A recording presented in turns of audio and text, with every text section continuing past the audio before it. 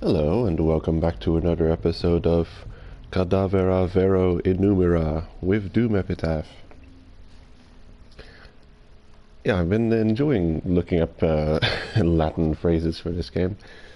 It seems fitting because they used it so much themselves. Uh, yeah, there's a couple things I'd like to say before we carry on.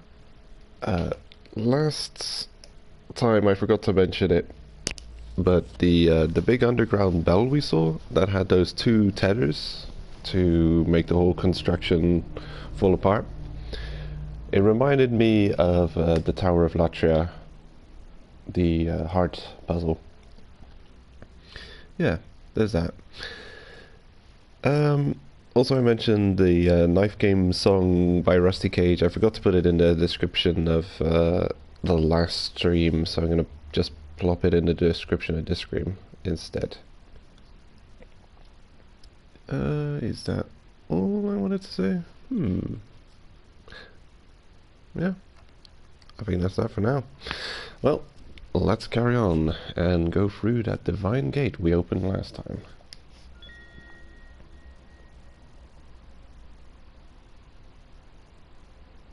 Oh, come on. Don't crash. Yeah, here we are. It says 47% complete. Who knows? Maybe we have only seen half of the game. That would be pretty cool. I had a flick through the trophies yesterday after the stream, and it does look like there's quite a few main story trophies to go, so maybe we have only seen half the game so far. And also there is a trophy for getting to this point of the game in less than 3 hours, kind of like a speedrunny trophy. So maybe you could consider this point kind of like getting into Anor Londo in Dark Souls 1. Come to think of it, I still have to get all the of the trophies in Dark Souls 1 Remaster. I got all the trophies in Dark Souls 1 Standard PS3, but not the Remaster. I was working on it. Oh, hello. Oh shit. Go easy on me, I'm rusty.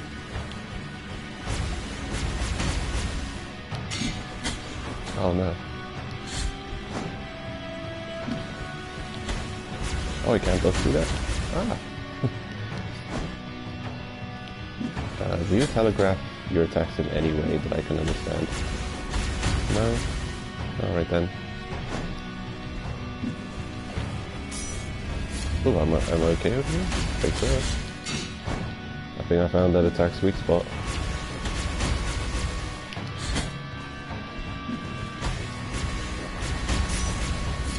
That's a really great opportunity to heal, but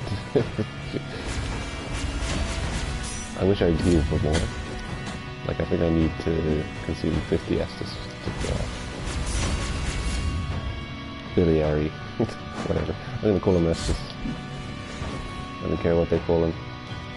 If they call him something cool, then fine, but honestly, biliary flask. This is weird.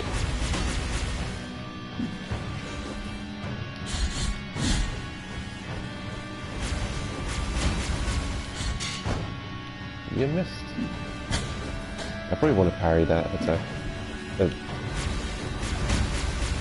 But my instinctive reflex is to jump because of his lightning spinning bullshit.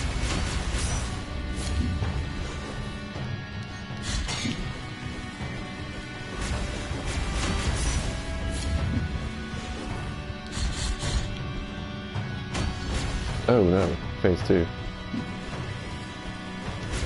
Is it phase 2? We might be on this bridge for a while.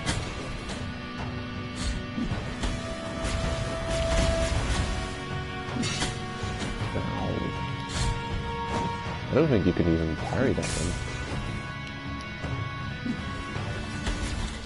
No, I tried parrying while he was mid-spin. Not a good idea. You can be parried, but only some of his attacks should be parried.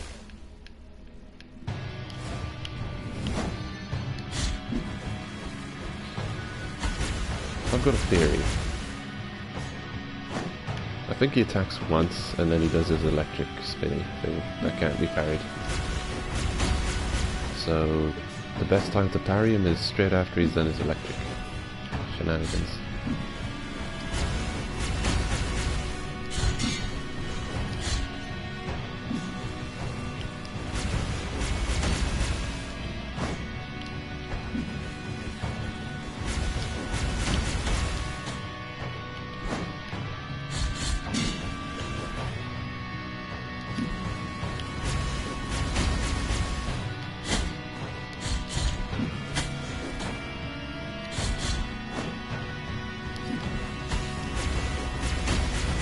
Weird.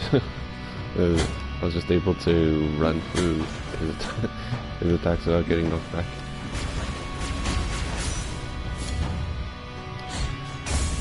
Gotcha.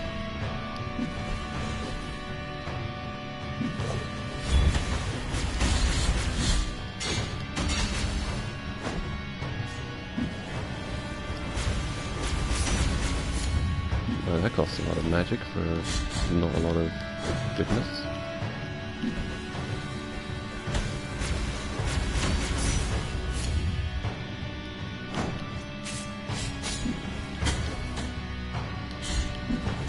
This guy's really tough.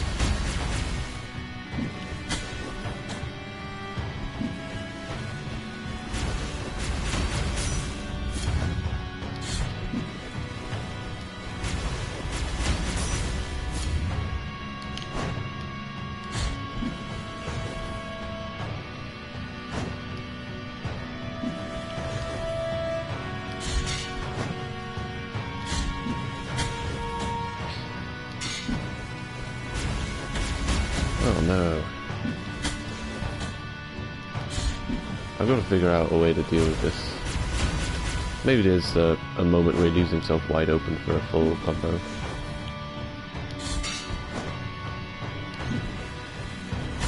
Maybe straight after this attack. No, not really.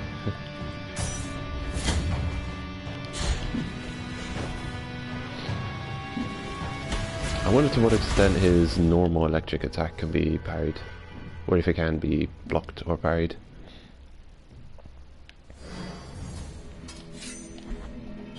Damn, this guy's a serious roadblock. And also, I'm thinking, this guy is also, he's gonna make that trophy really difficult to get. That 3-hour get through the gate trophy.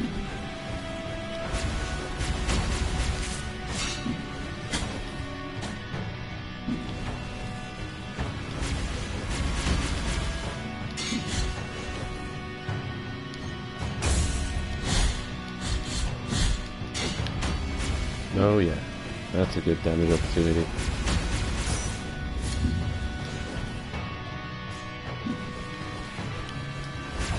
I don't know why he went right through me. That was weird.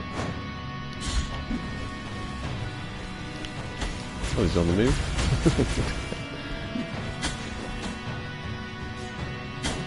Okay. Identified the right attack, but I just parried a little too soon on that one.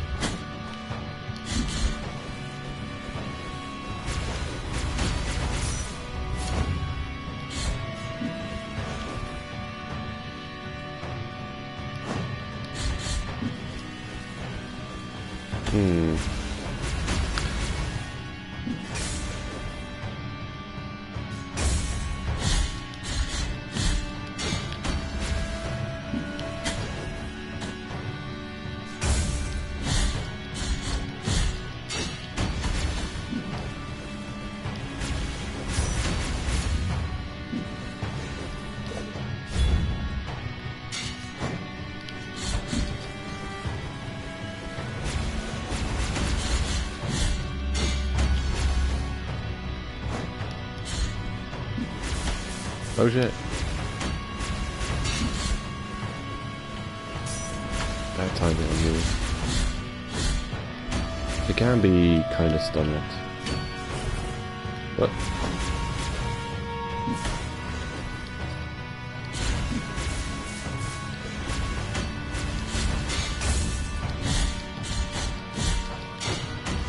unlock him. Oh, here he goes again. Shenanigans.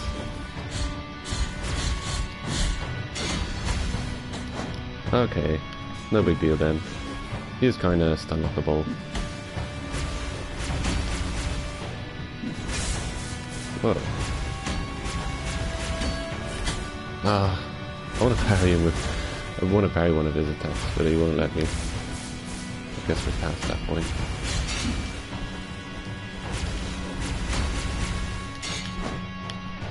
There it is, the attack I could have parried.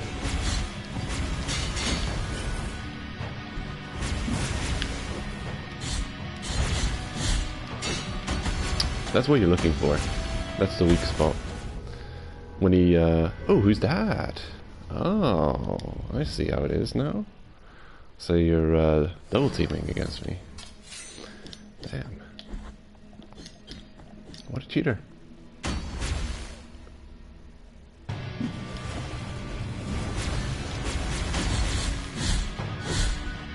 Yeah, the moment you see him flinch like that, then you know you're in, your gold. You're set for the full combo. Come on then.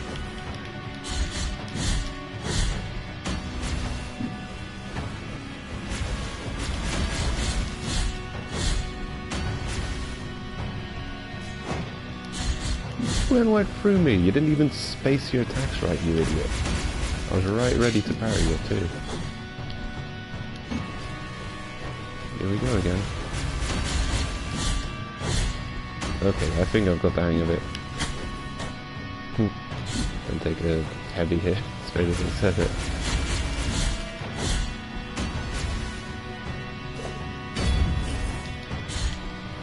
Phase 2.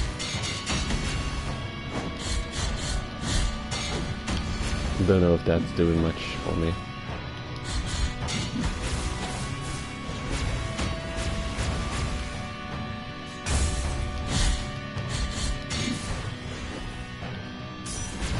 Yeah, I think we've pretty much got the hang of the fight. Kind of. There's just a couple of moves now, I have no idea what this last phase is going to be like. With this ad. Used to be a boss.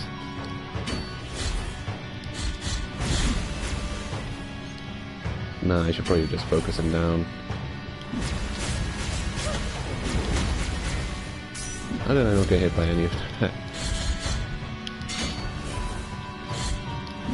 Get over here, stupid Valkyrie. Stop it.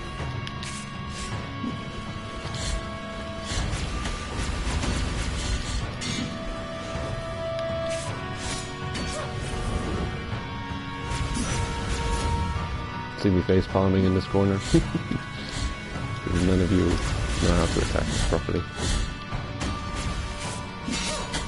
Oh, that was a good attack. Gotcha. Hey. Damn, that's a tricky fight. That 3-hour trophy is going to be hell.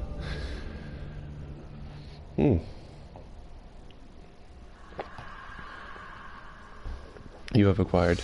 What did I get? Shit, I was just looking away. I missed it. What did you give me? I found a player to the storms, intoned by dry throats and shaking voices, calls forth blazing rays that pierce the clouds, striking down nearby enemies. Sounds fantastic. Let's use it. I was using the spell we got from... what's her face? Damn, I forget her name. Yeah, I don't think we have any lore on her either. That lady who helps you with free bosses and then dies. Yeah, we got the spell from her. There's a trophy associated with asking her for help for free bosses and watching her die. I think she probably survives if you don't ask her help, or you refuse her help for free bosses. Maybe there's another trophy associated with that. I've also noticed while browsing through the trophies, I didn't show any hidden trophies, but from the trophies I saw that there were different types of endings of the game, like ending A, ending B, or the good ending or the bad ending. Don't remember exactly what it said. Yeah, it seems like there's different endings for the game as well. That's what the spell does. Ooh, lightning. Okay, I'm not sure if I want it though. Like, check this out. Okay, it looks. It costs double as much as regular spells. You can see, because our casting has gone in half. It does like that. Look at that terrible range. Why don't I just use this? See? Look at that range. Goes all the way over there, off screen. It's going over into the castle and attacking off-screen enemies. It's clearing out the castle for me, see? That's a good spell. Good range. Why would I take this other spell, which costs double as much and has less range? Maybe it does more damage? I don't know. I guess it's also not bound to the ground. Ooh. I left the gate open. On Orlando, here we come. I feel my blood turn into black sap, and my aged skin into reddish bark. Might want to have that like that.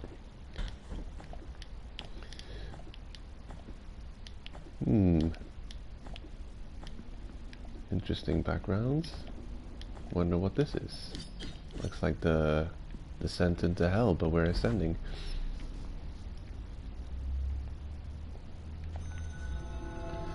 Patio of the Silent Steps.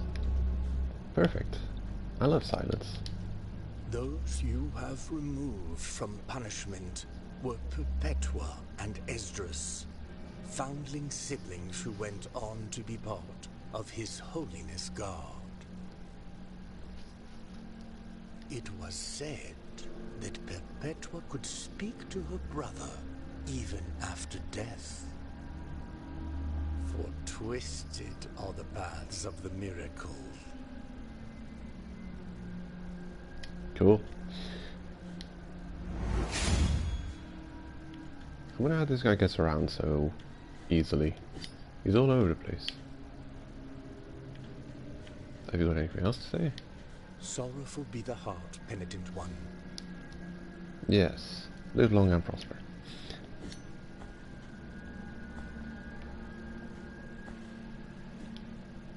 What are you? Oh, look at that. He reminds me of Dark Souls 3, like the cage guy.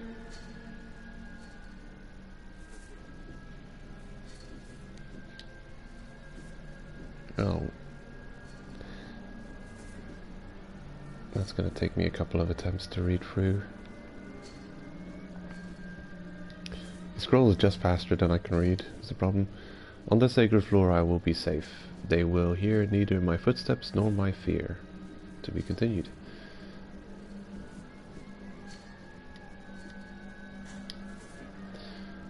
The miracle wanted the oranges from those trees to make no sound on falling, so that only the wind through the columns and buttresses could be heard. Now I hear only the horrific screams of those punished by the miracle.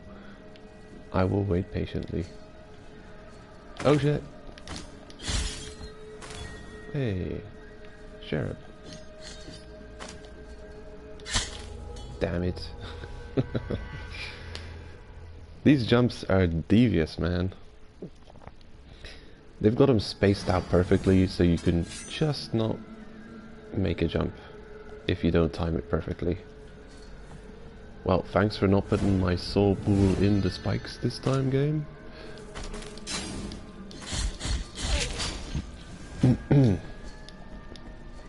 Excuse me. Cage guys. Oh no. They're tree vendors. How do we get up there?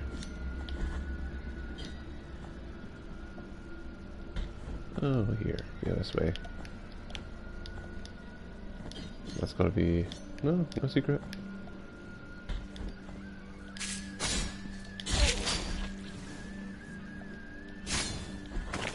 No! Damn. Really? Well, okay, I guess I can't get that item. Have to go this way.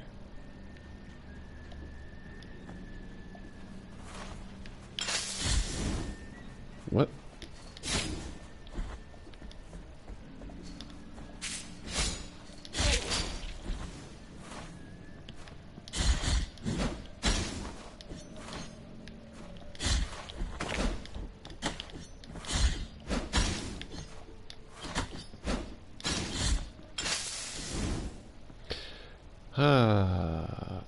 Curious. Maybe they do have... Maybe these guys have no weakness, but if you hit their pot, they're insta-death.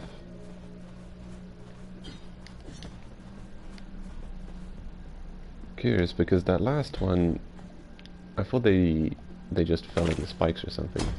Really? Okay. I thought they fell in the spikes, but they didn't. We just fell in the spikes. But they must have left their pot wide open for us. And then, yeah, we stole the honey. And they died.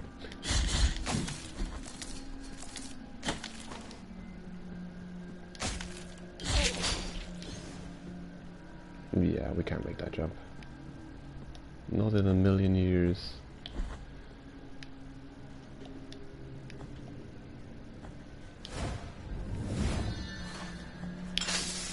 Wow, now you just jumped in the spikes. That's obvious.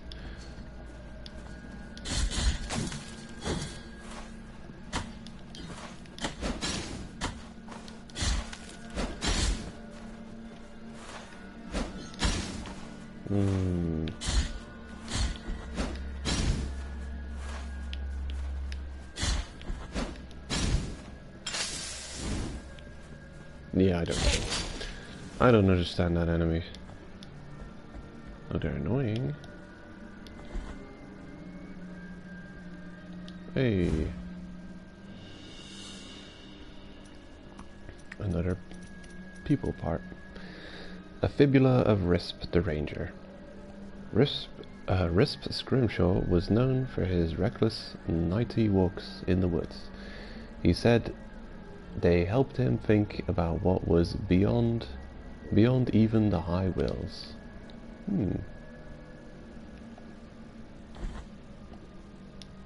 Probably sanity. Oh shit.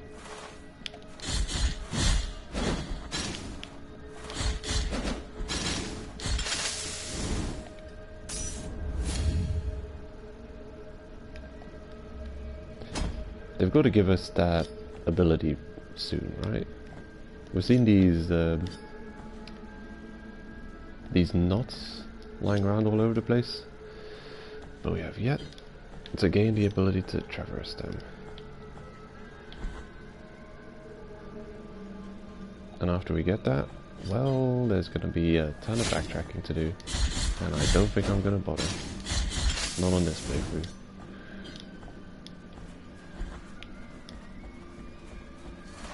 I mean, I might do a little bit of backtracking, but it's one of those nonsense kind of Metroidvania type things. There's a lot to like about Metroidvania, but there's also some nonsense.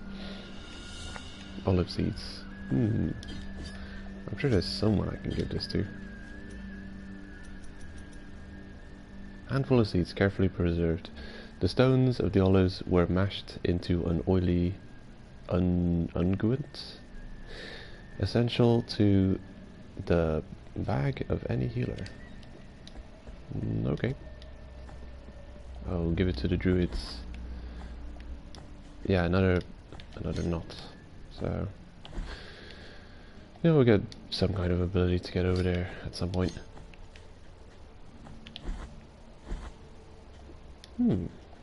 I wonder.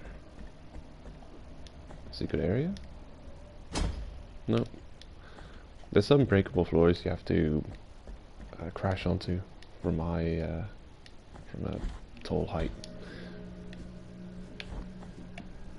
Oh, you're easy. Whenever you see these ones, hit them with that range attack. You think they're out of range, but nope. We have a range attack.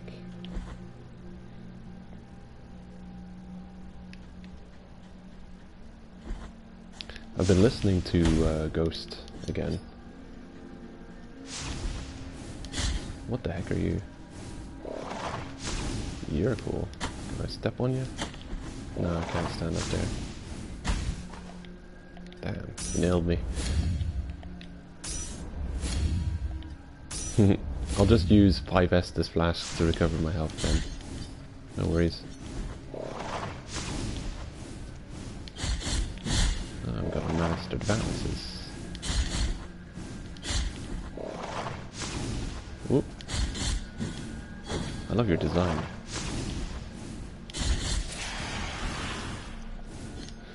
Yeah, I've been listening to Ghost lately because of this game.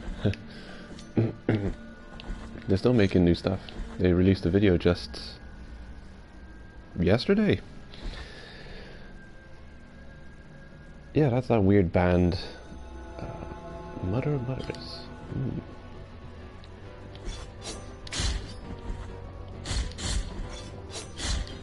Lonely Island really loves this room. Yeah. It's that weird band with the Cardinal, the lead singer, who keeps changing. The Skeleton Pope. They're pretty cool. I'll probably put them in the description. I'll put one of their videos in the description as well.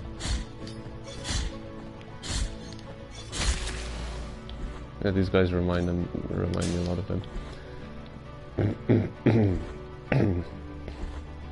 Supposed Satanist, dressed in Pope's robes with a skeleton face. Interesting concept, but surprisingly wholesome. Okay, there's a whole bunch of things up there, but it's not for me. Let's go. Not a free words. Ooh.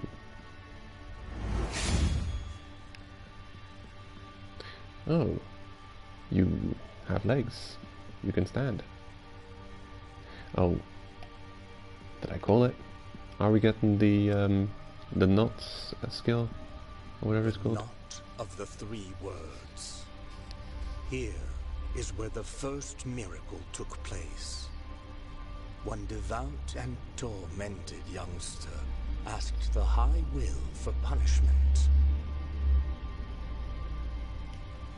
He placed a wooden log where he sat and prayed. He prayed hoping to be heard. He prayed for pain, so he could ease the guilt that sharply pierced his soul. Then the miracle manifested itself. It made roots grow and twist over his arms and legs, but not a cry nor a complaint came out from his mouth.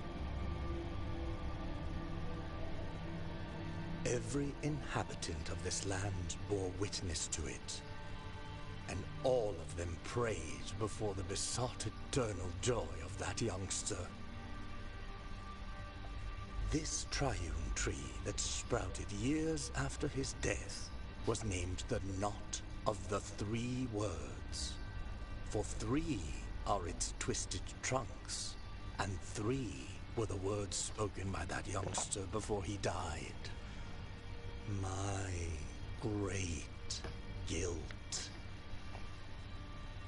Every year from its core flows a golden, burning liquid, perpetuating his memory and perhaps to remind us that the first miracle has not abandoned us. For twisted are, were, and will be the paths of the miracle.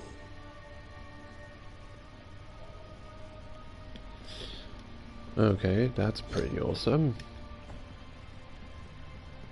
Yeah. This game, what is it about? Pain and suffering?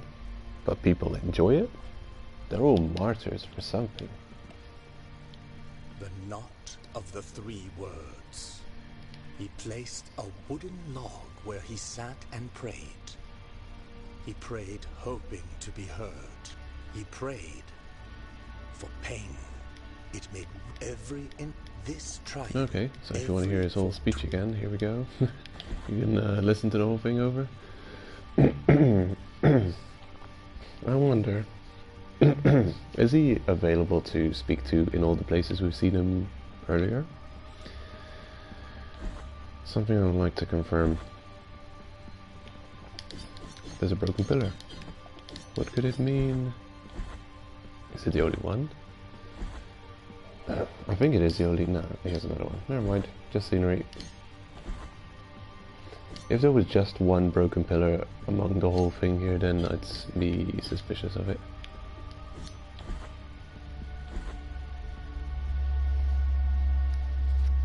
Well, we got nothing. Oh, really? Damn it.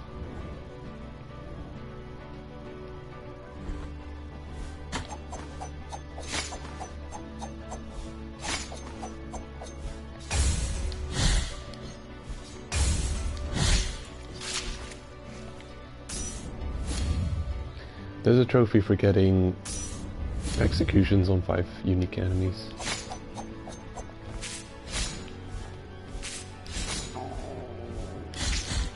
It's probably not that easy to get.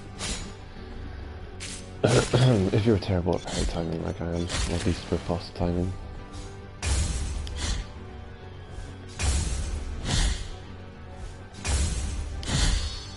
Oh, got it. Hey. You know those brutal oh, there we go. The trophy I was just talking about. Well, never mind then. I spoke too soon.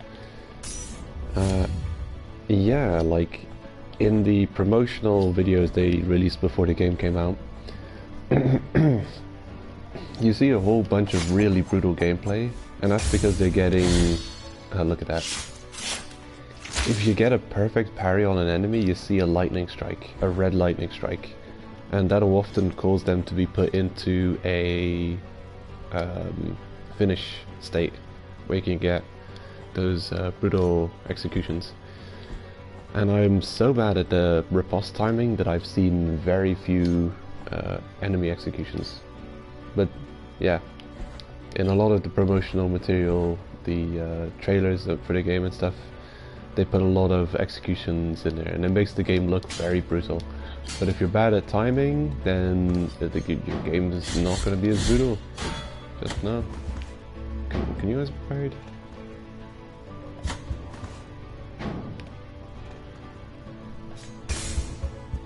Well, no, of course not. As I figured.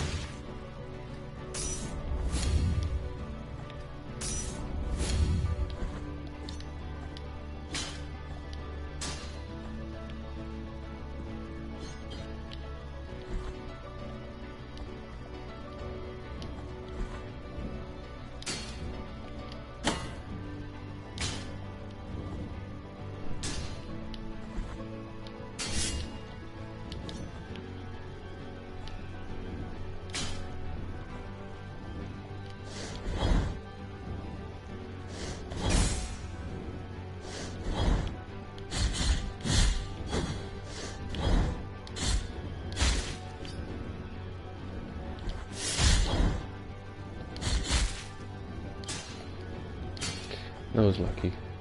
Their attacks seem to be very, you know, not parryable.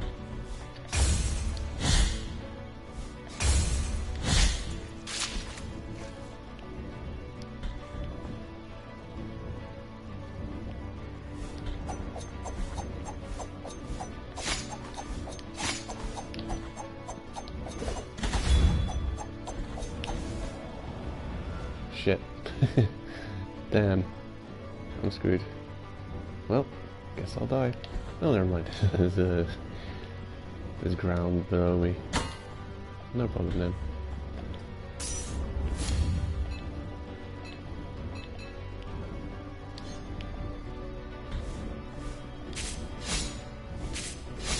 There you go, that's what you deserve.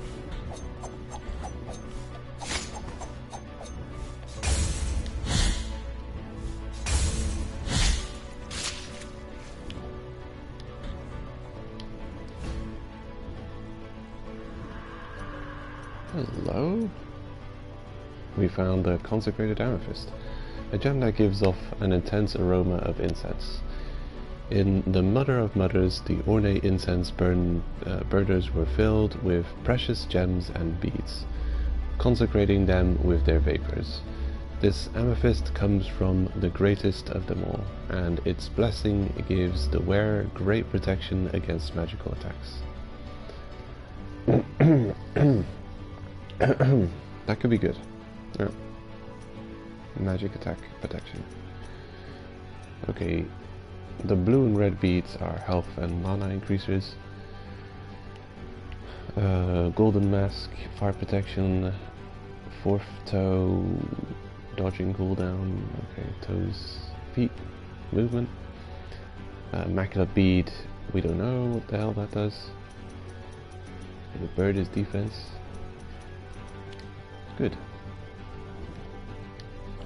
It's one of those things. I think I have to just remember to have a look at my equips before challenging the next boss, if I can see it coming. A lot of times it's a mystery. I'm still playing pretty much blind at this point. Where are you going? Oof. Yeah, that's contact damage. Oh no, I'm dead. Stupid bell people.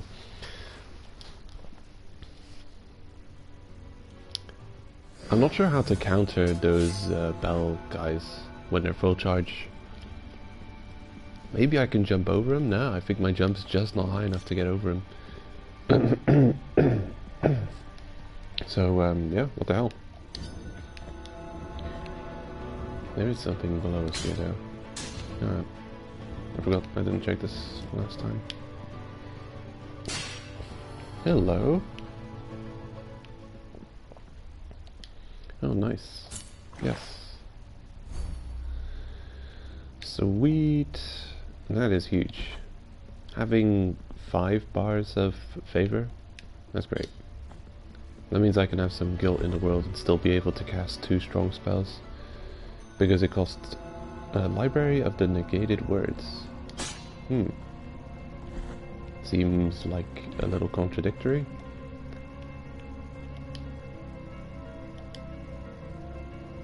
That's like, what is it?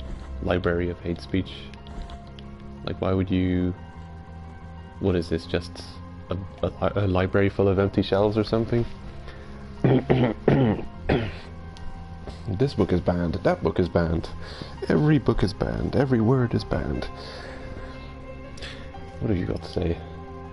I hear them reading, they mutter the forbidden writings. It is a constant murmuring whose echoes once inside my mind refuse to leave. I know that my curiosity will kill me if my madness does not do it first.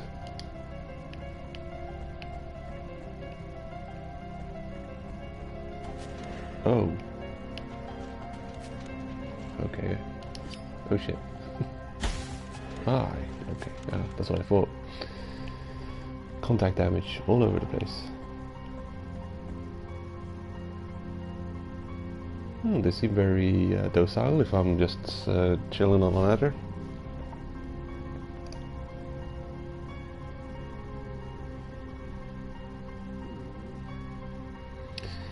Oh, Holy Rune, welcome. How goes? Yeah, it is. Can you notice? But yeah, I've always got a frog in my throat when I wake up in the morning. It'll jump out later. Just give it a minute.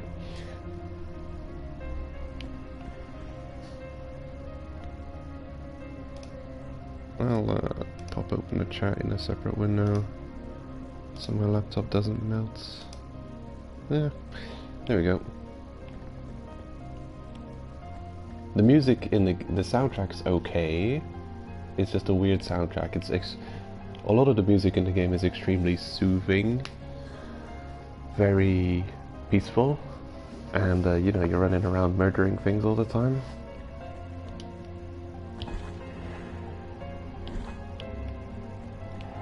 I guess you could call it contemplative.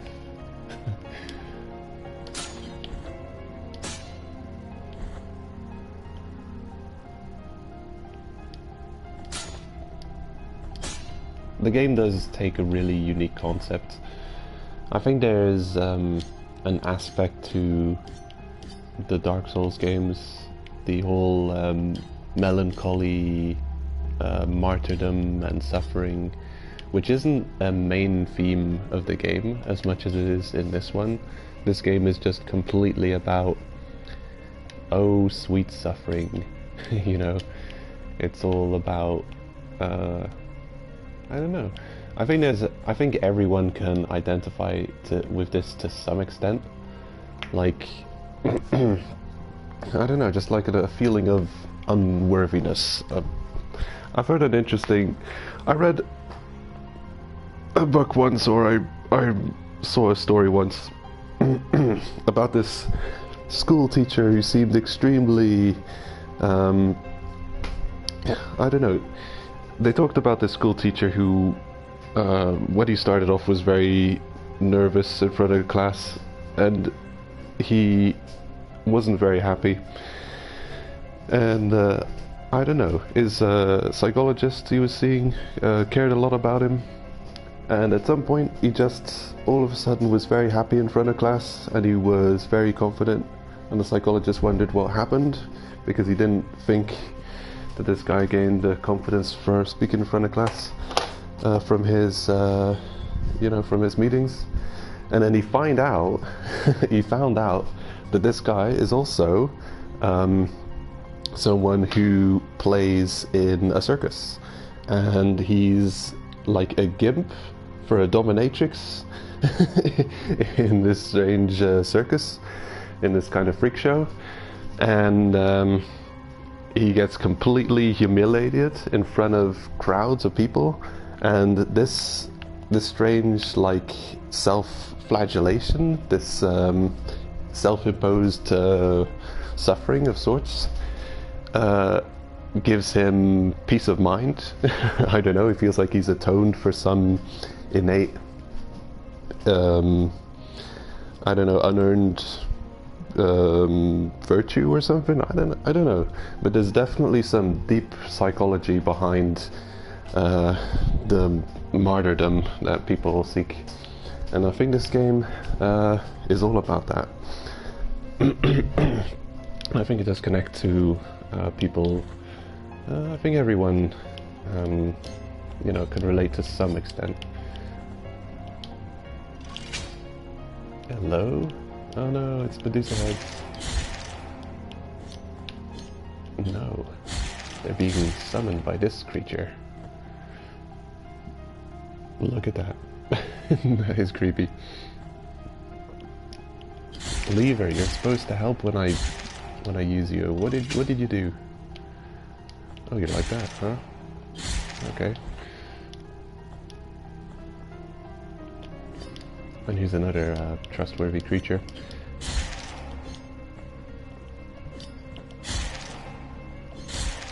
There. I love the death animation on these skulls. Look at that. Splitting hairs, cracking skulls.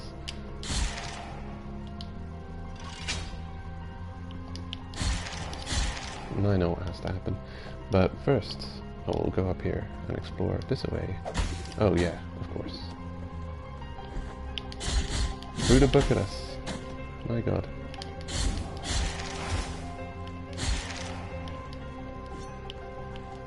You. Yeah, that's what you deserve. Oh, that's a ceiling, huh? Well, here we go. Ah, you. Game. Let's see what you're doing. Oh yes, they're connected. Well, in that case, I know exactly what to do.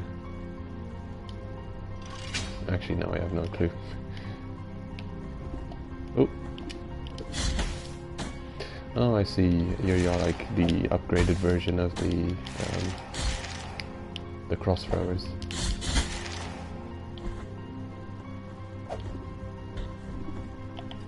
Damn. They're giving me no chance to heal.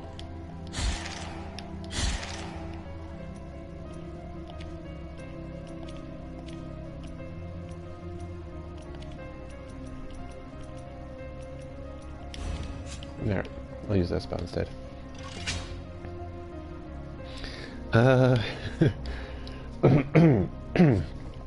Yeah, it was, I don't know where I read it. But books, they contain some crazy shit sometimes. I'm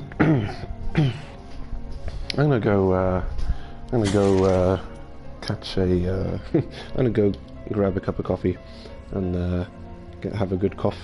Be right back for a minute.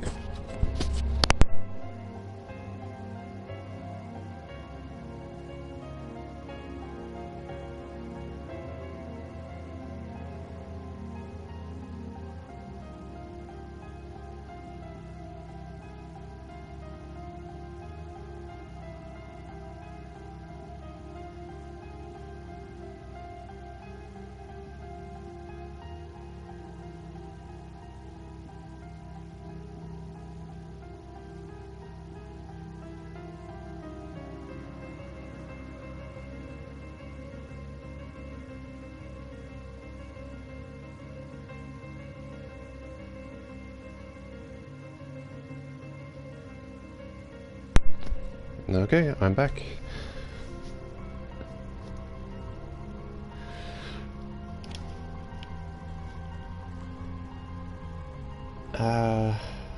This game reminds me, the atmosphere in the game reminds me a lot of Master of Darkness. I think I'll put like I'll try and find a link or like a video of the game. I'll put it in the description.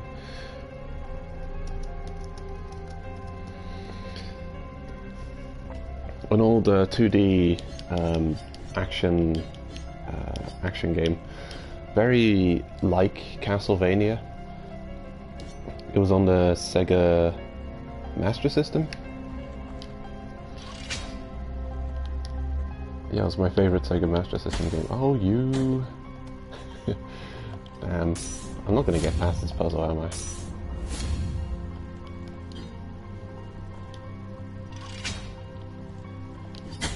Let me play as one of those characters. I would definitely kick my ass even more thoroughly.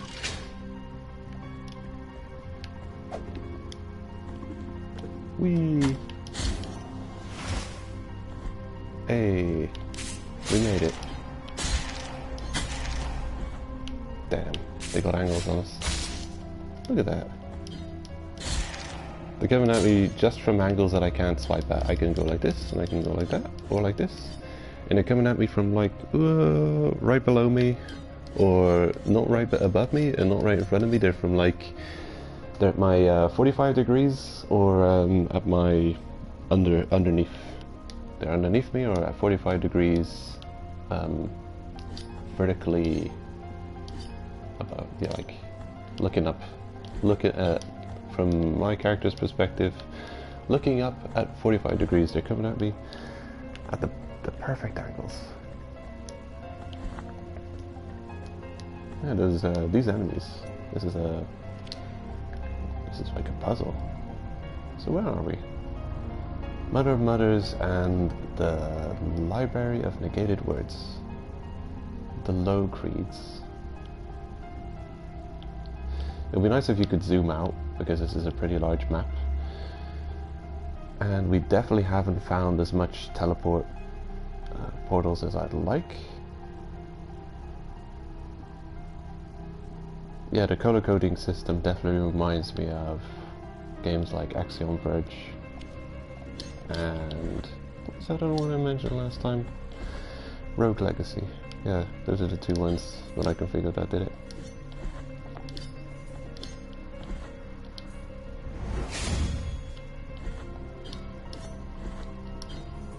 Oh, don't know who you are. Yeah, I've been gaining an interest in reading books lately. I don't usually, you know, when you get into movies, anime, and games, books are kind of like an almost inferior form of media because you have to use your imagination with books. It takes so much more effort. Like, often the story of a good book is amazing, but it can be compared to the story of a good movie as well. Like, movies could leave a lasting impression on a person just like books can. And movies is a short 2-hour sitting. You just sit there, let the media flow over you, less effort required. I think that's the big thing, the less effort, especially with me. Books cost so much more effort. But yeah, they have stories, interesting stories. I recently listened to a book, audiobook, The Portrait of Dorian Gray, Oscar Wilde book, and it was okay. It was decent. I mean, most of the story was about like how the English aristocracy behaved, but yeah, it had some interesting twists and turns. If you've ever seen League of Extraordinary Gentlemen, then you will have seen a more recent depiction of Dorian Gray. That movie spoils the whole book, by the way, kind of.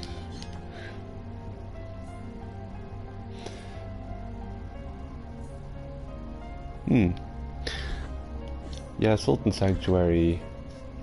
I did platinum it. I respect the game.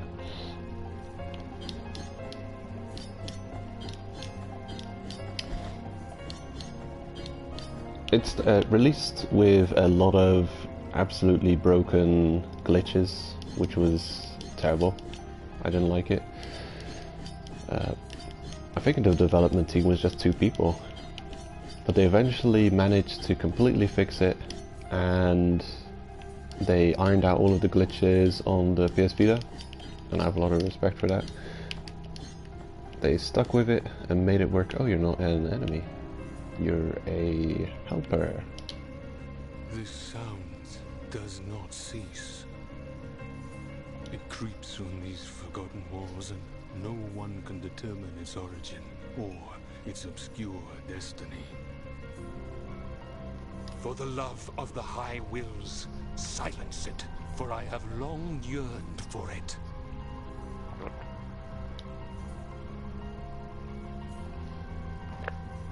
Yeah, well, the story I was talking about earlier, it's like, by what means do people gain their uncanny confidence?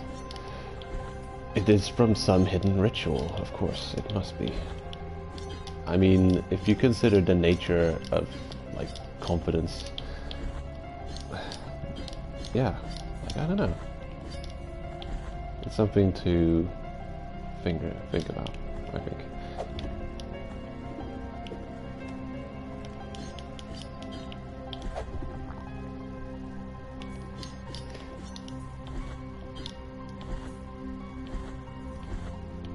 Yeah, there's people who seem to be like completely confident, like in whatever they do.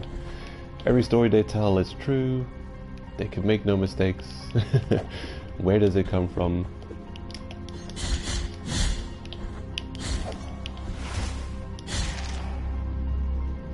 Face.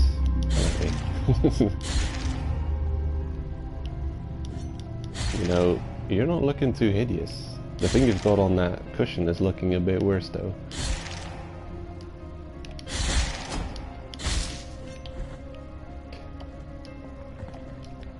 Yeah, eventually I did like the book, so to leave an impression on me. I don't know if I'll remember a lot of it. Like, there was, I don't know. There was a lot of just, you know, repetition and habit being described in the book, and it's that kind of stuff that you just, you know, if nothing's happening, if you, okay, let's meet with this person, let's go to this party, oh, what are we talking about tonight? Oh, we're having this lady over talking with the Duchess about crumpets. I don't know. It's just like, okay, 50 pages of tea and crumpets doesn't exactly leave, you know, you don't, it's not very memorable, those moments. But a few twists and turns it had were nice, interesting, kind of memorable.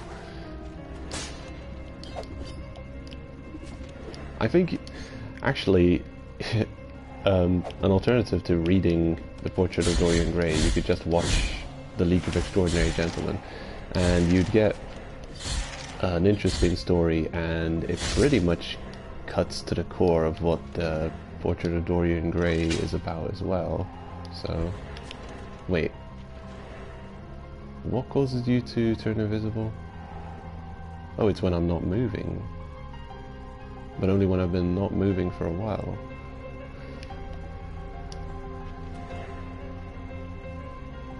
If I stand still? Ooh. Okay. So that's why when I'm on the ladder they're not coming at me. Let's see. Man, if only do a friendly fire.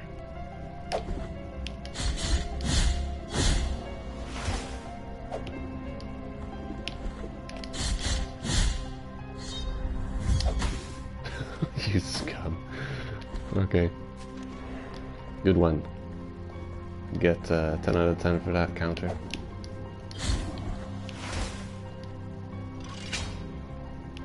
Hey. I have no idea where I'm going, what I'm doing. No, you can't do that. That's cheating. Stop it. Okay, do it then. Okay, now let go. Puzzle solved. You've acquired that strange thing. What is it? Let's see. We found the Sacrum of the Dark Warlock. Founder of the Library of the Negated Words, this priest was known by the sobriquet of the Dark One. This game is going to teach me all kinds of new words. He was caught practicing sorcery, surrounded by pagan writings. Okay, probably that's why this is a piece of him, because he's been executed. Yay! 17 out of 38 cherubs. Oh, there's a movie of it?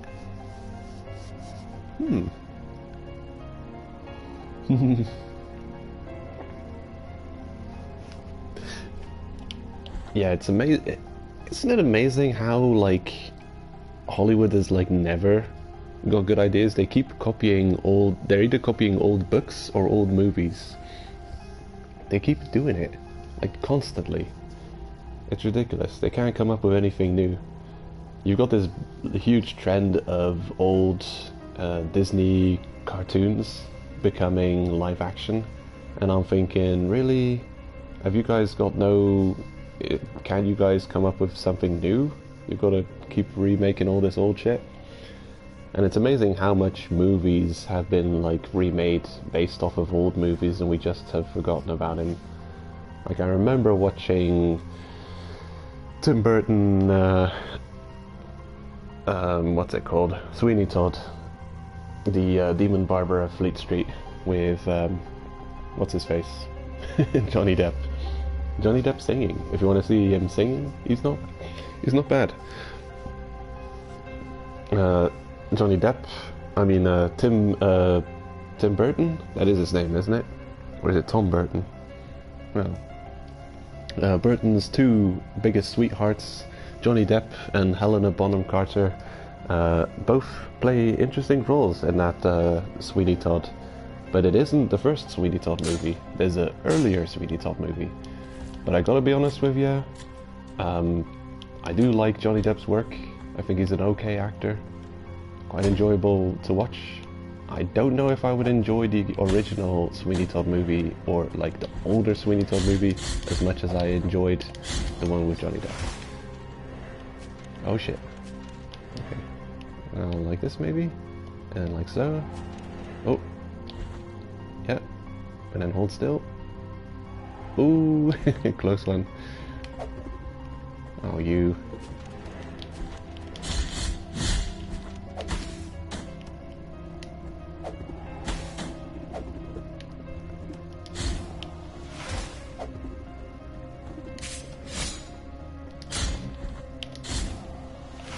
Cool. Tricky, tricky, tricky.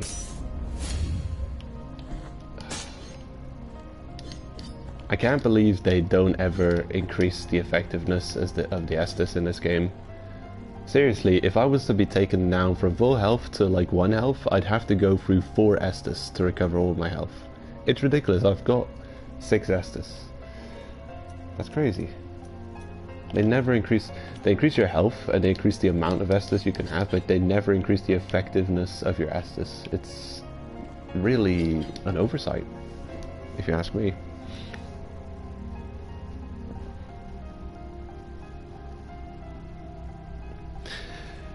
Yeah, it can be hard to find them though, can't it? Like, older movies definitely have a lot of charm. I'm thinking of Doctor Strangelove and like the longest, I don't know if it's the longest title for a movie, it's definitely a contender. How's it called again? Doctor Strangelove, or How I Learned to Stop Worrying and Love the Bomb, or something weird like that. That was a cool movie. I think they got some memes out of it. The whole stealing of vital essences, paranoia. I think that turned into a meme. And of course, the bomb drop turned into a meme. I mean, I don't think it turned into a meme, but The Simpsons parodied it. Of course, I think I got an interest to watch the movie because of the Simpsons parody. So in that way, when modern media pays homage to the older stuff, it can be good because it can get people interested in, you know, revisiting that, you know, the source. I think the problem with remakes can be that it overshadows the original though. Like if you're looking, I don't know, if you're looking on torrents for the original and you type in the title, then you're only going to find the new stuff. The rarest thing, if I had one wish that I could ask a genie, it would be simple. It's something I've been looking for many years. I just can't seem to find it. I'm looking for the original English dub of Laputa Studio Ghibli movie. I want it. I want that original dub. Yeah, I watched that movie many times when I was a kid, and it was a great movie, but for some reason Ghibli doesn't like the original dub cast, and he made it his life's goal to get rid of the original English dub of Laputa and redubbed it with Anna Paquin and someone else, some other people. I think he changed the movie a little bit. I don't know exactly what the reason was, but he didn't like the original English dub, and I grew up with the original English dub, so that's what I want to see. I refuse to watch the new Laputa. It has to be the original dub that I saw before. And I can't find it. It's like the rarest thing. It's like if you want to get it legit, I think you just straight up have to go to Japan and you have to buy like an obscure, like Laputa has a couple of versions for sale, and it's like an obscure complete Ghibli collection box set. It's like a very specific Ghibli collection that it's included in, and nothing else.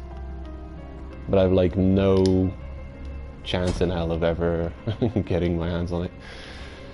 It's such a shame. But I will never watch Laputa again because of it. You. Okay. I'll be back.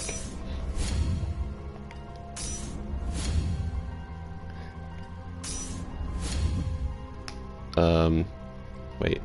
Are you sure it's Tom Cruise? Isn't it Brendan Fraser that you're talking about? Or did Tom Cruise do something with the mummies also?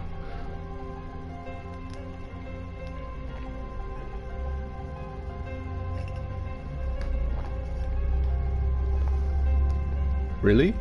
The same guy plays every role? I didn't notice. He must be doing it well. Just like how Mike Myers was playing like half the roles in Austin Powers and I never noticed. It's like, really? Mike Myers is everyone? Damn, I didn't notice. So when he's actually going toe-to-toe with Fat Bastard, he's actually insulting himself constantly. Oh, crazy. There's a new mummy? Oh shit. Wow, yeah. Hollywood complete out of ideas then. I think Brendan Fraser, The Mummy were okay movies. I mean, it got a bit weird when The Rock was the Scorpion King because goddamn that, like, terrible CGI. Hey. Oh my god. It's got a zombie Goku firing at me. Hey! That's a way too powerful skill. How do I deal with you? Yeah, you're probably gonna kill me, aren't you? Yeah.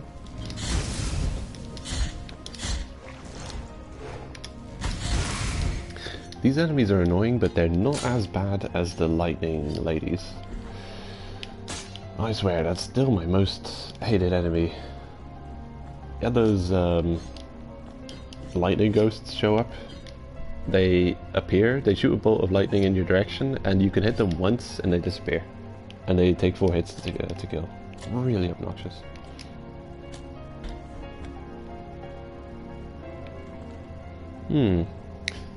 Okay, I won't.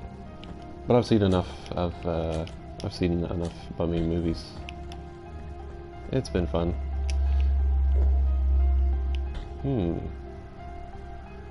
This is a point of no return, isn't it? Hard to say. No, it's not.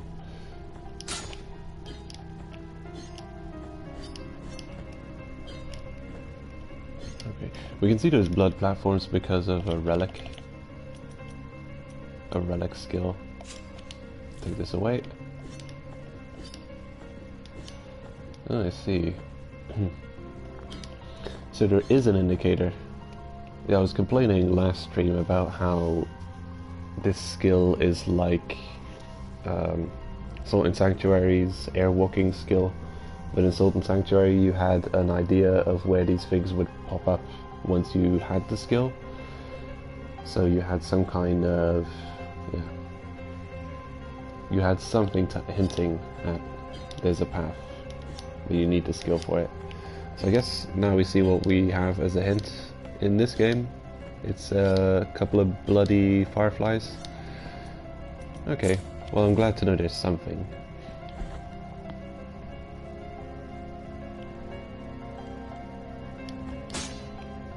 Wow.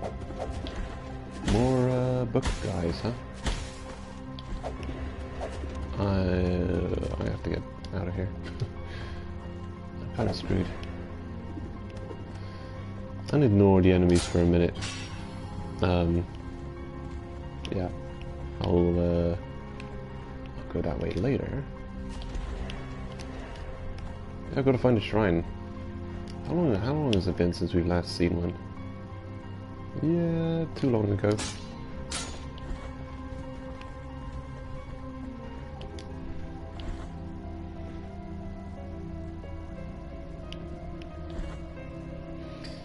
Yeah, I'm gonna check a couple of paths, see if we can't find another shrine, because I'm screwed otherwise. Okay, I don't trust this room, but...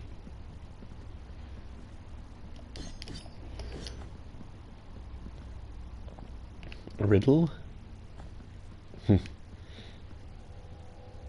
Two of these books lead to certain doom, and one of them leads to your salvation. Which one could it be? Riddles. There's like a classic riddle that's used often in games. I've seen it used as recently as Chain Chronicle. It's the riddle of one person always tells the truth and another person always lies. And then I don't know how they set it up, but each of the people makes a statement, or you can ask questions of the two people, and it's been used in a lot of, it's been used in movies, it's been used in games. There's a name for it. I don't know if it's like the Sphinx's puzzle or something, I don't know. And then another one is like the 3 stages of life. Yeah, it's like walking on 4 legs, then 2, then 3. Yeah. There's a couple of like classic riddles, or at least those are 2 that I know of.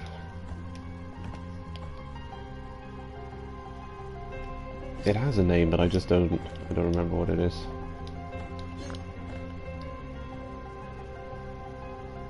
It's kind of pointless traveling back now, but I kind of have to because we don't have a shrine. So worst case scenario, if I head back, is that I die on the way, and then at least I'll have my soul pool a bit closer.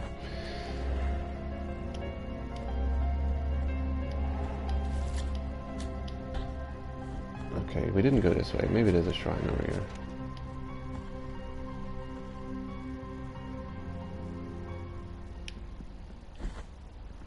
There's something.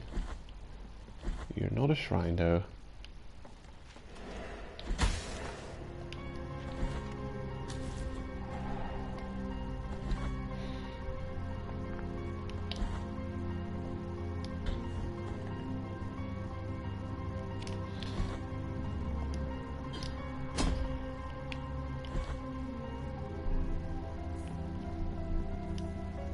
For the love of the High Will, make this sound cease.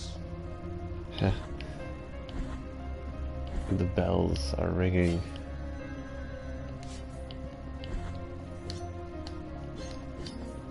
This guy looks like he's straight out of Bloodborne, doesn't he? I think he does. Don't know what he's holding in his right hand though. Some kind of talisman?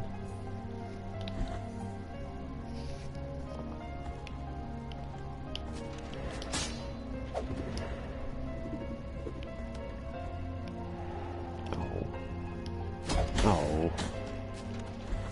No. Come on. Give me another shrine. This is ridiculous. Oh. Kill me then. I don't care. Kill me. Seriously. Bullshit.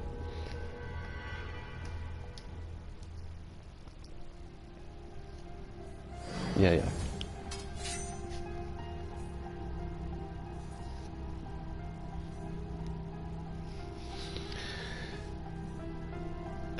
Yeah, Gascoigne, actually.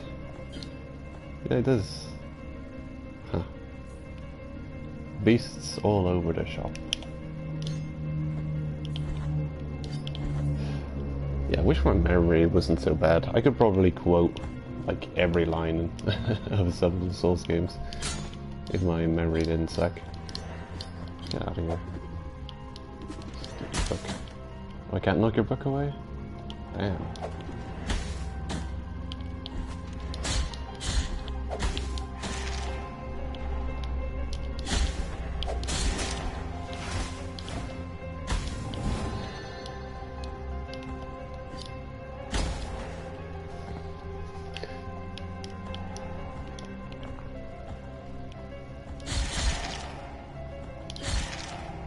This room is depressing. I don't like this room. Not at all. Stop it. Especially because we haven't found another shrine. So I have to start again from this point every time. Okay, good to know I can deal with you from ground level.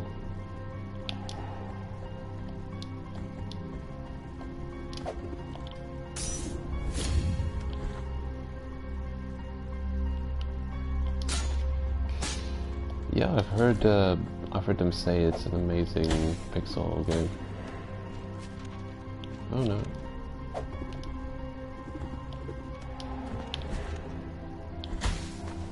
Yeah. Ah.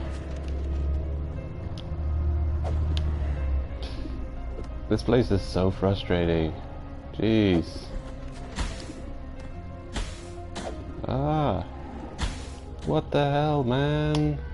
How annoying can you make one area? What the? Seriously, what?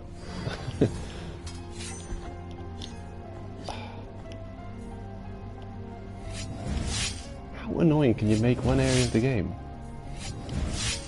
I just want to know. Slitting my wrist. But I cannot die.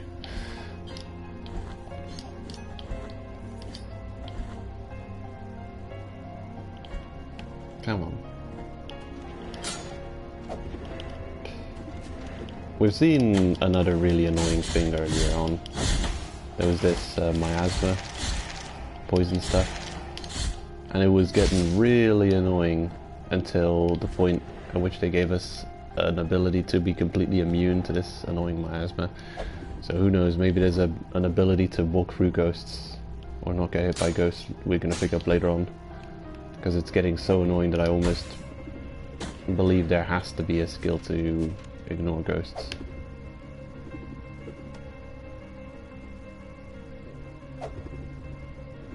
Oh, you can't hit me like that, huh? Okay. Oh.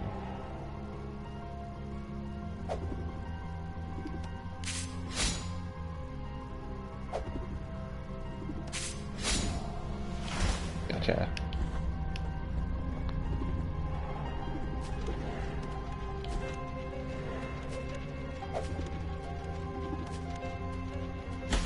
Nah. Okay, I'm out of here.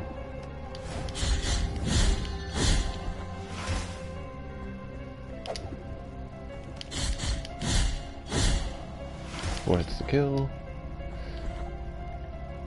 So, oh man, such a long way.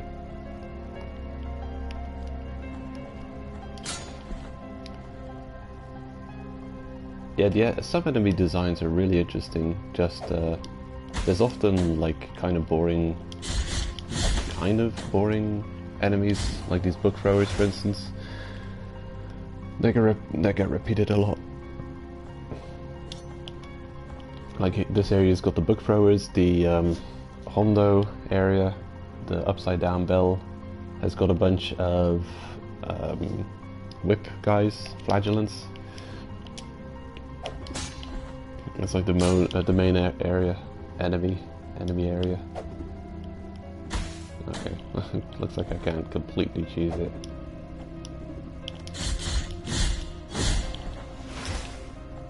Oh, did I see this before?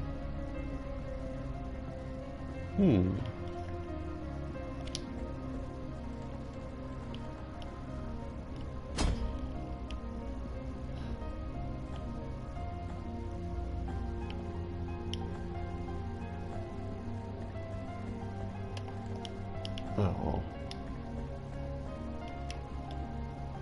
No, I can't make that jump.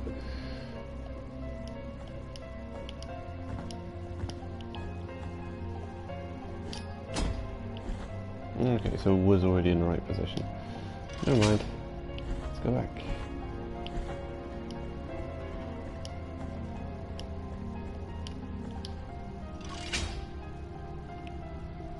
Oh? Okay. Now it's definitely almost in the right position.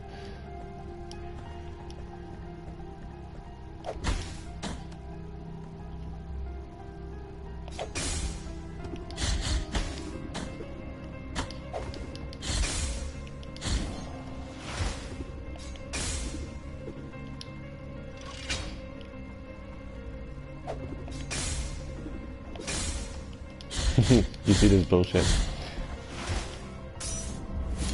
The enemies have such a strong position over me, it's ridiculous.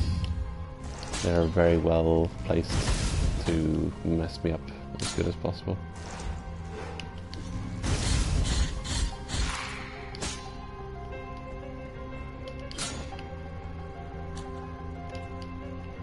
For the most part it's fun, it's just right now we're struggling because it's just as you can see, it's miles away for the earliest shrine. That's not even that many rooms away, it's like 1, 2, 3, 4, 5, 6. Could be like 8 screens away or something.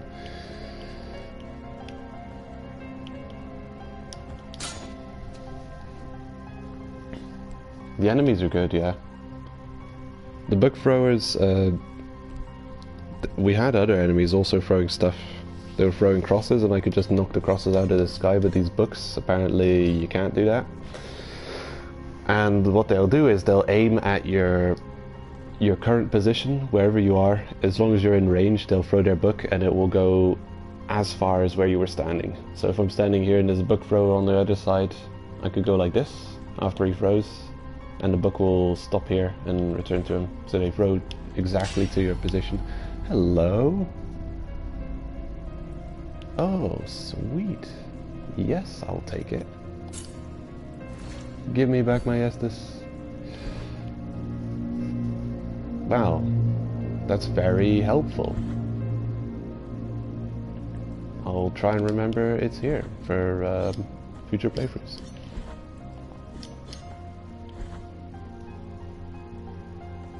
Also, I'm always happy to see them. You can use those to activate a newly acquired Estus Flask Shard.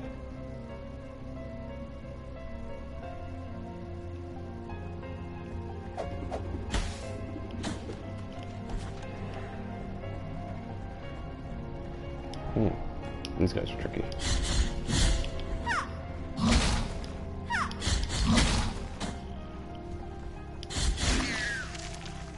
Never mind. You see them really early on in the game, and then, oh, hello. That's a health upgrade.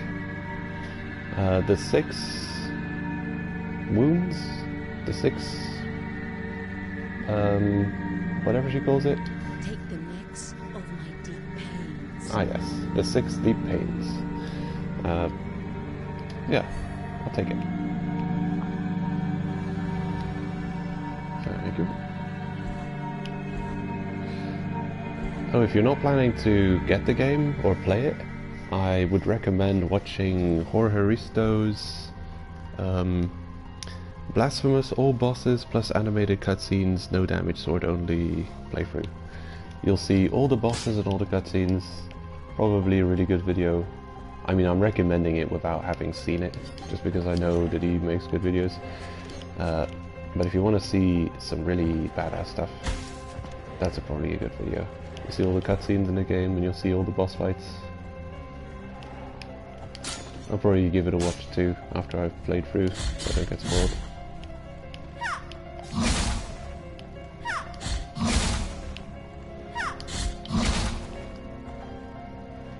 He's attacking me with... what is that? It's got antlers, but it's not a deer, because it's a male deer. So, what do you call it? Elk? I don't know. It's Bambi's father.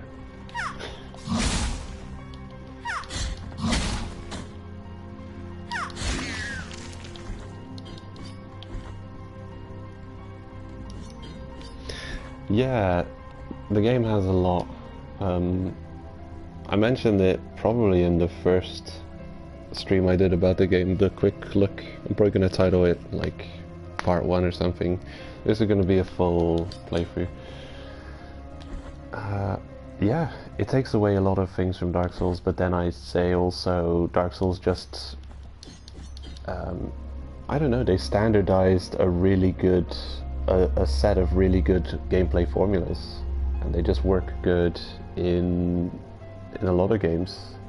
And I guess that's why so many games are being called Souls-like, because they just take the really well working formulas from the Dark Souls games and put it in their games. Like they're recovering your currency at the point of death. That's a big one. The checkpoint bonfire system. Other games have checkpoints too, but like them...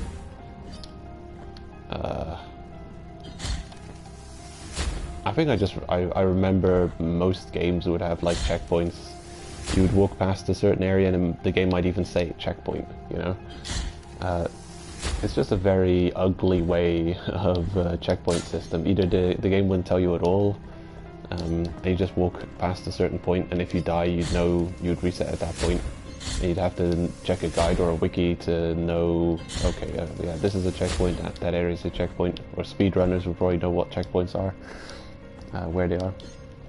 But Dark Souls just did it very, you know, giving the player all the feedback of exactly, okay, this is an actual checkpoint. It's got a physical form. It's a bonfire. You can, you know, kind of save your progress here, but also you're actively resetting as if a death had occurred. It's yeah, it's just a much more, a much cooler way of doing things. There's probably some like headless bishop up there throwing these at me. Very easy to deal with.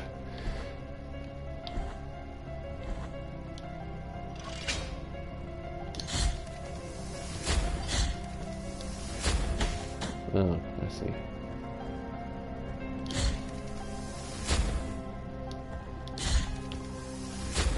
How do I, how do I get up on there?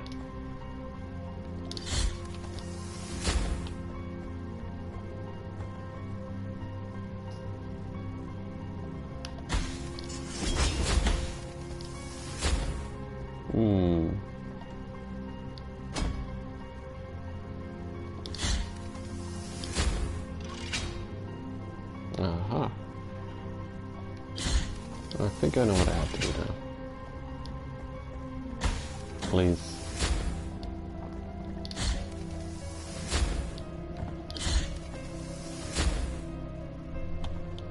It's the same one, but they've upgraded their arsenal. Hey, that's not what I want. But I think now things should be perfect. Yes. It is great. No idea what those bloody platforms are there for. Oh my god.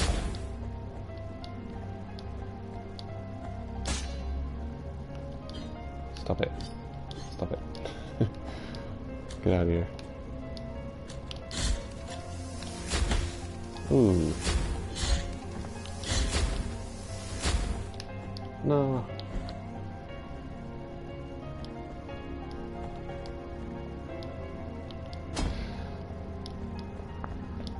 I don't know if what I'm doing now is the right thing to do.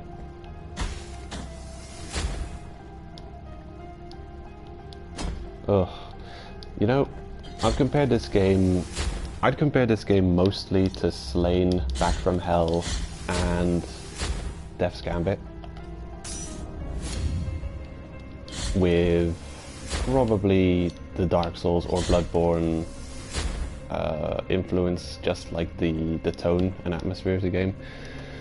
And also, you know, the whole checkpointy system with the shrines. I call them bonfires. The biliary flasks, you can call blood vials or Estus flasks. But then, you know, it's not... being able to recover them is very Soulsian, but like this look is quite like old school 2D platformer. I think even, you know, Castlevania had it, the health represented by blood vials. Oh, come on. You. Get out of here.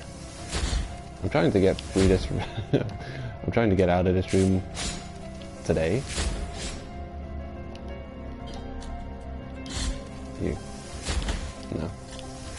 Okay, chain reaction. Get out of here. Pull the thing. Good. That's all I wanted. Hey.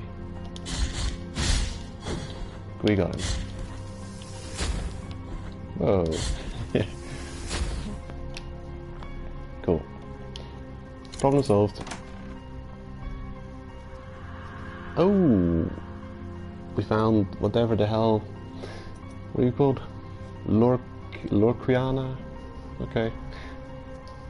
A prayer that calls forth a barrage of fiery lightning from the very essence of the miracle, piercing any foe that dares to stand before mea culpa. So, okay, let's check it out. Ooh. Okay, a ranged attack. That could be good. Ah, no. No. Now I have to do it all over again. But it's gonna be easy this time, without those damn skulls in the way. Yeah, the game has some light puzzle elements. The most difficult thing about it is the platforming though. And a minute ago I was saying that it reminds me of Death's Gambit. Death's Gambit had extremely clumsy movement and combat.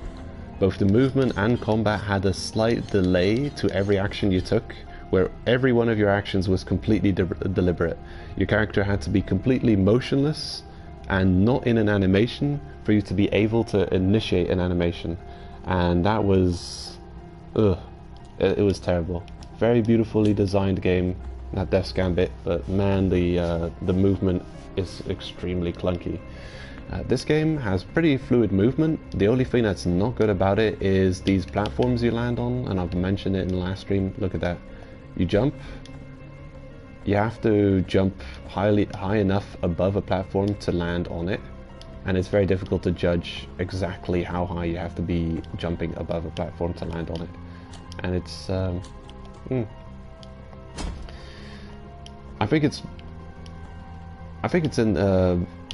I think the problem is in the way the platforms themselves are drawn, because they're drawn 3D.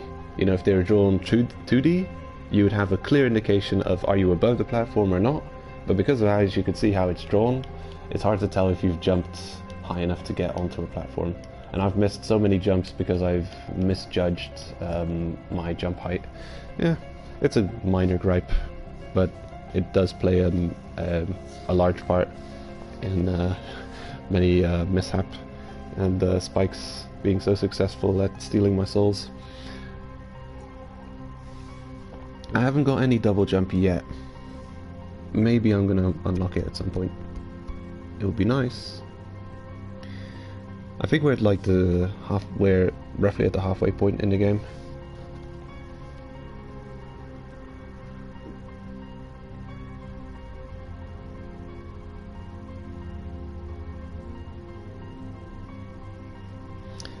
Slain.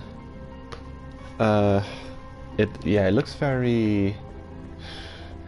It's when you start playing the game, you've got those weird, like, your sword slashes are just like you're doing a very short, like you've got a baseball bat in your hand and you're just bashing something on the head in front of you. They're very slow and very clunky looking slashes. They look stupid. But the game, yeah, if you don't feel like playing it, I definitely would recommend watching a long play of the whole game, because the game is really short, and it has actually got quite a few beautifully crafted areas and bosses. I've got a few boss fights on my channel. The game is short, and it's got a decently cool story, and it has a really awesome ending, and the final fight is worth seeing as well. It's a pretty cool thing. It alluded to there being a sequel. Who knows if that ever will happen? But yeah, it is. The combat is very weird, very extremely basic. It's really just slash slash slash slash, jump jump jump, counter, and then you've got spells you can use. I didn't use them very much.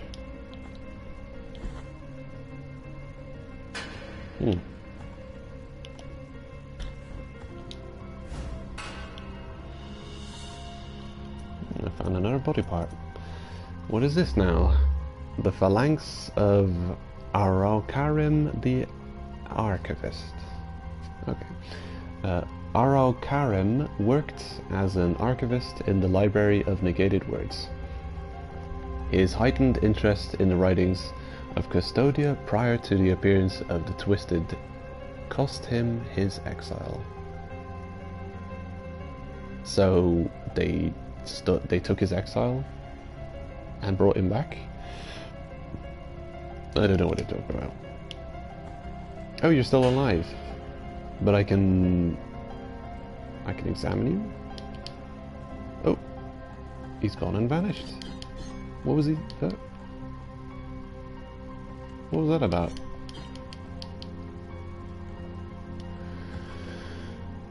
Curious.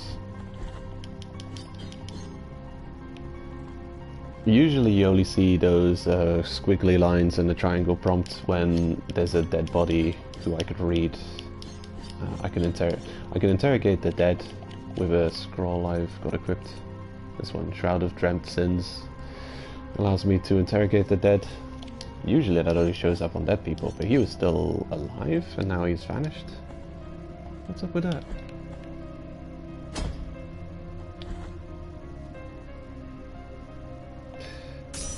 I would love to find a shrine one of these days. This is like a ridiculously long distance without finding one.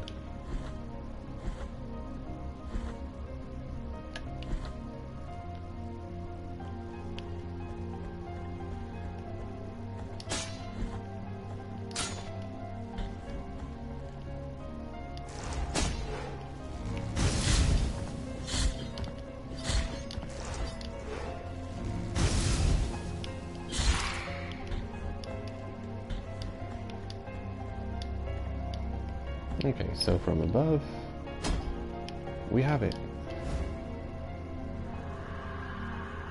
A drop of coagulated ink. My favorite. Each hesitation of the scribe was a new stain on his scriptorium. Words not written, censored before they were born onto the paper, were powerful too. This cluster of ink grazed by the affliction increased the power of prayers. Alrighty.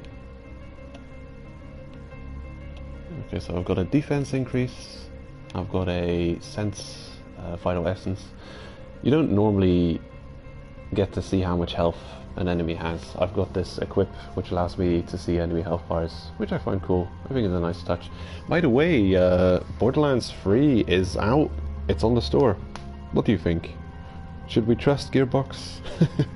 Should we trust it to be a good game? Or should we denounce it?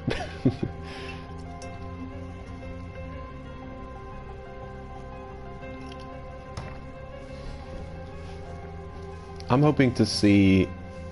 I feel like watching... I feel like binge watching a ton of reviews before deciding to buy it. I'd really love to play Borderlands 3. I want it to be a good game. I've really enjoyed the Handsome Collection that was free. When was it? May or June?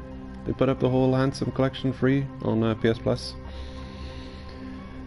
And yeah, I would love to get into Borderlands 3. I want it to be good. But I also don't want to give studios who have bad business practices my money.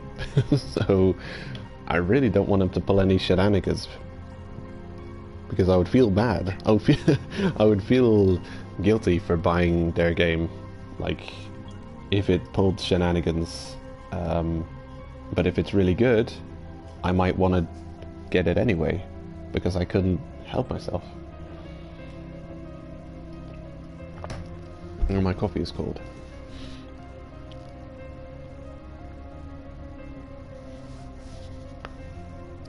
I never played the Metroid games.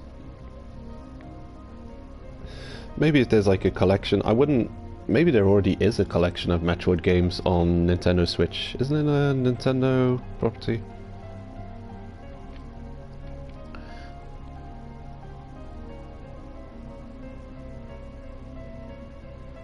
Hmm.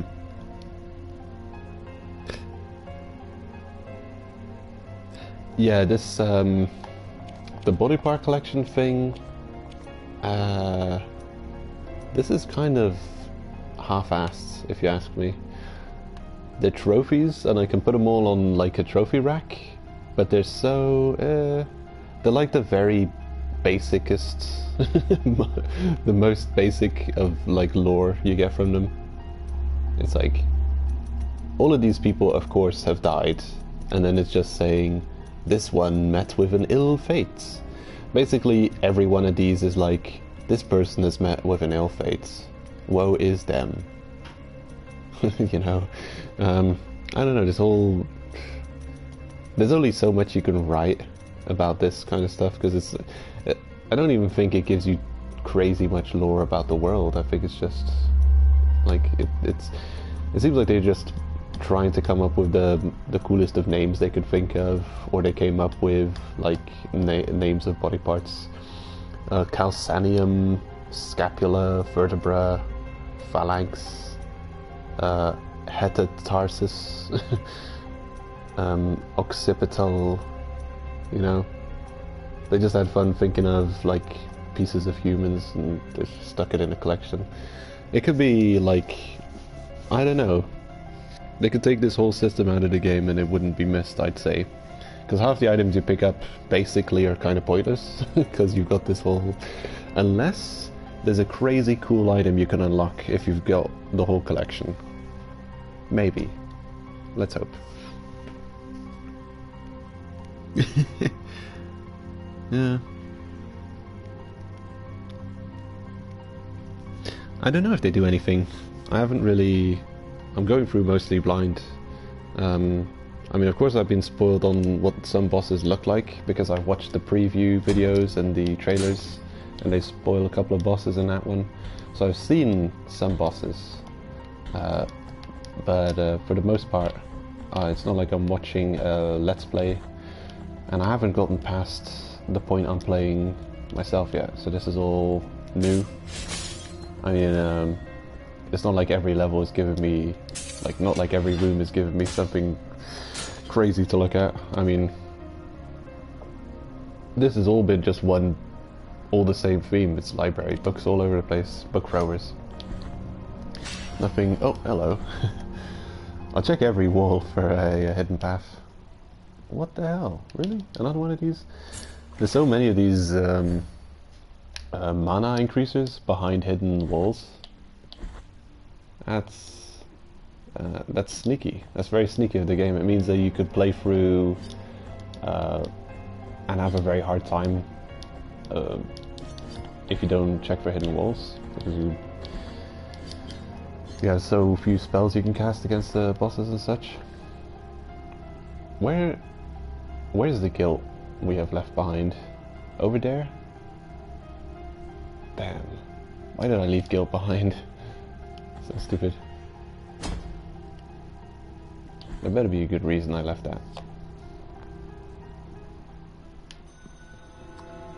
The sleeping canvases. No way. Oh. Hello. There's a lot of Castlevania games I wish I could play. There's a lot of Castlevania games I want to play. Aria of Sorrow and Portrait of Ruin are some of them. No, it's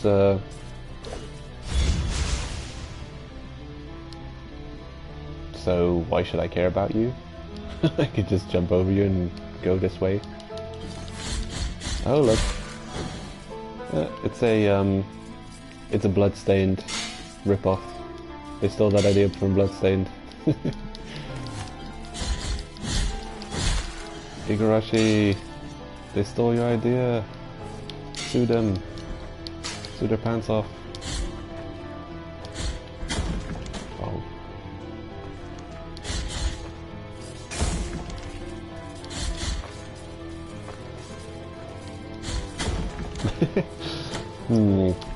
I'm trying to figure out his telegraph. Exactly what it looks like when he's getting an attack ready. Okay, reset. Reset. Do again. think these guys might just like never die. Are you dead? Just pacified. I do like how you actually see the person in the painting crawl out and attack you.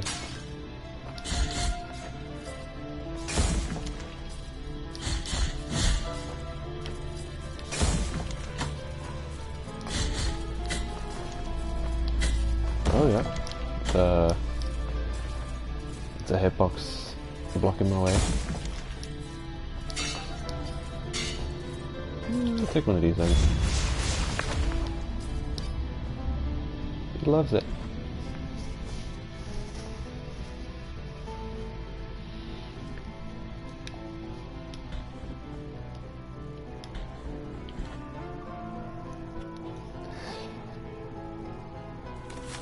Yeah, Randy Pitchford. He's definitely a colourful character. The thing is, it's such a shame when a game is like mired in controversy, because it's not a... There's like a whole team of people working on it, and it must suck when one person like either ruins the image of a company or causes a controversy surrounding the game you've been putting all that effort into crafting.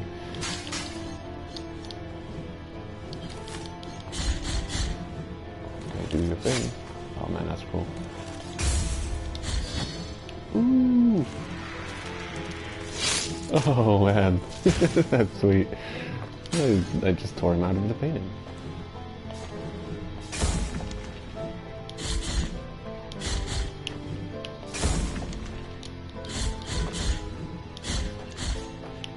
This game is pretty cool if you're good. It looks cooler if you're good. I'm just too bad to make it look good. Ow. Damn, you do a lot of damage. How about one of these?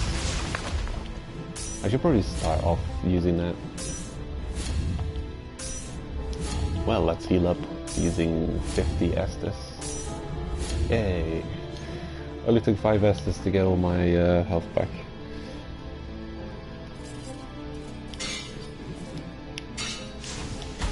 Ow. Shit. Okay, how about try one of these on for size? Oh, why did I only shoot it twice this time? I can't dodge through. Oh god. This is tricky.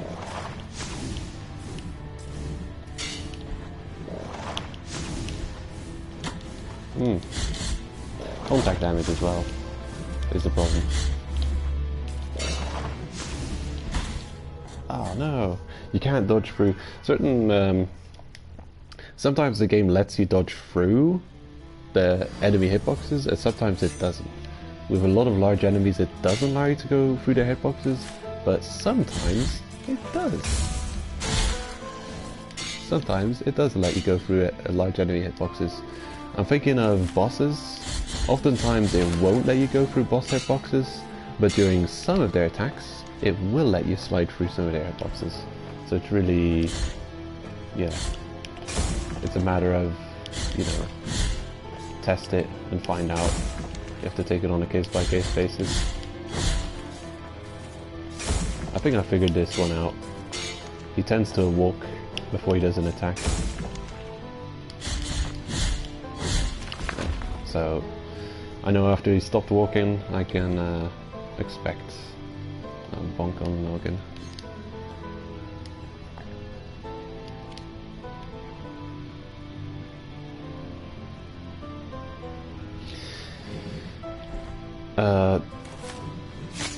Your dodge has iframes, but certain things go through it. I mean, no, I guess it doesn't have iframes. Yeah, it's like, no, it's extremely specific. Every hazard in the game, it's like a question of, can I dodge through this, yes or no? A lot of things can be dodged through. I've dodged through books, I've dodged through. The thing is, it's a dodge, but it's also a crouch. So it's a crouching dodge.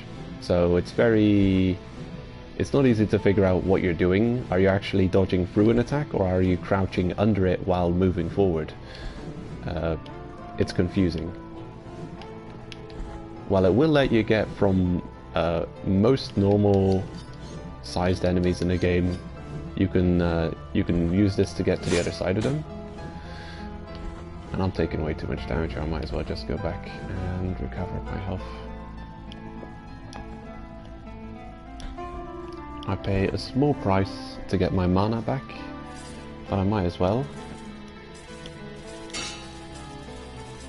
With these guys you can like strategically gather them all up in one spot. Pacify them. There we go. No. Get back in your cluster. Okay, so recover mana. You sacrifice health and recover mana. I would do it more often, but it also costs your souls. It also costs currency to do, so not ideal. Oh, I really expected the big guy to have respawned.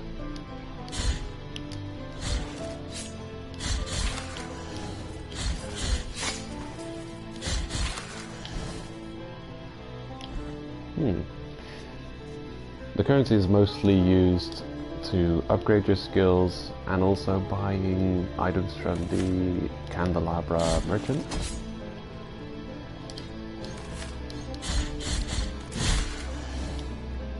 So there is a decent enough use for the currency.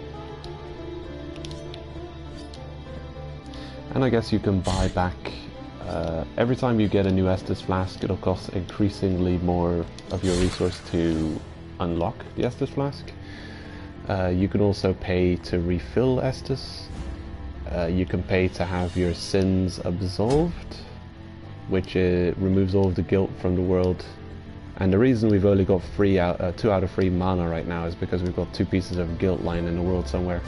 So there is actually a decent amount of use for your currency, and you don't lose any currency on death. So I think this game can be completely broken if you find a really good tier farming spot. Like if you find a place with a bunch of enemies and a portal shrine nearby. Where we just were seemed decent. If the big marble golem at the end would respawn every time you rest at that shrine. I call it shrine because it's called a prie-dieu, and I don't want to call it that because I just forget the name half the time. But yeah, if you could reset all these enemies, that might be a decent tier farming spot. But I'm sure there's an area early game which is near a portal with a ton of enemies, which might be a great tier farming spot, which will have you completely set for most of the game. Considering you never lose tiers, you only spend them. It cannot be. I could have sworn the candle depicted in that painting was lit, and that the room gleamed. Could I be losing my mind? Well, he's talking about the portraits coming alive. Well, thanks for the tip, but I found that out the hard way already. Although, oh no, he's not talking about the people in the puzzle. Looks like it might be a puzzle. Now if I add some kind of fire spell... Huh. What could it mean? Definitely means something. I'm too stupid to figure it out.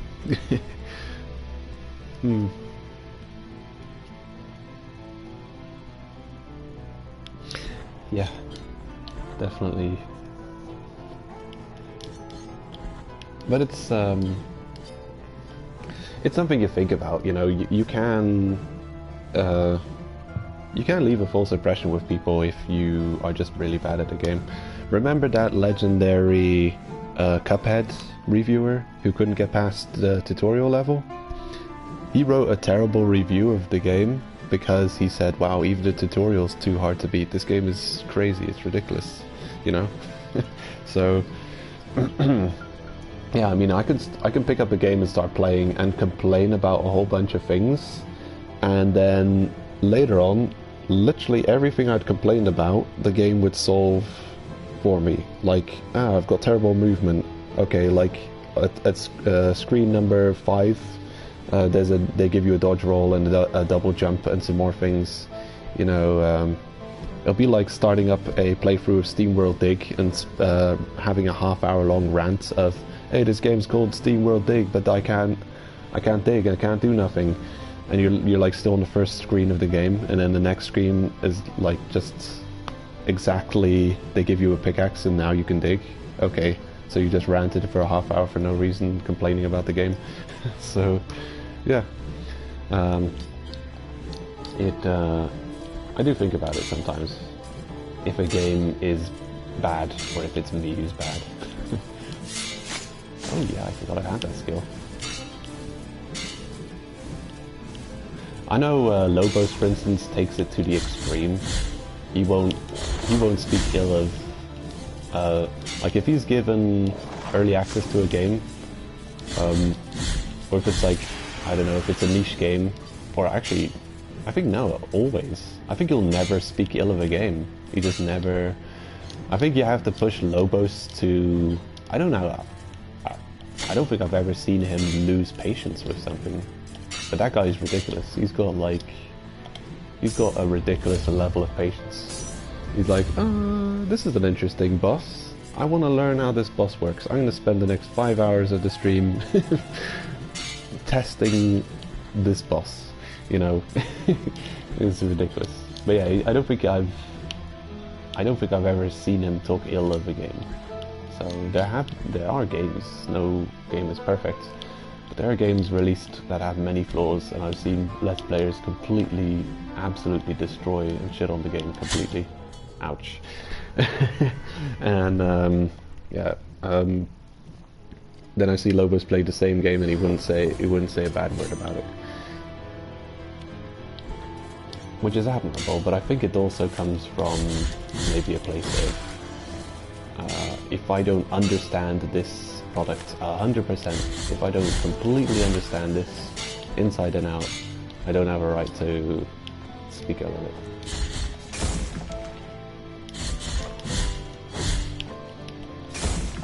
Well, I guess that's alright. Figured you out.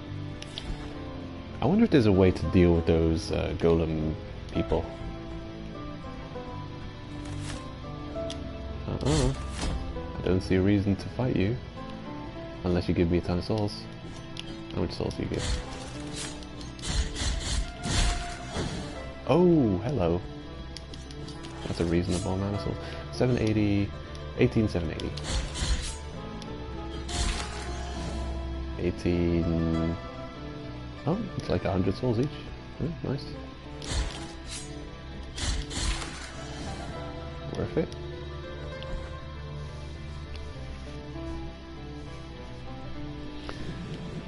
Terramantis. Yeah, I think I'm subscribed to him. I don't think I've seen him in a while though. I forget what kind of content he makes. It's he definitely did Dark Souls at some point, no? Yeah, there's very few. Yeah, I'm following quite a few Let's Players lately. Very few. There's a couple that I'll revisit. I think Northern Lion and Lobos Jr. are probably two that I'll watch a lot of content from, or I'll binge watch their content.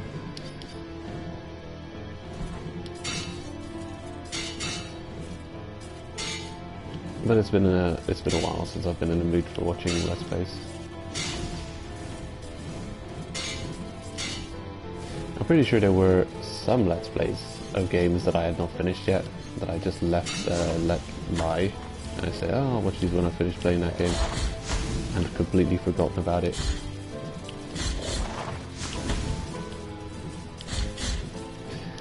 I'm sure I still have to finish watching Sunburned Albino's Bloodstained playthrough.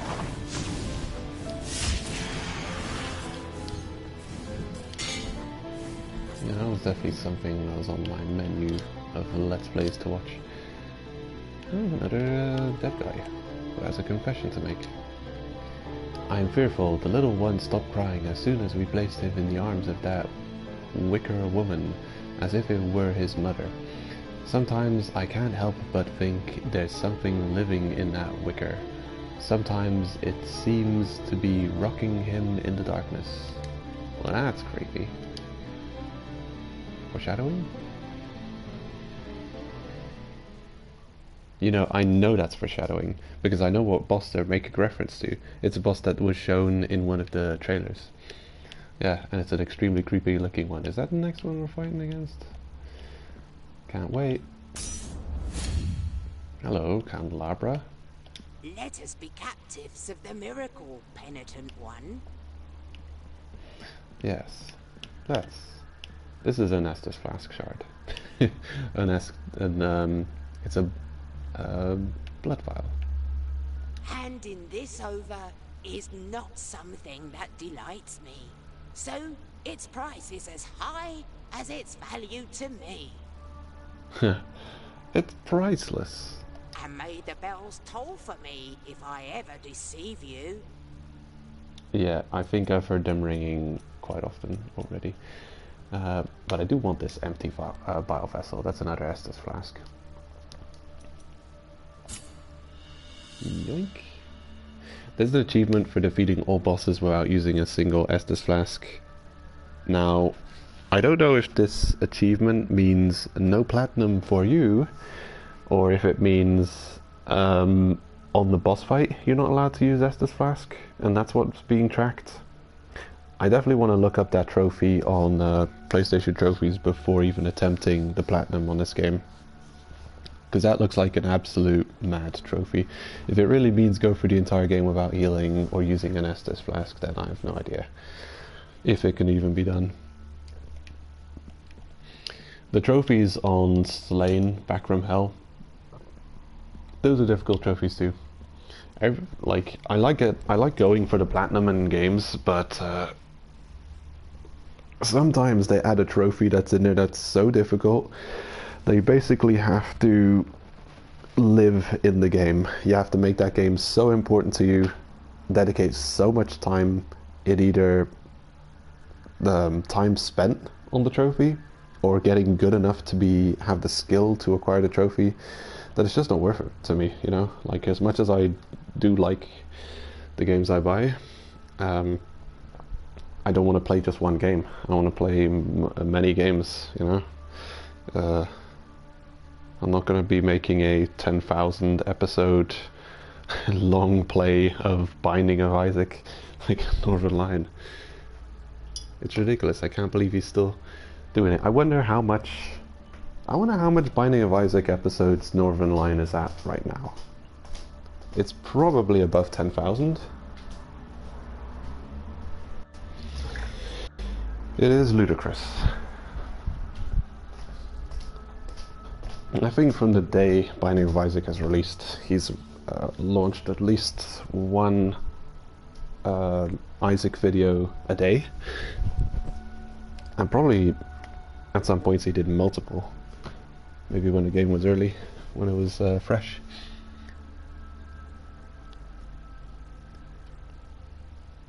Yeah, easy, no problem. Feast your eyes on the envy of every merchant. The finest treasure to ever find its way into my hands. She seems to have gotten new dialogue since last we met. And may my heart stop beating if I'm being dishonest. Dude, you're gonna be in black, the bells will toll, I'll stab your eyes out, and your heart will stop beating. All these things. Don't trust you. This one costs 9,999. Fair price. Key of the Inquisitor. Master key forged from steel. The heat of the sword carried by the Great Inquisitor announced his arrival even through the coldest walls. Well, I'll probably have to get that.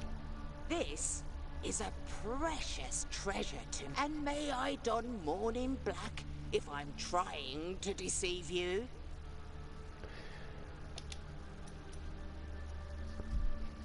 Wicked knot. This looks like the thing on the face of the scribe character who we saw at the tree earlier on. Bead braided in a spiral motion, covered with a light coat of varnish that has protected it from the wear and tear of the years. A mother's hands work these strands and bless them. Their influence provides protection from toxic damage. What does that mean though? Because I got this one thing here. Silver Lung of Dolphus protects the wearer from poisonous miasma. So what's the difference? I think this is like full protection going on here, because I haven't been hit by poisonous miasma ever since I've equipped that. So is this just pointless? And may I don... I've seen a bunch of things that are like give you poison resistance. Maybe I'm overlooking something. Well, I'll definitely pick up the key, because I'll forget that it's here. I know. I'll forget about it if I don't. You know, platforming aside, and your soul's getting stuck on spikes also aside, one of the major gripes I have with the game is that key elements are not shown up on the map.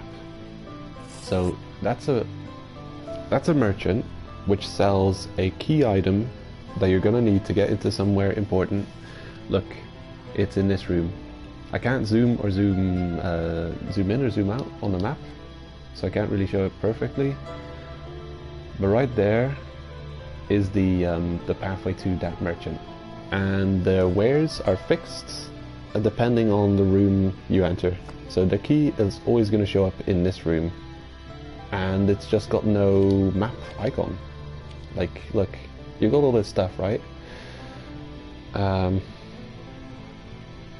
Yeah, like all this is useful, but it should also show the entrance to the shop, or it should have like a shop icon. It's baffling to me that it doesn't show up, and there's a couple of important places like that that just don't show up on the map.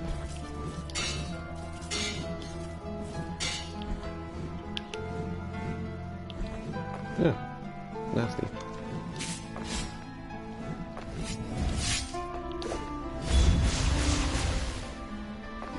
How strong was that? Did hardly anything.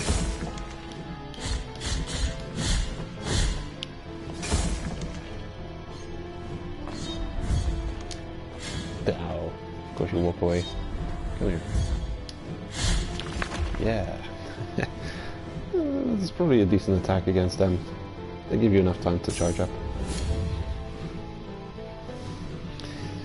Yeah, she's robbing me blind.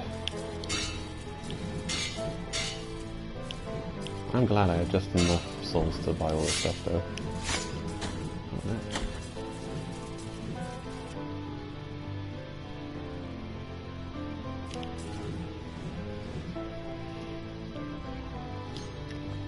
I should probably recover my guilt.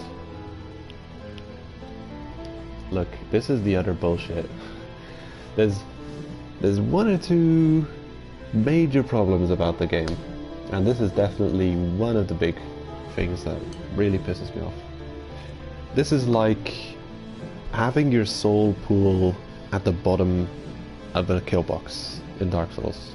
It's like you fell off an abyss, no problem. Where's your souls? Okay, it's annoying to find your souls back, but they're always somewhere, you know, where you can stand. Here, my soul pile's in the spikes, so I can't get it back. And if I fall in those spikes again, then I'll have two soul piles in that spike. And it's even worse than soul piles, because the gimped magic casting bar you see there with the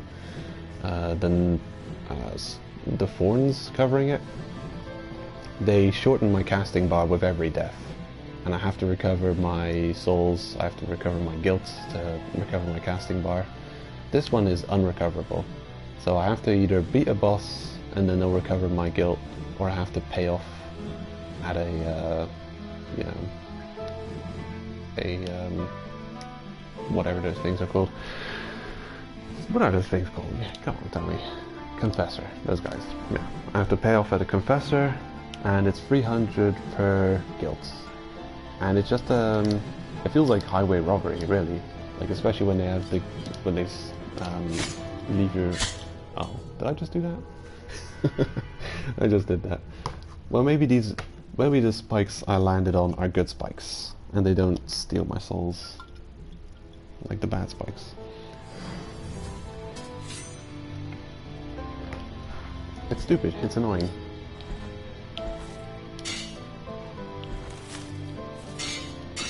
It can't be seen as anything but a design flaw, if you ask me.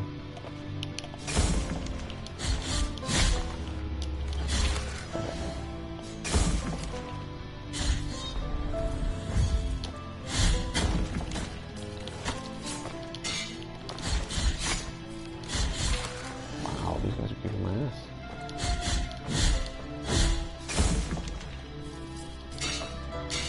I'm going to recover my health.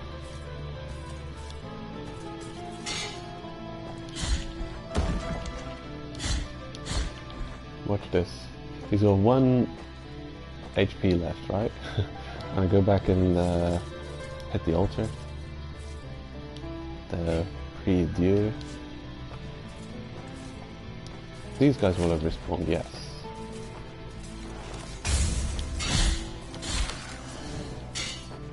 However,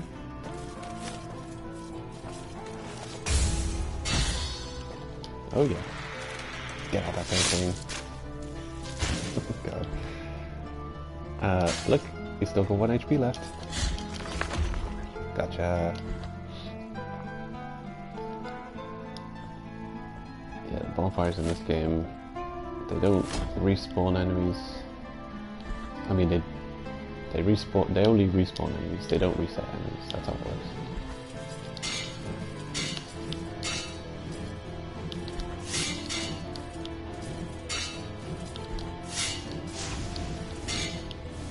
Oh no. This is a terrible situation.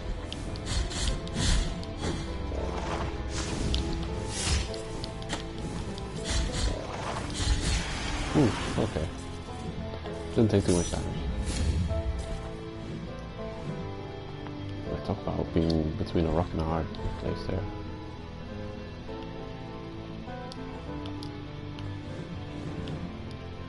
Okay, yeah, so look. My other soul pool is also lying in there.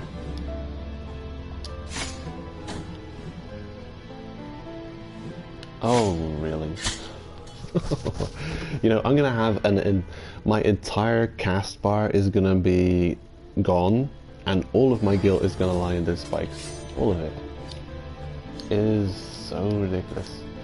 Good thing I don't rely on magic to defeat the enemies.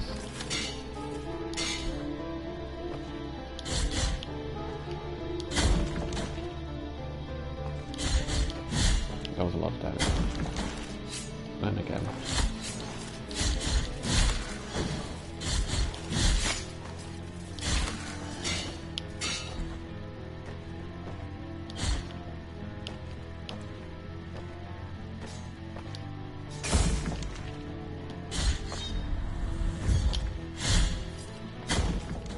Whatever. Let's get another cup of coffee. Try and wake up. This part is very tricky. Look, there's my guilt.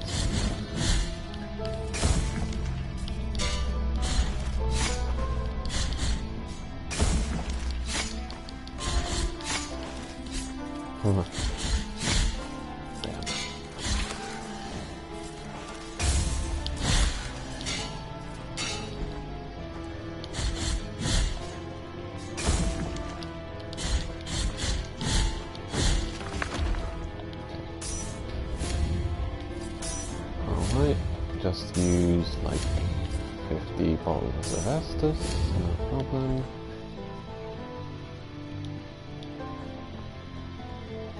I can get another Estus flask. I want. All of this skill, it looks like it's spread out, but it's all on the same spot. And it's in the spikes. I guarantee it. It is ridiculous. Who would design a game like that? Why? It's just not fair. It's like an old school gamer problem where you're fighting a poorly coded game. Where you're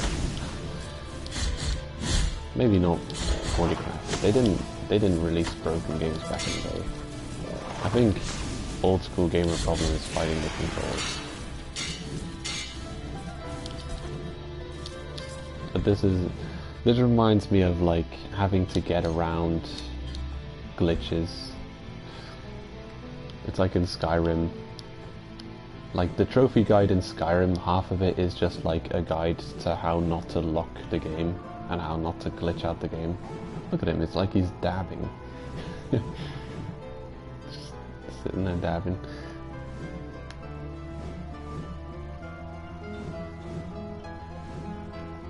Oh, oh, oh. Hey. Oh. Alright. Yeah. We got this. Yeah. Oh.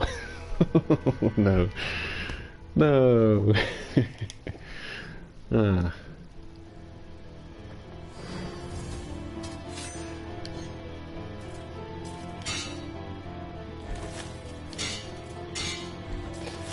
Yeah, I don't remember. I'm wondering if Master of Darkness spikes also killed you in one hit. I don't remember, but yeah, it is. It's honestly the way things should be. Spikes should kill you in one hit. Tomb Raider spikes kill you in one hit. Come on, zombies. Let's go. How much health you got?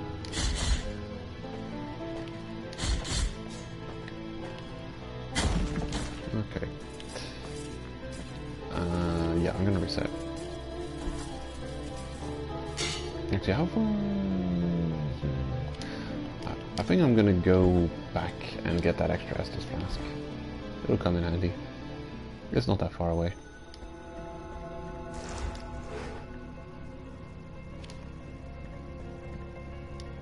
What are you shooting at? Yeah, that was a stupid death. I should have jumped. That slide was just for show.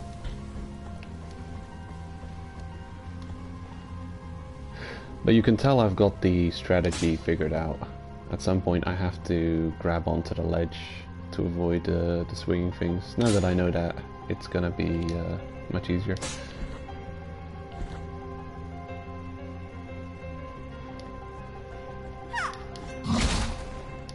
How about... no. I don't have the mana to fight him.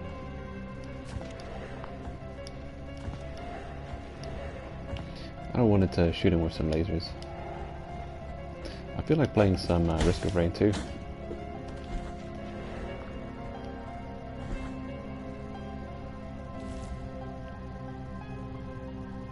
Yeah, the Artificer is a real cool character. It's like a mage. It's got arcane, frost and fire damage. Okay, fill the empty vessel for 1,500. It's not as expensive as I thought. Okay, 6 bottles. Oh, there it is, extra ball.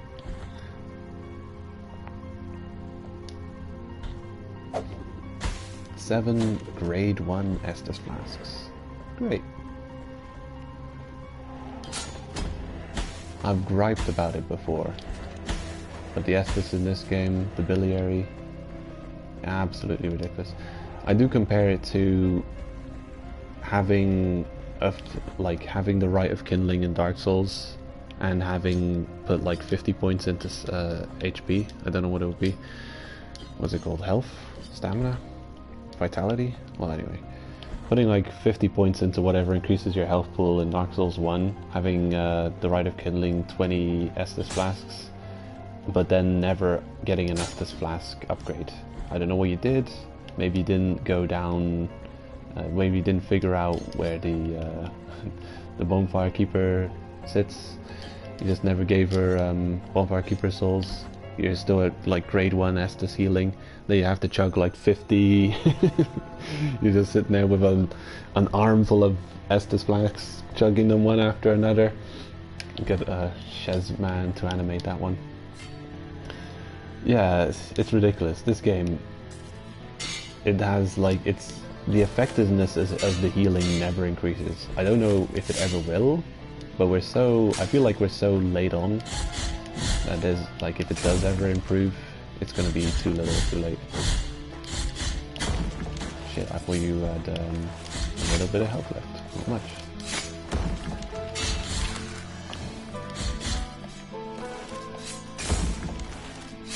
Oh my god. Stop it. Bullies, get out of here. Okay, well this is a good... How much Estus will it cost to heal that health bar? 1, 2, 3, 4, 5. We still don't have everything back, see? So that's 5 Estus to fill up this health pool. It's ridiculous. So yeah, I mean, I could see that trophy being, if it doesn't reset, like how should I put it? If the trophy doesn't mean never heal, if it really just means never use a flask on a boss fight, and do that with every boss fight, it's probably quite manageable because the Estus heals like for shit. So look at that. I would probably have had to use every one of them to get all my health back. So yeah, it's really just a minimal healing. And then you also have that NPC who will heal you at low health. So you can, yeah, well, I guess that's still really early on in the game, so maybe not that effective later on when the bosses are more difficult and you don't have a helper.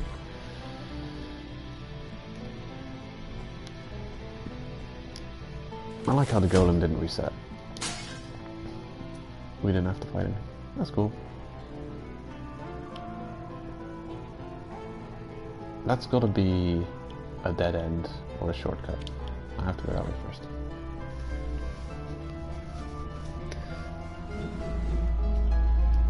Yeah. Risk of Rain. It's one of those things, you know, it's like... what can you compare it to? It's just like a fun little activity. It's not even like a game. It's very like, it's like an arcade machine, you know? Got an arcade machine standing in the corner, like it's got Mortal Kombat in it. Compared to today's modern games, like what is it gonna do for you? You're not gonna uncover new secrets from it. It's very basic gameplay, but it's fun. And yeah, you just every now and then you get the urge to play it just because of the fun gameplay. You're not getting any unlocks. You're not getting. There's not like any crazy long progress in that game. It's just fun gameplay, a fun pick up and play game.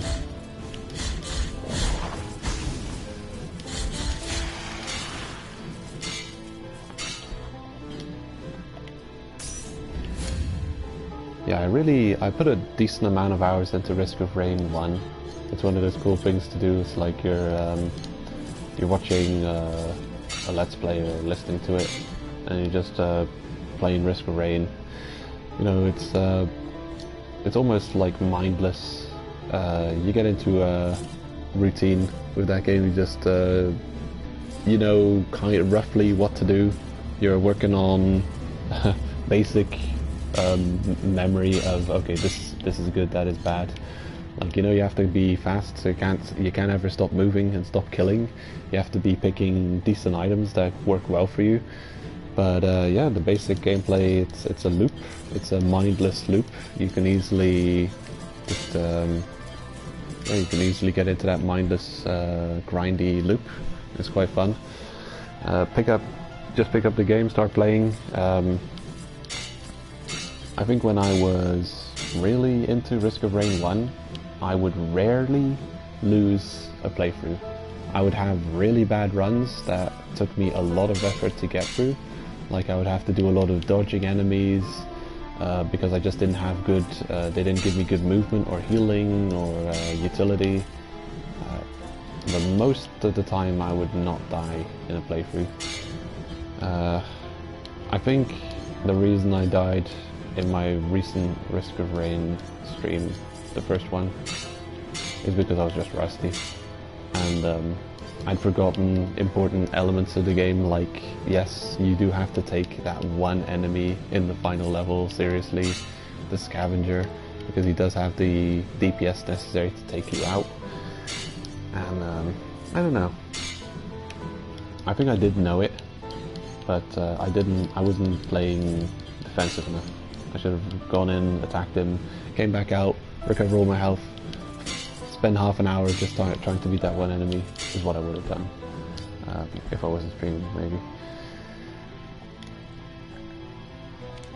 Okay, here we go again.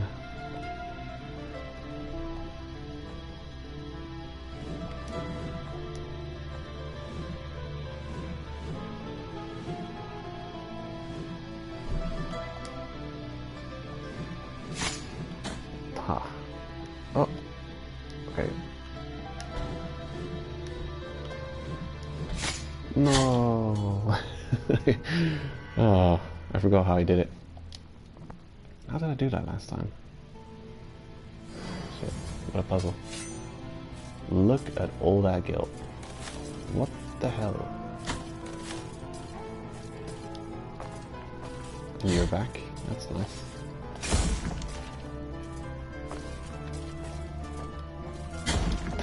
Won't let me get over him. Such a roadblock. I hate you.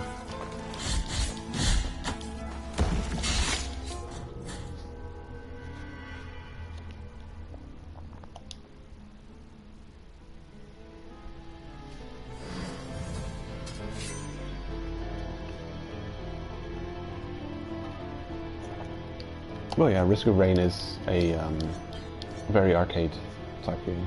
Just pick up and play. Yeah, I'd say it's like a very shallow Binding of Isaac. It's like if Binding of Isaac was an FPS, or just FPS, because it's not first person. But then it's also very shallow. It doesn't have like the depth of secrets that Isaac has. But it's kind of the same deal. It's like you just, like, I don't know, you've got an hour to burn. What am I going to do? I don't know what I want to play. Okay, let's just start up a Risk of Rain playthrough. And if we die, or if we have to stop playing, it doesn't matter. You know, you don't care if you need to save your progress, just need to go somewhere. Got a bit of time to burn, just start up the game. Get however far you get. And if you're having a good run, then, well, it's a shame you have to give that up, but, you know, it's not like you're going to unlock anything new. The game does have challenges and unlocks, though. A minimal amount. Oh boy, here we go again.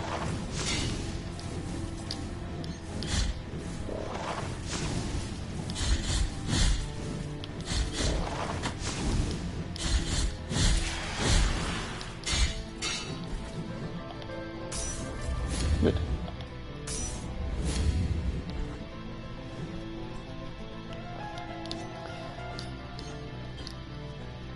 Yeah, besides the urge to just pick it up and play, I think the challenges are also quite fun to do. Like it's got a lot of unlocks and challenges. Okay, cool. Oh my god. Oh man, this room. How did I do it last time? I could go back and rewatch that footage. And of course the roadblock is back, all of this shenanigans. And there's two large enemies at the end of this corridor and last one. They're both just they're just straight up roadblocks. You can't jump over them, you can't squeak past them. They're just there to be in your way and not let you pass. Okay, we got through it. I'm going to be way more aggressive. I'm going to heal up between every one of those large boss fights, mini boss fights. And I'm just going to blast my way through them, because if I get hit by the I don't think I have to have much Estus Flask left to get past the next part.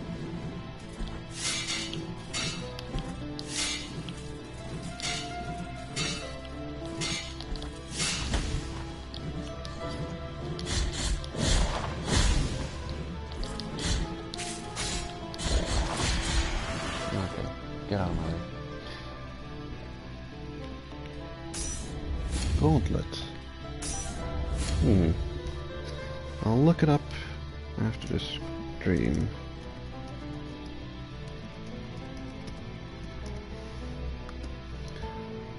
And I can look it up now.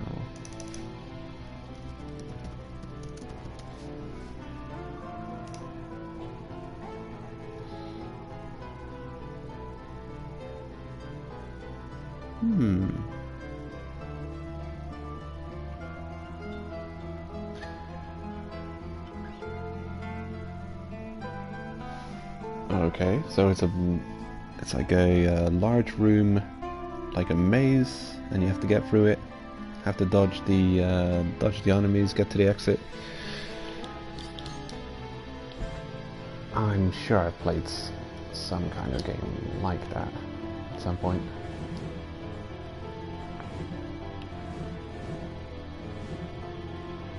Oh no. I do not remember exactly the timing for this.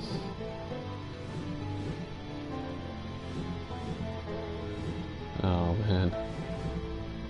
The one on the left coming through at just the worst time.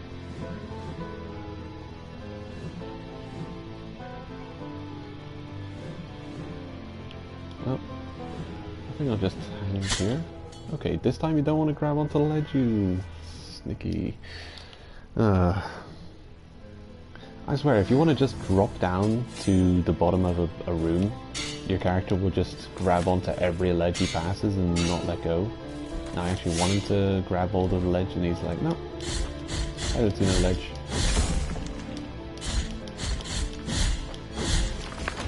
Yeah, get out of here.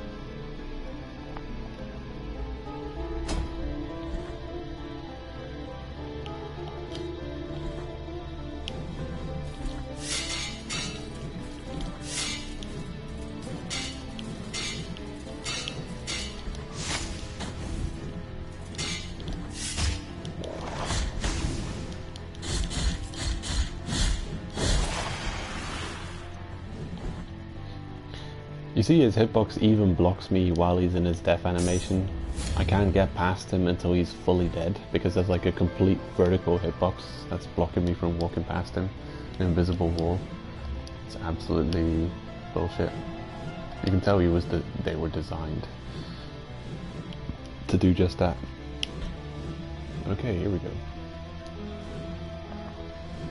Oh man.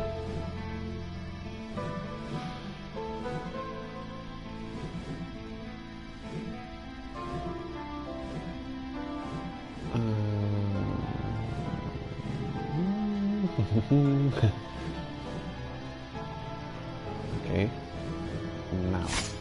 No. Not now. Not yet. Oh my god. How much is it going to cost me to get my mana back? I think I'm going to just have to fight the next boss without mana, because look at this. This is going to cost me too much.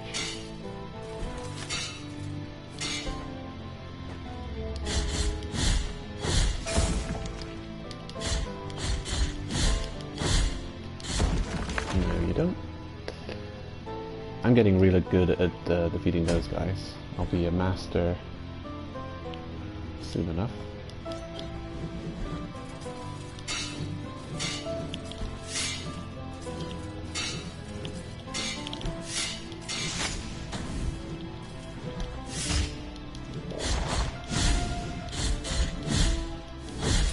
I think I may have found a a safe spot during his fire spit attack.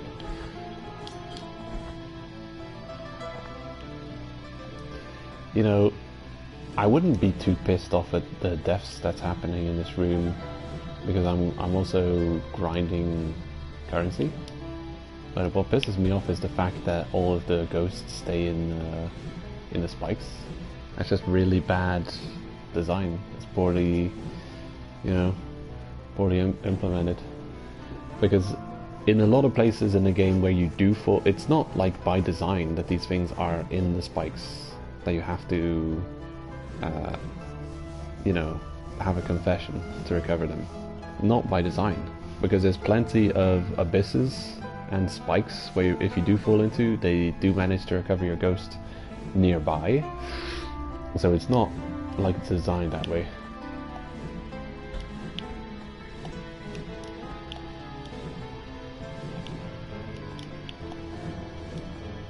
Okay, jump this time. Yes, we made it. Finally.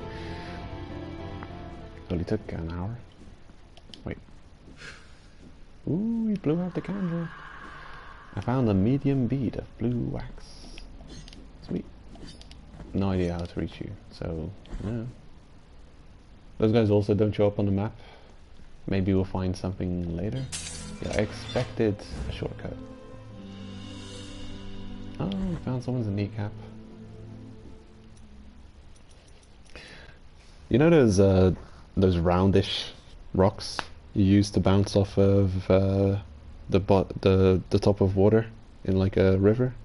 You know, you curl up your pointy finger and then you lob a round rock and then it bounces, and you try and bounce it as many times as you can.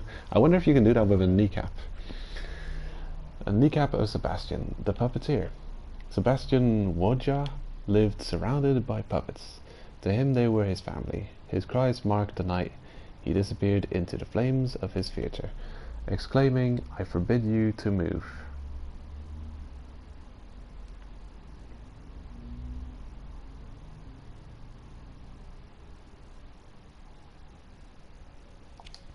Okay.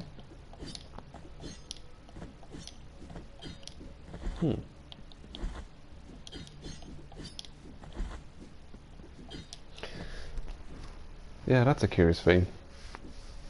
Puppet Master. What does that mean?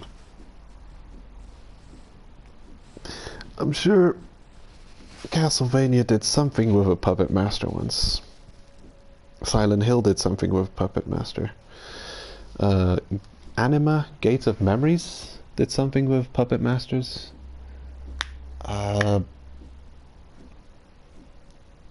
Ghost in the Shell, Innocence, also did something with a Puppet Master. Yeah, that's all the Puppet Masters I can think of. Pretty cool.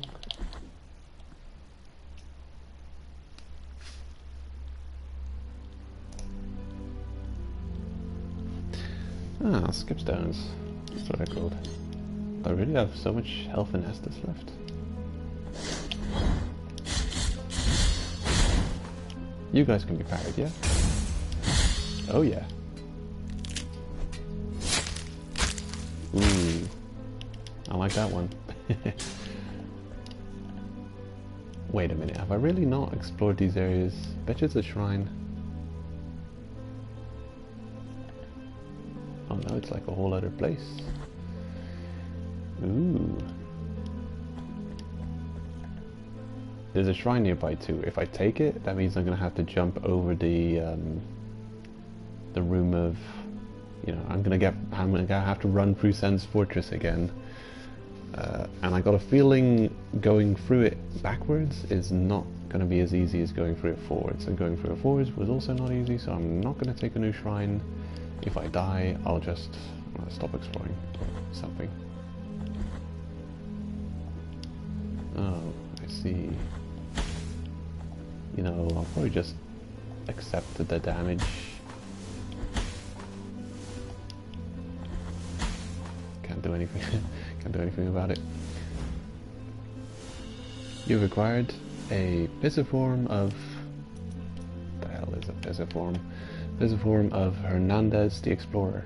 Victor Hernandez was chosen to lead an expedition meant to civilize barbaric tribes. He was sentenced for heresy when he suggested that Custodia was the most uncivilized of all known places. You know, there's a movement going on right now.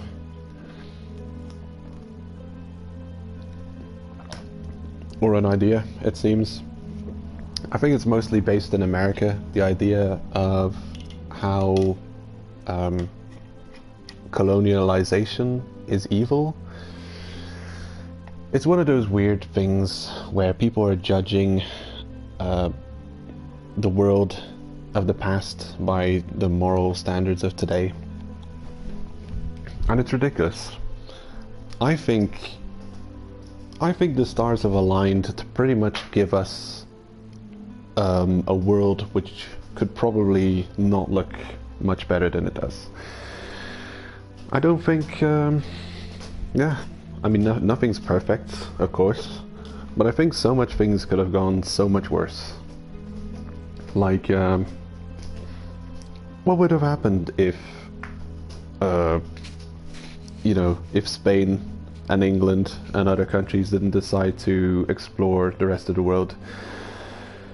I think we'd have land masses all over the place which had hidden tribes, possibly. We'd end up with a really weird looking world. I swear, it would look really weird. It would be like the planet Vegeta, with like one group of Neanderthals still learning how to make fire, and then another group of like races so civilized they know how to read minds and create clones and, you know, make machines and lasers and whatever.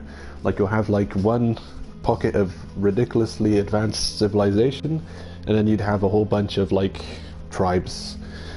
And how would you mix these cultures? It's so, yeah, I can't fathom like what that world would look like if people didn't sail the seas and colonize places. But the thing is,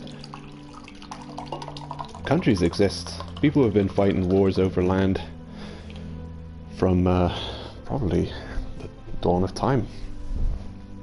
And yeah, it's just what happened. It's history. Can't really can't really expect anything. Yeah, I don't know. It's just weird. People are like seeing it as all as just one great evil, while it's really just, it was a sign of the times. It was a normal part of life. It's like, our tribe is stronger than that tribe. Let's go to war. Let's show them that we are stronger. And who knows? Maybe they were ridiculously stronger. And it's the will of the strongest. Sure. Bring me back to my shrine. Yeah, there was another room I hadn't explored yet, up in the other direction. Whatever. We'll get there one day.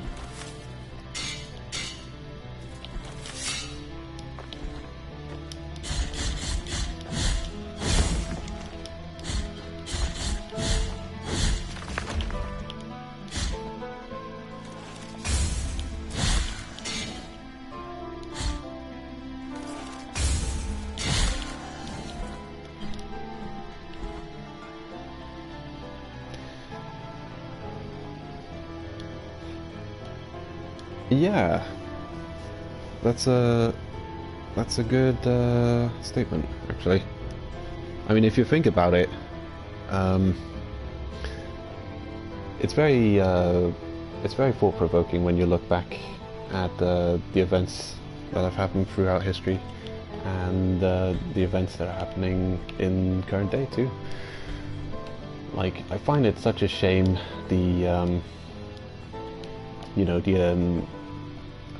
the wanting to censor stuff.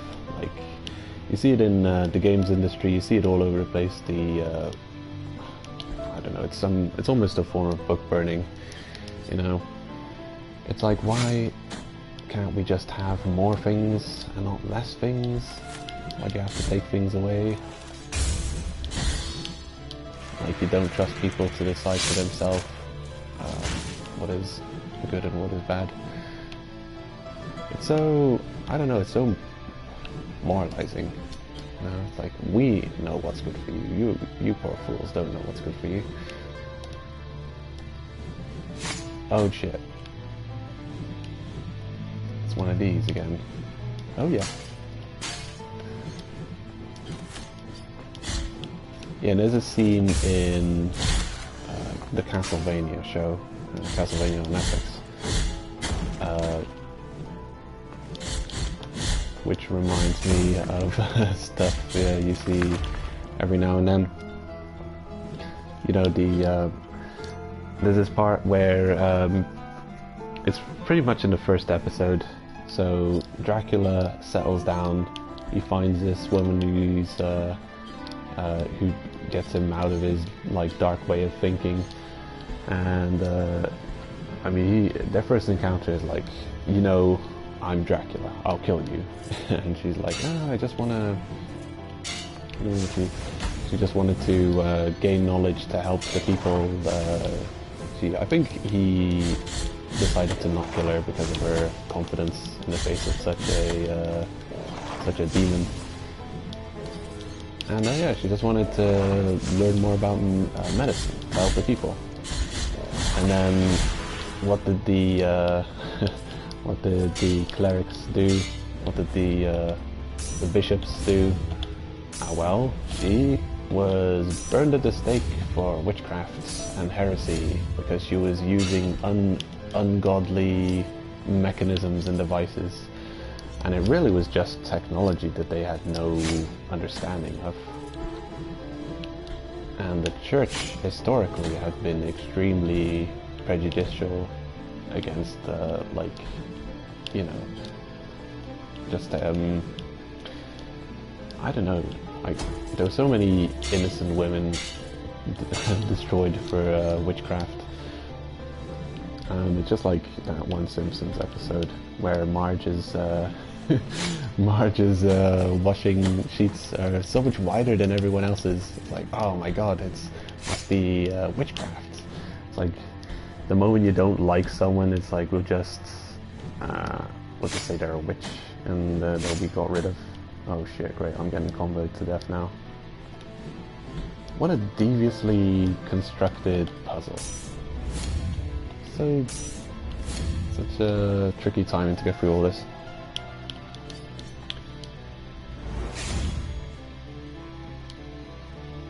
The moon is out tonight, with a long-tailed gown, and the bull stares at her between the rock rose and the shadows.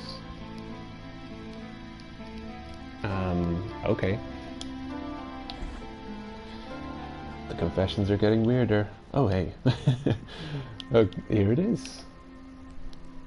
Here's the bull. Penitent one without a name, find my brothers and guide them to me.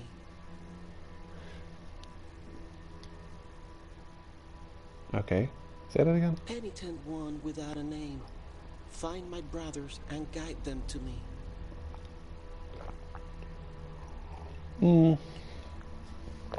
I know what this is.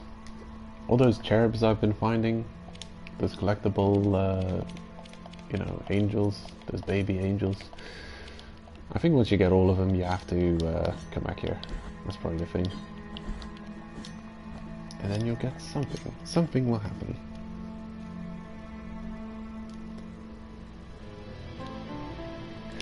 I don't remember the episode completely. There's a couple of things that I remember of it.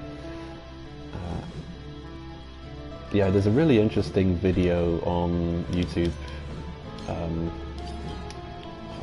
I don't remember what it's called. I think I mentioned it in my one of my Borderlands streams.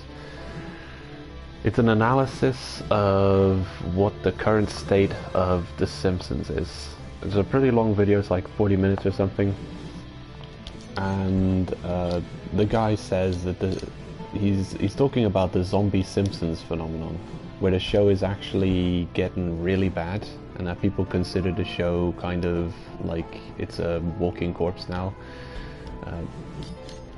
I don't know if they're still making seasons, but I think they're onto a really large season count, and that they're just getting really unfunny, and they're making strange twists and turns that people don't enjoy, and they've lost the kind of touch they had. And I don't know if the creators just getting out of touch with like the sentiments of what like made this series really great before. But it's really good analysis of the whole The Simpsons show and what it looks like now and how it used to be. And yeah, like it had an amazing, memorable episode. What the hell did I just do?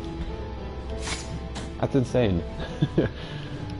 I don't know why, but for some reason I just pressed down X to fall through the platform. Normally, you can't just fall through any platform. It has to be actually counted as a platform. I didn't think this was a platform. I thought it was just a solid walk space. I didn't think I could fall through it, but apparently this whole walkway here counts as a platform which can be fallen through. Oddly enough. Yeah, I remember flashes of that episode. This looks like a boss room. Will I get my mana back? Can I redeem my guilt? Who knows? I remember bits and pieces of the Simpsons episodes, like that witch, that witch episode. I remember that Marge flew away after they tossed her into the chasm to execute her as a witch, because she actually was a witch, and that's I guess it's an interesting twist on like the Inquisition of witches and heretics from back in the day, which is actually quite fitting with the theme of this game. Yeah, like you would drown witches, and I don't know, if they would float, then they were a witch, and then they had to be tortured and executed. And if they would drown, then God would forgive them their sins and their soul would be redeemed, but they would be dead. So it's either death by drowning or death by torture and execution after surviving an attempted drowning. So it's like shit. It's like the mere accusation of someone being guilty of witchcraft is enough to get them destroyed. And these were often forward thinkers, people who were coming up with ideas long before their time. Ugh, disgusting to think about. But what have we got here?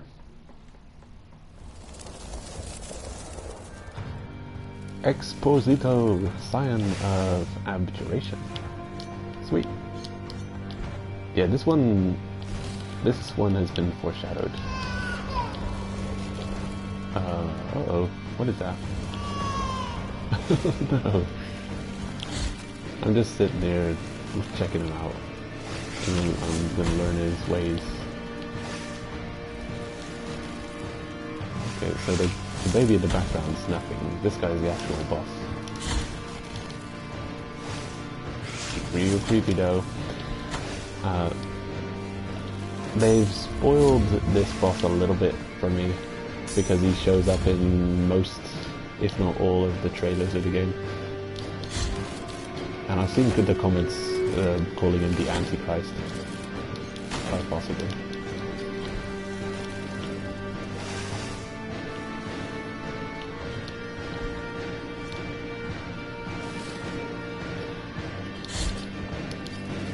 Oh my god, what are you?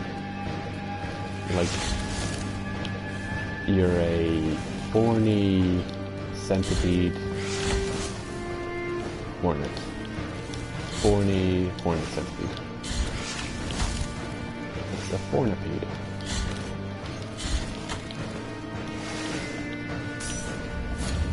Just stand here and heal, like with 50 Estus. That's what it takes.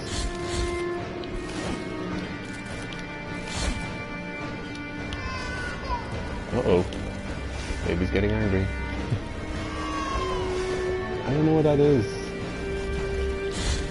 Oh. Aha. There's a there's a weak link in the chain. Oh yeah, that's gonna work. I'm just gonna sit here and button mash into that. Or not.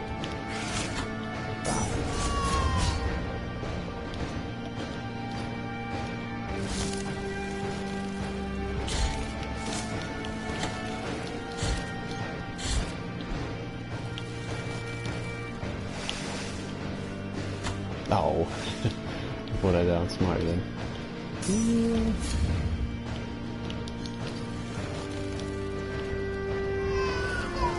Oh, you really creepy movements. Aha, gotcha. What do you do about this, huh? Nothing.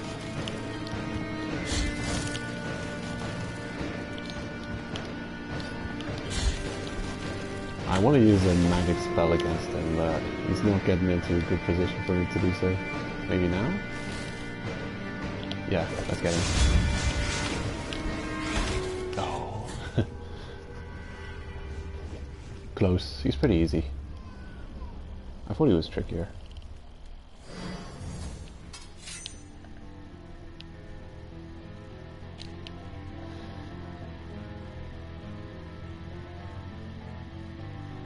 Yeah, one of the confessions we got earlier was talking about the... actually, I think it's this one. No, it's somewhere else. It's not that far away. Let me go and check. I'll know it when I get there. I'll recognize it. Oh, watch out. Ugh.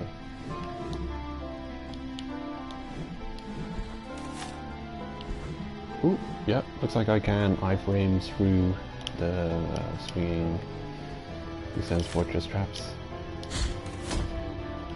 I don't think it's this one. I think it's the one in the room next to me. Or not. Yeah, it's gonna be there. Damn, I do have to go back away.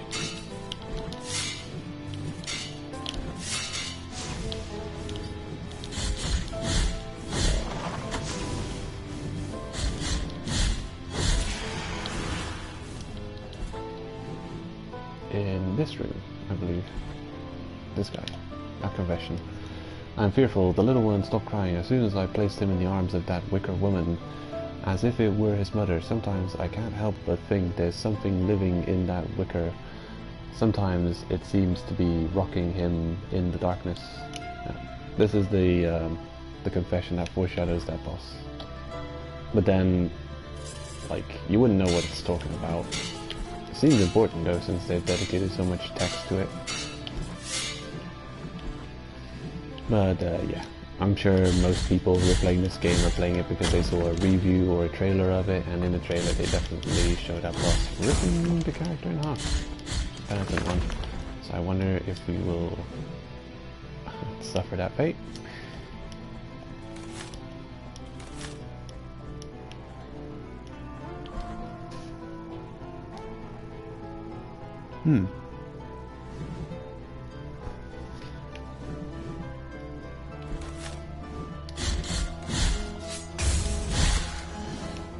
Yeah, alchemy.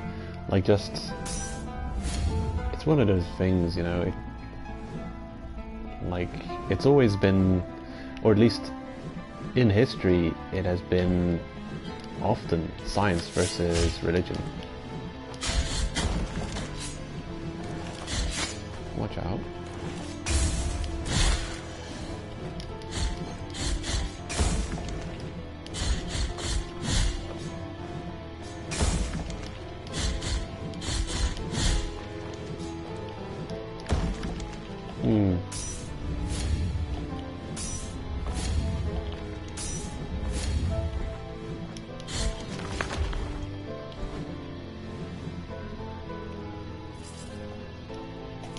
Yeah, I'm extremely skeptical about religiosity.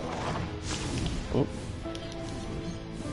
It just, like, the amount of suffering caused by religions in a historical sense is just insane. Like the amount of deaths caused by religion, like I think it's just unfathomable. Oh. Oh, I was hoping to grapple onto the platform just by walking off the other one, but it didn't really. Alright, we got it.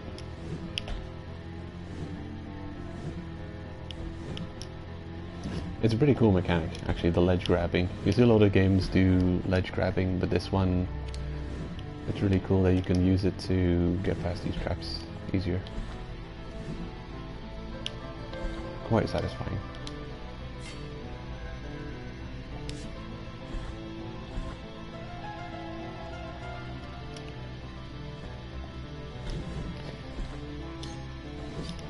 Yeah, it's weird to me. You like using a religion to, I mean, as a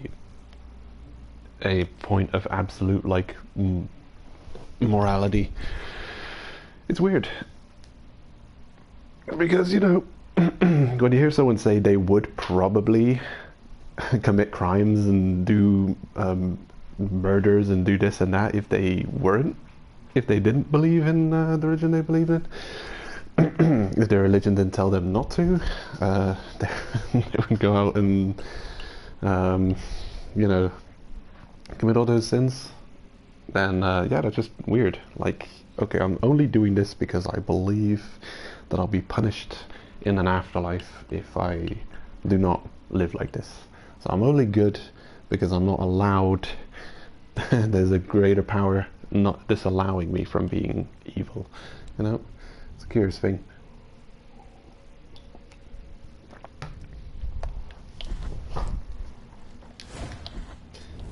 Of course, there is some good to religion as well. On the philosophical side, the philosophizing about existentialism. Okay, that's where your stinger's gonna appear, yeah? Not the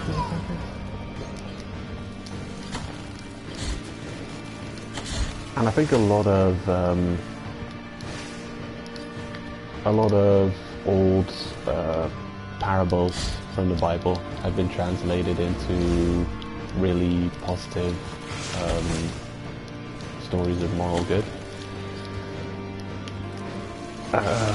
But you know, most of that like moral foundation is probably you know, should probably come from just a good upbringing from your parents. And that was a really short attempt. But I'm distracted.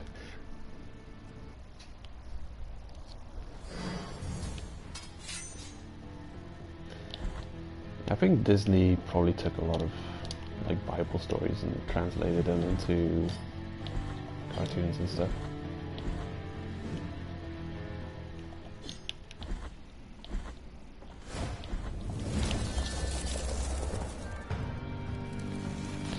Yeah, there's that whole thing. That which should not be talked about.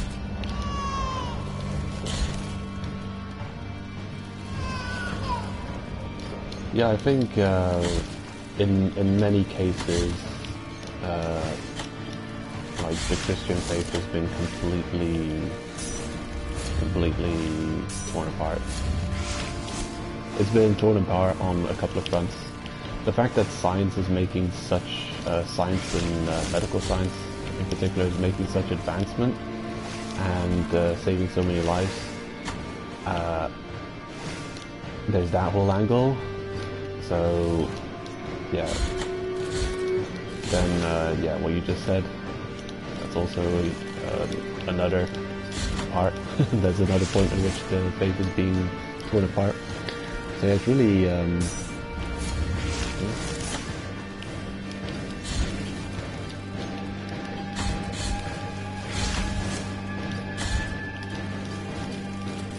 There's less and less mysteries in the world, and if you're looking at faith to provide answers for certain things you don't know, there's less and less answers being sought.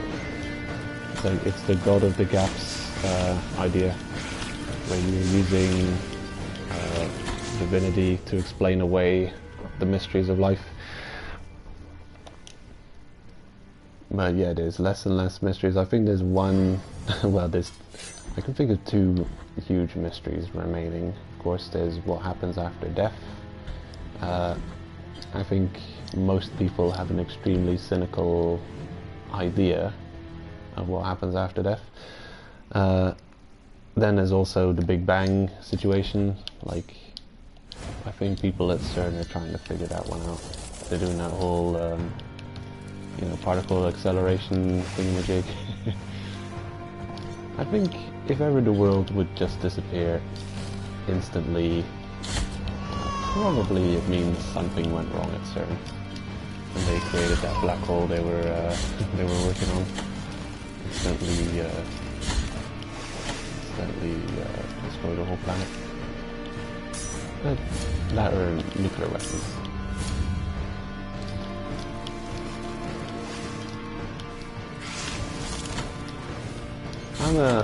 I'm very skeptical about the whole disarmament of nuclear weapons. The thing is, it's a Pandora's box that shouldn't have been opened.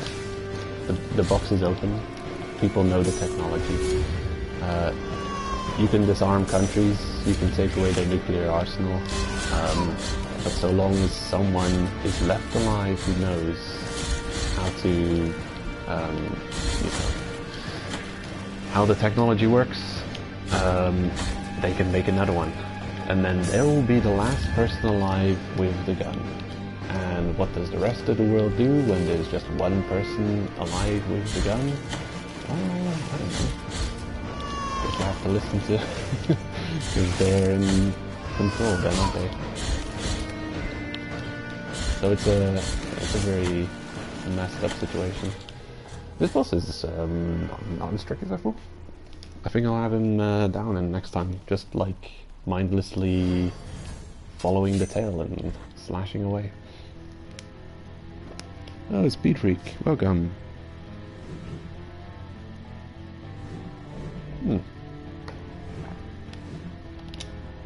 You're just on time to see me fail against this boss. Or succeed. It's 50-50 at this point.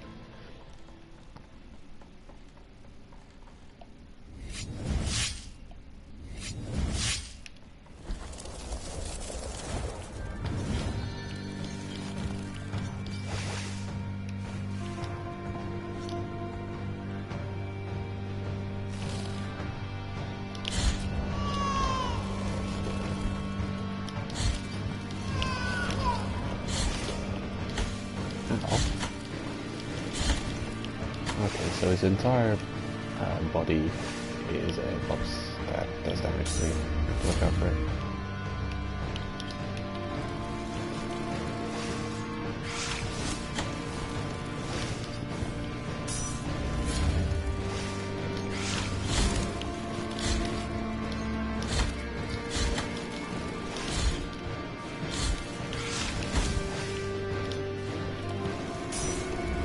It's kind of tricky. It's not easy to get down without taking tons of damage. Especially the movement of that damn face is really difficult to deal with. Because I have to hit it without getting hit by it. I mean, sure I can just stand in front of him and hack away, but it's yeah, it's not a very stylish playstyle. Also, I'm thinking about the trophy get through every boss without using Estus. It's gonna be real bad if I don't know how to deal with boss attacks. And this one is just like, look, there's a bunch of random movement.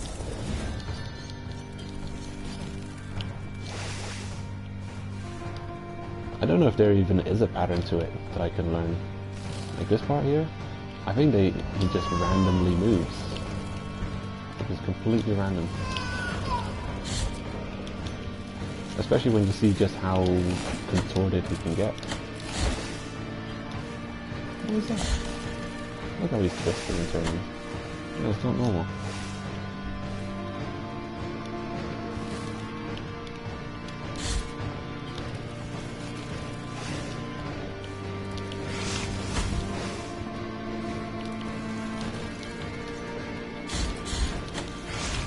See? Look at how the twist he's making. That is not a pattern I can learn. That's what I'm saying. Okay, what are you doing?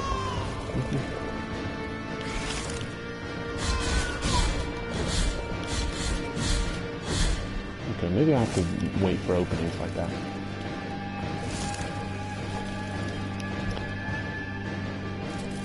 That attack is like not foreshadowed at all. This is new. I've never seen this one before.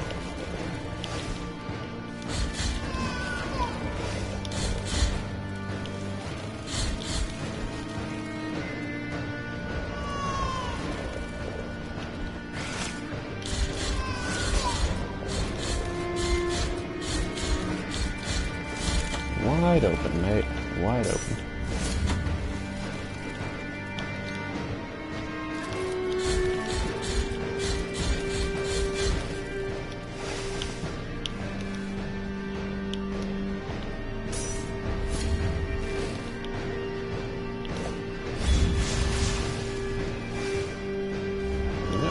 Doesn't work.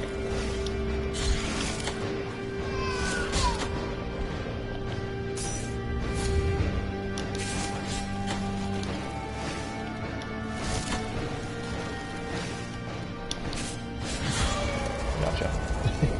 I wanted to finish him off with the toss.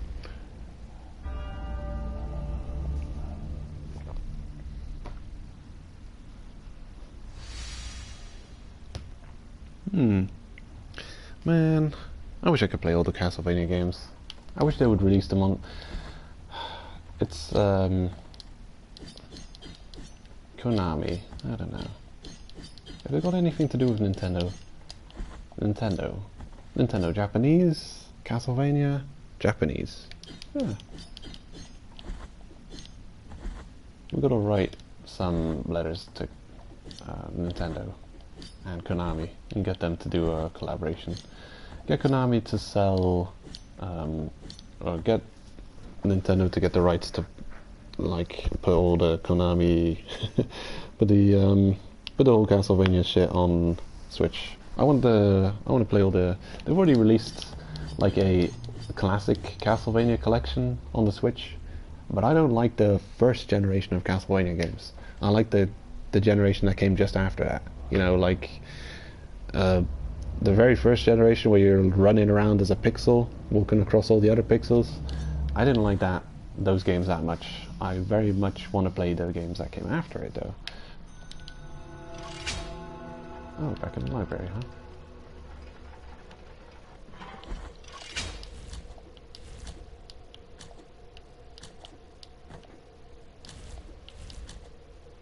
Oh. Well, I don't know how to get over there. No. I don't have the technology. Maybe later. Give me that ability to get that makes me latch onto those nuts.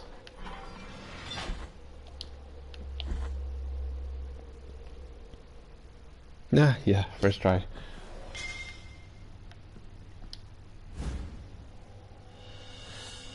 Embossed Mask of Crescente. An artifact found in the hands of a dead archdeacon in a dusty library. That's a cool chair you got, man. Very high. High chairs, high hats, high cathedrals. You have acquired a big bead of red wax. Great. That's a large health increase. Hey, wait a minute. Why is one of my artifacts unequipped?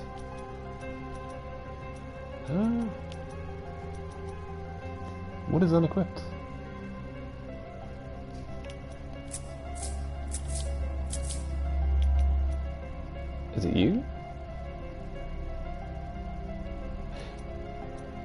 Oh no. One of my items is unequipped and I don't know which one. Power of Prayers.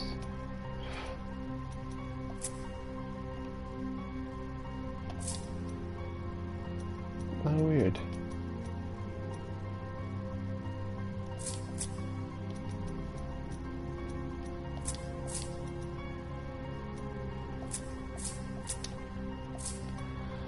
Huh. Damn. Well, that's unfortunate. Oh well, I guess I'll just choose a new one.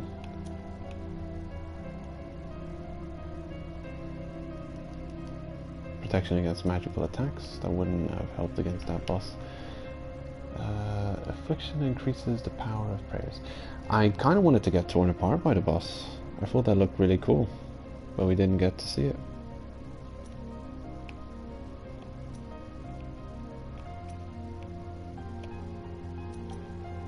Yeah, they showed off in all the trailers, but did not get to see it. I kind of don't want to use just increase health thing because yeah, I think we've got enough health. Increase the power of prayers. I think I might take that. Yeah, sure. Now my spells are more devastating.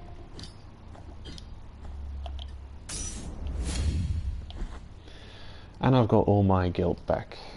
The pile of like 10 guilt lying in the spikes that we couldn't recover. Oh sweet. Every time you find one of these, your sword levels up by 1.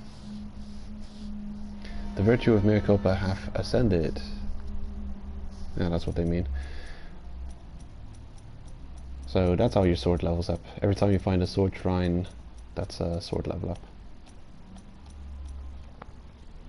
Sacred Lunge improved. Holy Wrath. Okay, which one of those is a range attack? I kind of want to level up the range attack, but we don't have enough sword strength for it. Altering the trajectory of the projectiles at its furthest point and making it return to its point of origin. Oh, okay, so this turns your range attack into a boomerang. That's great. Finally get revenge on all those boomerang casting enemies. An upward slash combo finisher. I think I'll take that one. I'll take just that for now. Weight of Justice. Yeah, I'll upgrade this too, in hopes of the plunging attack actually getting not terrible. Holy Wrath, maybe later.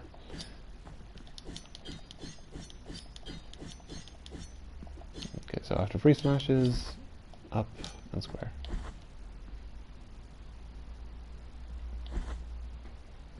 Where's the music? Game's being very quiet.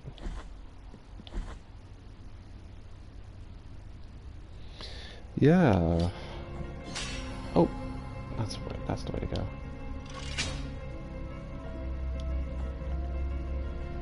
Oh, backtracking. Let's see. Was there any way forward here? I don't think so. Damn, so we've pretty much cleared out this whole area. And no skills unlocked? Damn, what way to go? I did find a new item. Maybe that means something? Yeah, we got the embossed mask of Crescente. So there's that. But otherwise, we didn't get anything from the boss.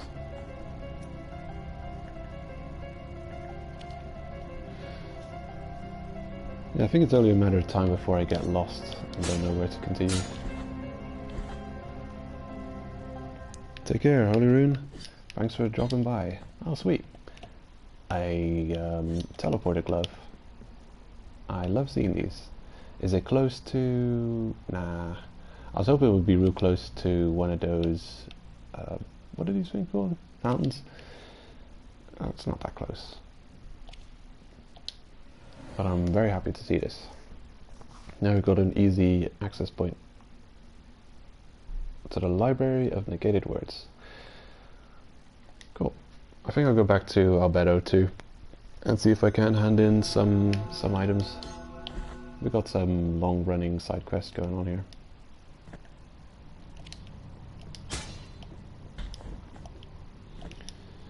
Yeah, I've got a knot to hand in, at least. Oh, you've acquired a big bead of blue wax. You see these candles all over the place, and when you just see them, you can't interact with them at all. Oh, look at that. I'm standing here, I'm pressing no button, now I press triangle. He walks over here and looks at the candle. So the triangle candle interact prompt is still technically in the game. It's just not doing anything. But he is moving to where he would move if you could interact with the candle. Yeah, when you first see the candle, you interact with it and it says it does nothing or something. And now that it's got a flame on it, it actually you can interact with it. Wait, no answer? No. Did I blow out your candle?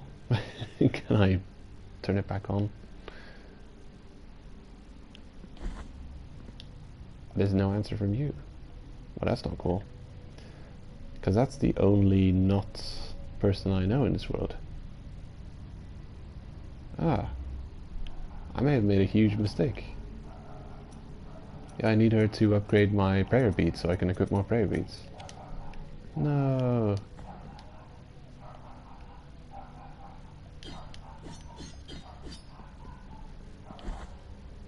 Oh well. Can't have too much fun, I guess. Well, that problem caused. Let's go wreak havoc somewhere else. Let's go see if we can't do anything wrong in Albedo. I don't know if I screwed up, but that NPC is supposed to help me upgrade my equipment slots, and she's gone and died on me. And I don't know if me blowing out the candle caused it, or if it was something else.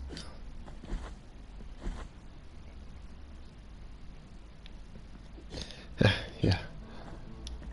Just us now. I think. Unless there's some... I don't have the ability to see how many people are watching my streams.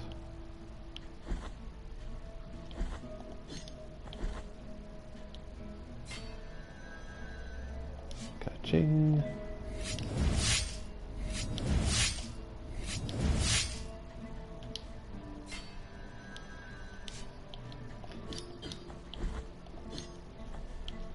I think I'll go to the foot guy and see if he has anything new for us. I keep on picking up all these items. I don't know what to do with them.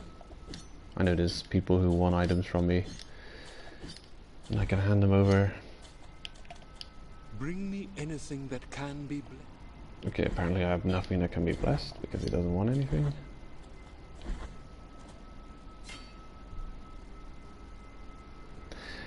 Yeah, so far a lot of the key items have been not very obvious what I have to do with them.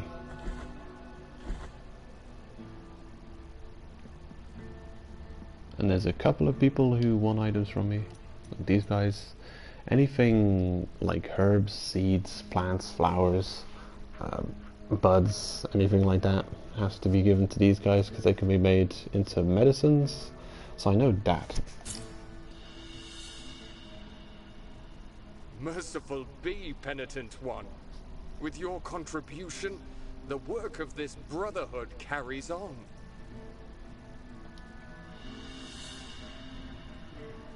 Nice. That's 5,000 Tears of Atonement. Yeah, after a while they stop giving you items as a reward for the quest, and they just give you currency. But a decent amount, it increases all the time. Now they just gave us 5,000 souls. What does this guy have to say? Oh, I can give him the remains of Tarantula's hair. This poor lass. Many tears were shed in her blessed name. 1,000 prayers do not clarify whether or not the grievous miracle is a manifestation of true holiness. Still, in our heart lieth no doubt that she was unjustly punished. Find the next remnants. The Order blesses thee.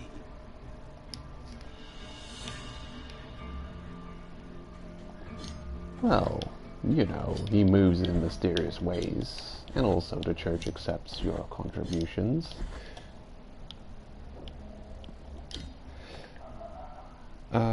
Let's see, where the hell do we go now?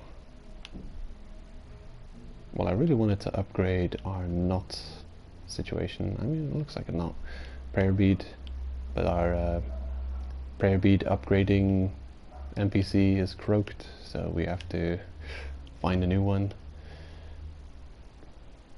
I guess we haven't been everywhere in the Mother of Mothers, so might as well go over there and have a look. But how do I get there? Is there a teleport nearby? Yeah, there is. That is quite convenient. They've been very sparse, those teleporters.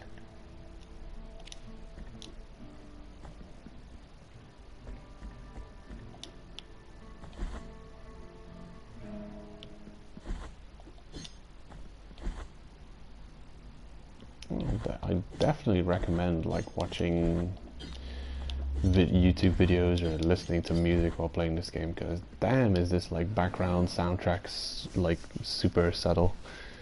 It's like nothing to listen to.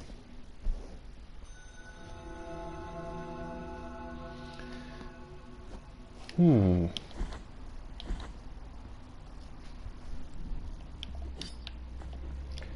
don't know. I kind of missed your message there, Speedreek. I don't remember where I ran through.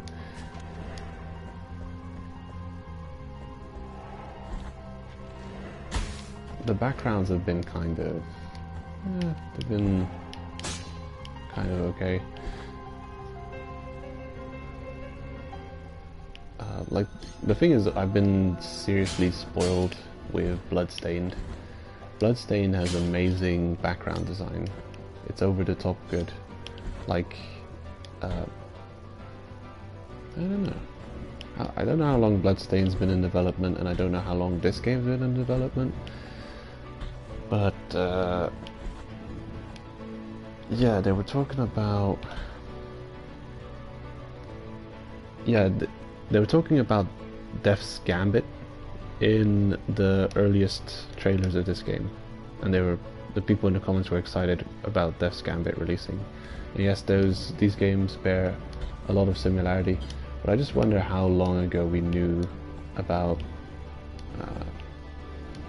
Bloodstained releasing, because the background design of the areas in Bloodstained, almost every single room has got a different background design. It is insane.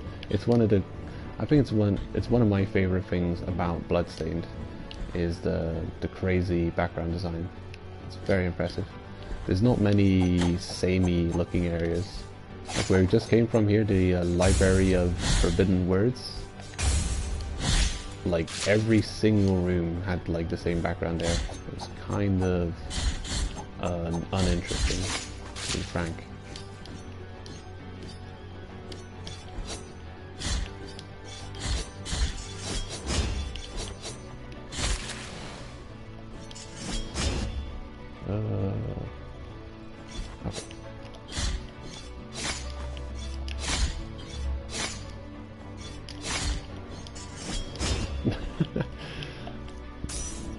I'm trying to not be bad at combat, but failing miserably.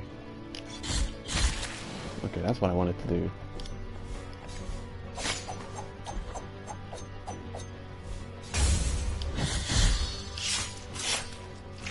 Oh, sweet. An execution.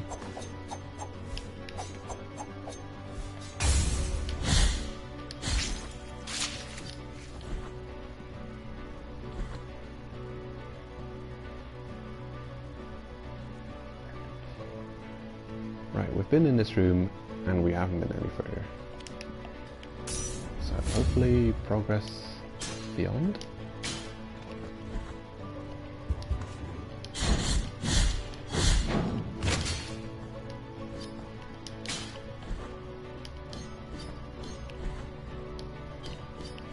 No, there's nothing there. So hey, what are you doing right now, Speed Freak, while you're watching me? Aren't you playing Borderlands 3? Borderlands 3 is out. It's on the store. Check it out. It's right there. I know what I'm gonna do. I'm gonna watch like 500 reviews and opinion videos talking about Borderlands 3 before I decide whether or not I want to take it and want to buy it and play it. It's one of those things, you know, if you don't trust a games company now, there's almost nothing you can do. Because what they're doing lately, you're seeing a lot of games release with... So this is what they do. They'll release a game, it will have no microtransactions, loot boxes, gambling, it won't have any crap in it. And then a month later, after the reviews have come out, they'll put in all of the crap. You know, all of the things that are getting bad comments from the reviewers. So yeah, it's like you can always not trust the companies anymore. And you can't refund it because it's like a month later, so what do you do? Oh, sweet. Oh, double... yeah, a double perfect parry into double execution. I love it. Oh, wow, thanks for the compliment. I think the people here are enjoying their suffering. That's the whole thing about this game. It's basically martyr world, where everyone just loves suffering. And it's like, we found that tree guy who was freezing to death, and he's like, ah, this is such sweet suffering, but it could be better. Give me burning oil, and put burning oil in my veins, so I can suffer even better. Like, I don't know, these people just love suffering. So let's bring it to them, shall we? Uh-oh.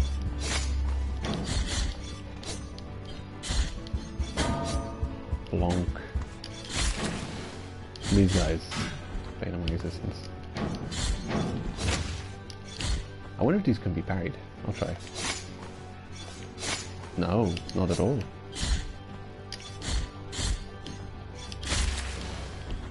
Gotcha. Running a bit low on health.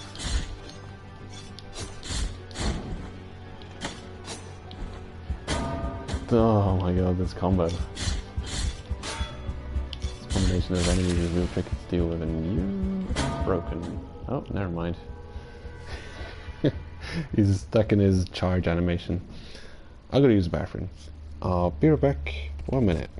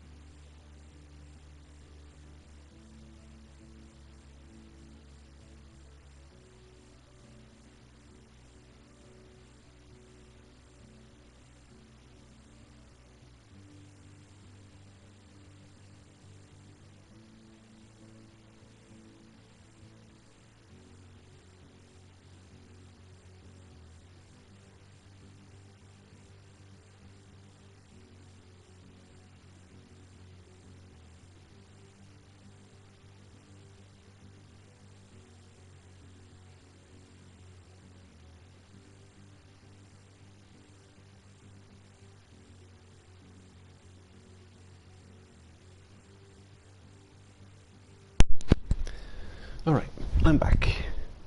Exemplaris excommunicationis. Again. Oh shit, this is a long way away.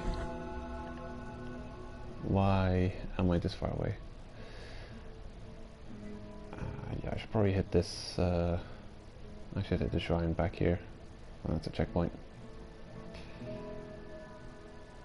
Or I could get this shrine. Not of the free words. Yeah, that's a non-combat zone, safe zone. Cool place. Actually, we're in a good position to find out what I've been meaning to find out for a while. Yeah, I want to check if our scribe friend is omnipresent.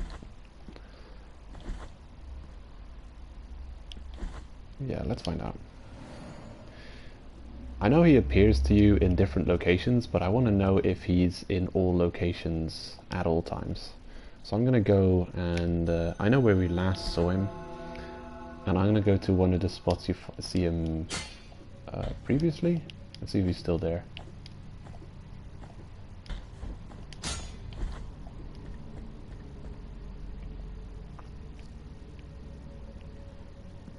Oh, hold on. What are you doing here? I remember you, Mr. Where's Waldo Googly Eyes? I'm not worthy of thine infinite compassion. Blessed are those of us who find it. Well, I'm not compassionate with you. I've been calling you Mr. Googly Eyes this whole time. What have you got around your neck? Look, he's got a weight around his neck. His legs are tied and his arms are tied. Of course. Sweet suffering. I will pray for thee and thank the Master for his holy encounter. Now my feet are marching towards holy prohibitions. How can a simple pilgrim advance through such fortification? O fraternal Father, O Master of pilgrims, how arduous are your upcoming trials? He's looking forward to the suffering that lies ahead. It is of little use for me to remain here. Go with the Father, O penitent one. Yes. Yeah. Take care. I'm sure we'll find him later. He seems to be traveling through the world, and we're able to follow him around. Here's where I killed one of the... what are they called? Confessors. Yeah. I killed a confessor and this thing popped up in his place. And nothing happens when I press triangle on it. So yeah. It's a mystery. Oh, and he's gone. Yeah, another blue candle. You see blue candles all across the world. But they're only attractable when they're lit, and then you can blow out the candle and they'll give you they'll give you a passive equipable item which allows you to increase your health or mana depending on which one you equip. And there's multiple grades. I'm pretty sure they overlap. Just like Dark Souls, where you've got like a miracle upgrade, like you can equip an item that, or you can equip a ring that increases miracle strength, and then you can equip another ring which increases miracle strength even more. Excuse me. No, he's not here. This is where the scribe shows up. So now we know. It'll be faster to, you know, I'm just gonna run through.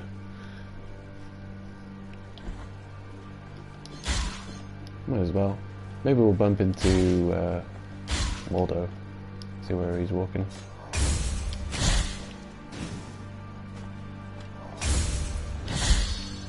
Sweet. If you time your parry perfectly, they give you an execution. I'm trying to parry you. Could you walk a bit faster? No. These idiots can't be parried. I'm the idiot for even trying.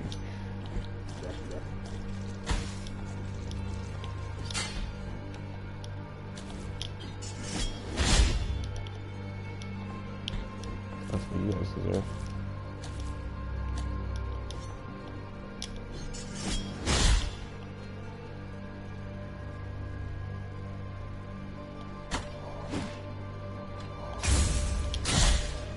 Nah, bad timing.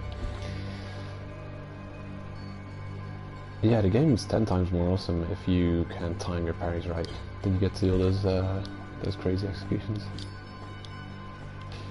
This looks like breakable ground. The screen's shaking. I'm moving the camera down and the screen's shaking. I wonder what that means.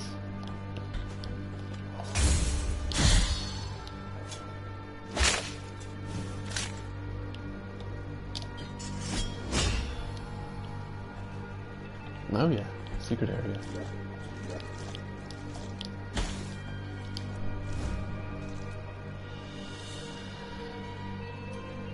I have acquired the clavicle of Dalhusian, the schoolchild. They searched for him for days, until they found Mark's remains under the woods. Since then, rumors tell of demons riding on the backs of flying goats, coming from faraway lands. Lovely. Looks like we found all of the body parts. Let's make our Frankenstein's monster. I didn't mean to do that. Yeah, now that I've got all the body parts, I can't believe I have them all. How do I get up there?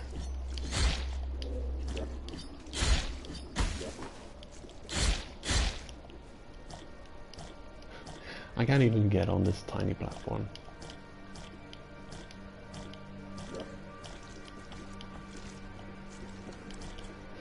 I bet there's going to be an item we're going to get later that will allow us to walk freely in mud.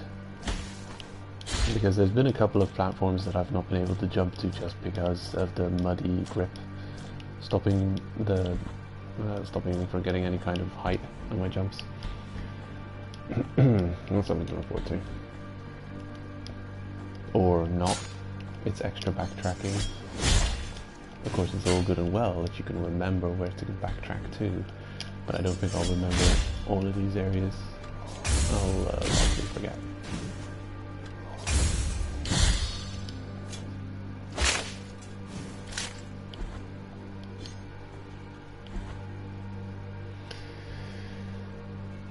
I wonder if we have found the last body part, or if there's like another line below, as far as we can look. It looks like there might be a line under this one, and it will only scroll once we've unlocked it. But for now, I will go and install the body parts in our body part collection on our trophy shelf, and see what we unlock.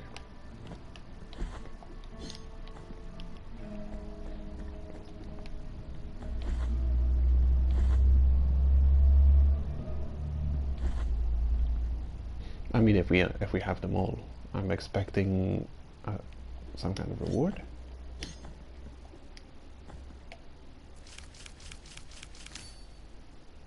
No. We've only got like half of them. Okay, in that case, we probably will unlock another line that will scroll down after we have found more. Never mind.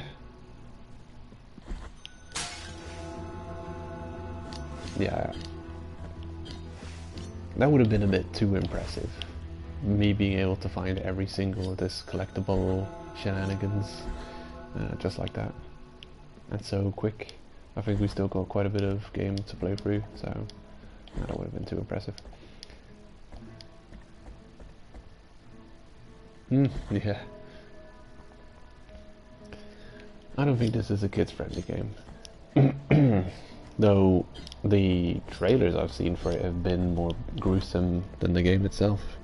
If you're bad at it, you know, the worse you are at this game, the less gruesome it is, because you won't get any perfect parries and you won't see many of the executions. I'm starting to get decent at parrying, and we're going to see me do more and more executions the better I get, but I'm still pretty bad. I was disappointed again watching that baby boss, that they didn't tear me apart like a ragdoll. I saw that in the trailers and I thought it was a very impressive scene. Would have loved to have seen it, but it didn't seem to me like he ever did an attack like it. Yeah, the baby never did any attacks to me, so who knows, maybe there's like a hardcore mode we'll unlock at some point and then we'll get to see moves like that.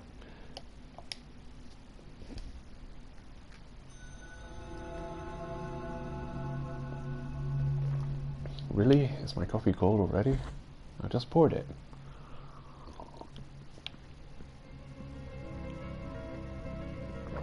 I'm trying to climb this ladder with one hand. I'm holding my coffee cup with my right hand and it's not going, so I'm gonna... Down goes the coffee. Yeah. I think I'll take that one checkpoint.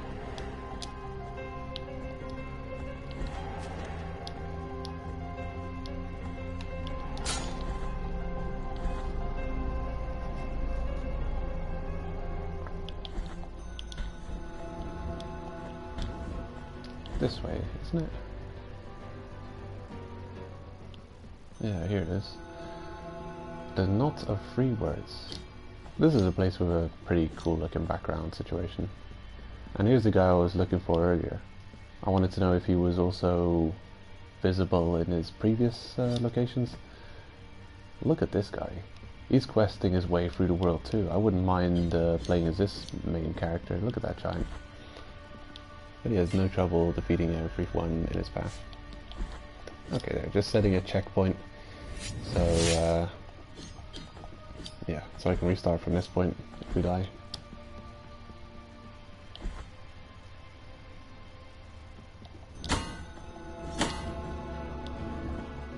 Oh, I can't get up there yet. Really?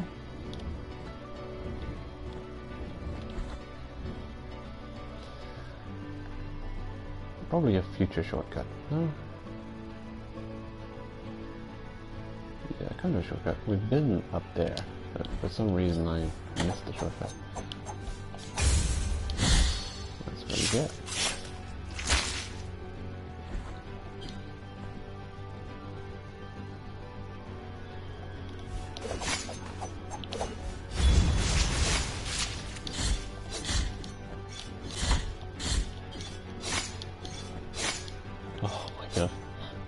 Stop it. The game gives you... You've got an ability that gives you extra hang time if you do it properly. But in mid-air you have to press down square. And it's really tricky to do that without moving your character's horizontal positioning. See, that's what I'm looking for. And I want to combo them to death with it. But they're kicking my ass. Punishing me for trying. It seems like they've got a brief invulnerability period after getting hit too, so it doesn't really help.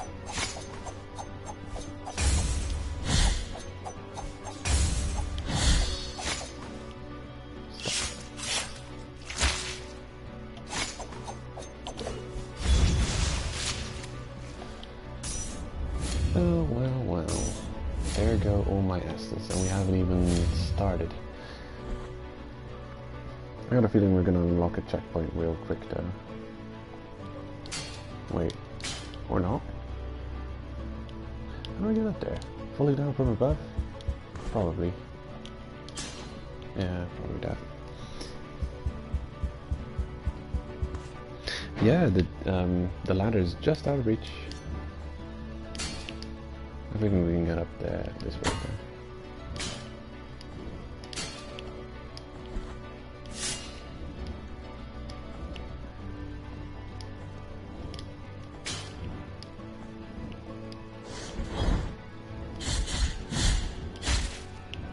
The game is real fun though. I mean, we're getting more and more really cool, like, Castlevania-esque games appearing on the market. and I'm very, very pro stat. The more the merrier. Looks like I can hit your little toe. That's your Achilles heel. Or maybe it's your actual Achilles. Oh yeah.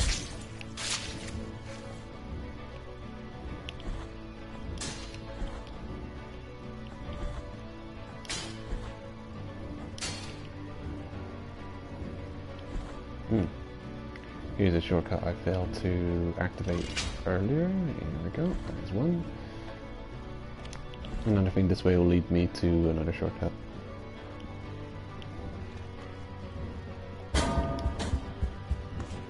Ow.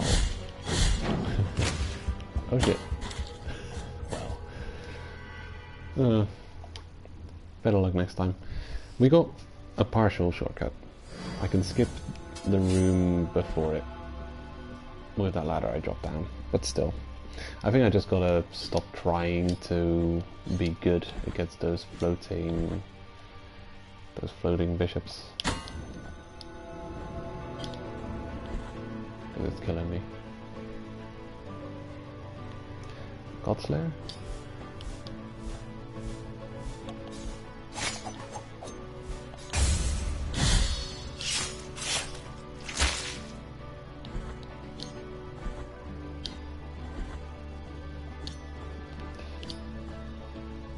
Actually, I don't know if you saw that, what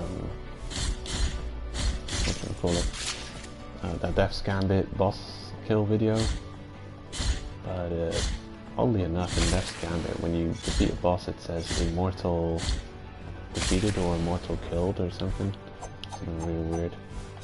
Normally you can't kill immortals, so they're immortal.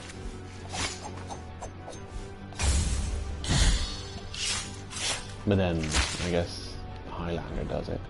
And, like, vampires are also immortal and they can be killed.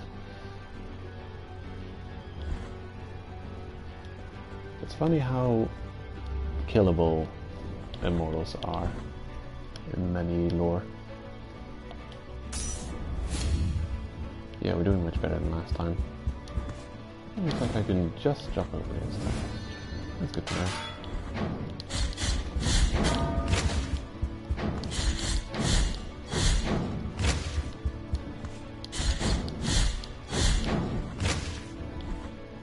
That makes them a lot easier. I thought you couldn't even jump over them. I thought they had enough height for you to not be able to jump over them. Now that I know you can, easy peasy. Still got some sin lying around there, but I want to get this. I know there's a really good shortcut here. I want to grab that. Because these guys, they can all be skipped. I can just run past every one of them. What's going on there, man?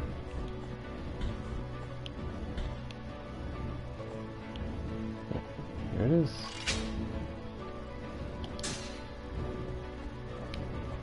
Important shortcut.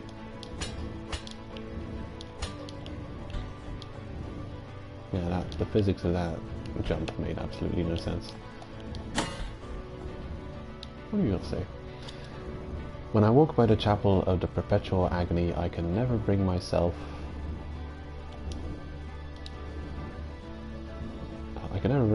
to enter it. She still screams in pain like the very first day they brought her here. A living miracle, they said. The miracle granted her wish, and now we pray to her, watching her endless ordeal.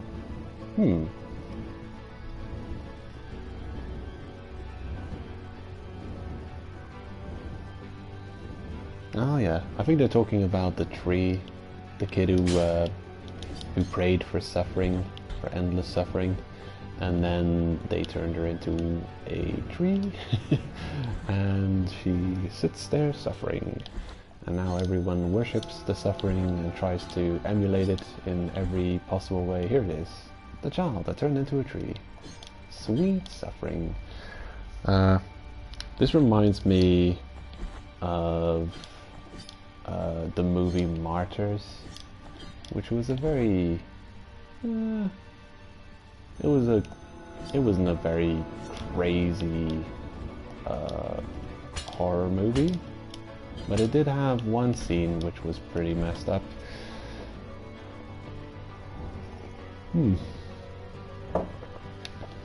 And it kind of reminds me of this whole, like, seeking God in through suffering or something, or you know, the whole getting closer to God through suffering and martyrdom.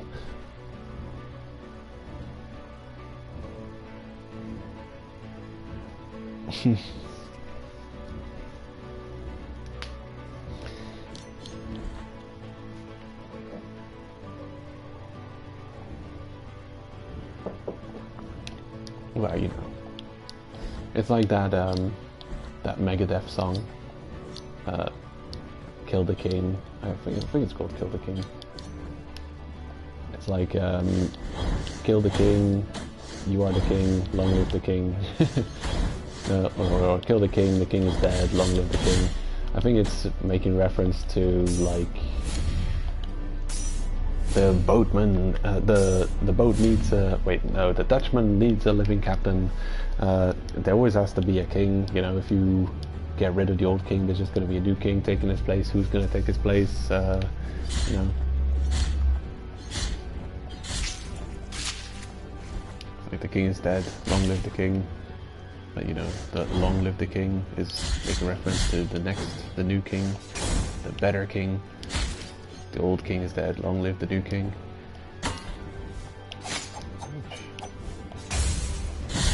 Oh yeah, I'm getting good at parrying these guys. Like, every time I get the execution, that means I got a perfect parry.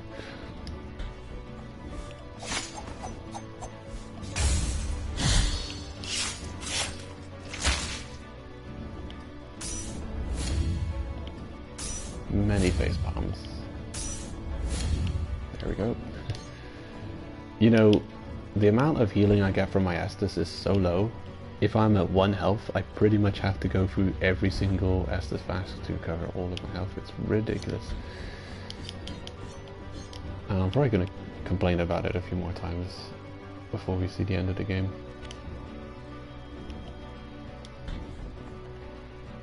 Where's my guild? Over there? Okay. That guild has been lying there for a while. It's it's a ripe guilt. Spoiled guilt.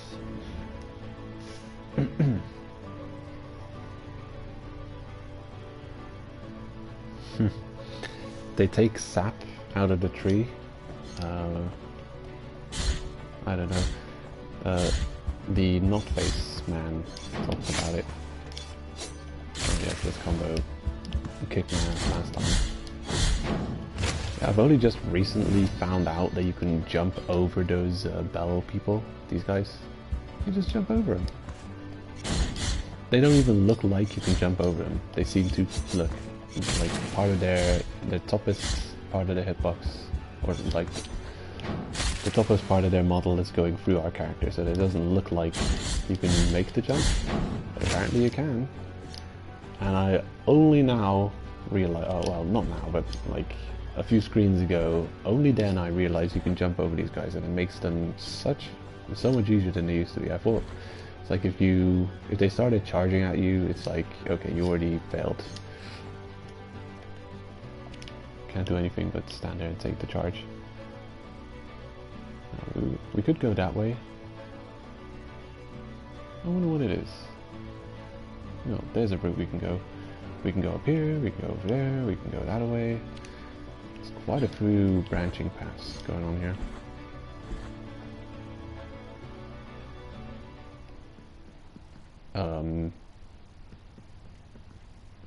Hello? What's your story? Great. Some secret. It's not. I have two major gripes for this game. One is you can lose your souls in spikes, making it impossible for you to recover them. Two, very important landmarks and very important rooms are not marked on the map at all. It's not cool. Especially considering that you unlock abilities that give you access It has that Metroidvania thing where you get abilities and you can backtrack and now gain access to areas you couldn't access before. Hello! What the heck was that? How many more prayers does the great censor want? When will it tire and stop swaying? When will we be able to stand again? Lower your head, close your eyes, pray, and do not get up. Okay, so only the penitent may pass. It's this it's the scene from Indiana Jones all over again. Those damn frog people are gonna mess it up though. I don't have to deal with them. Oh, do your horses? That one will do it.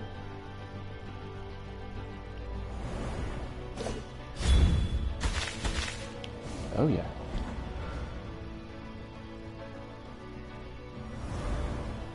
Frog person. Oh.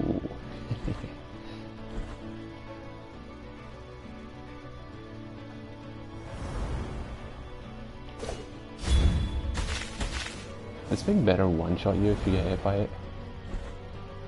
After we've cleared the room, I'm going to stand up and see what happens.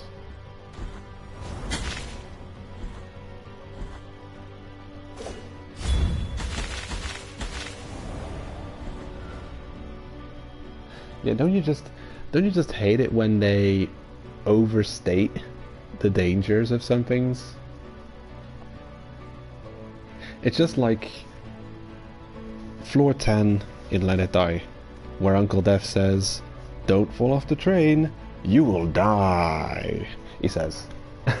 And then, okay, like you could jump off the train that very second and lose like 5% of your health. No. And you can jump off the train as often as you want. There's like no consequence.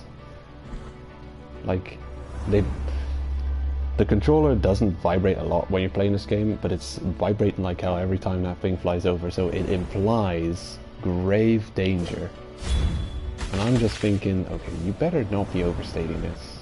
I better get like straight up disapparated if I even go close to that thing, or if I even stand up while it passes over. Because otherwise it's just, you know, it's like, beware of this very terrible thing, and then it's not terrible, it's just a child's play.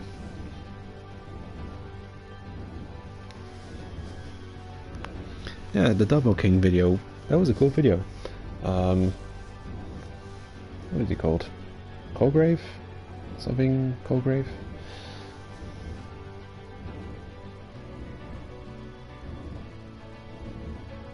What DLC are you talking about, Speed Freak?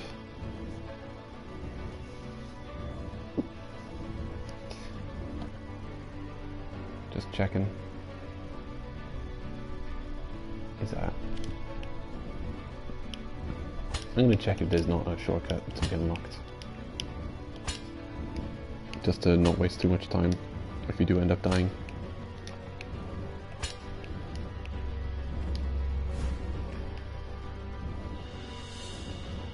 Okay, yeah, look, this is exactly what I was talking about last time.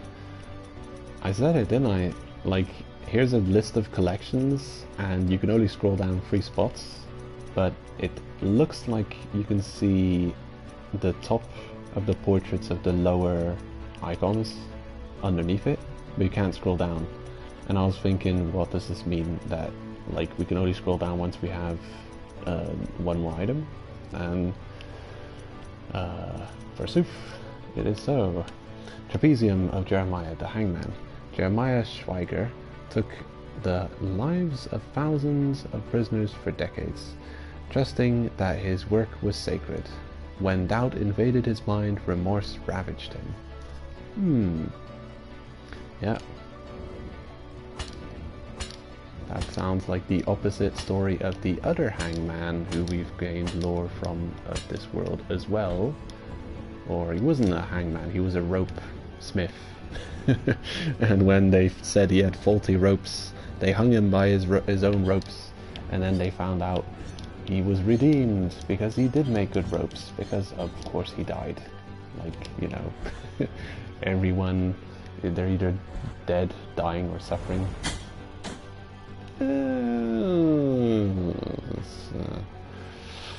Not death. A lot of damage though. Okay, this needs to be fast. Ow!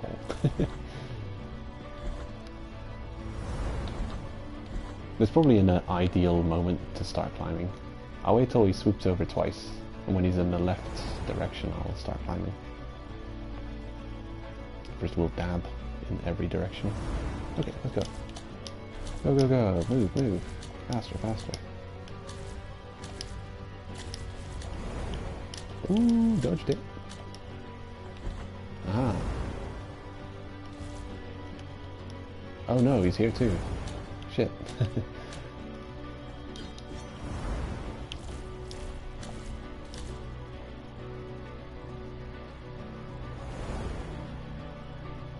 Okay, let's go. Safe spot? Close. Oh, it is a safe spot, but you have to start from the previous bloody platform to keep the trail going.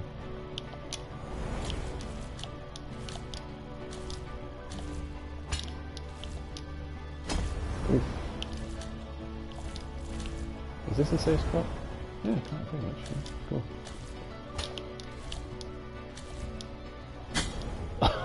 Oh, gotten absolutely nailed by that one. Well, that's a tricky platformy section.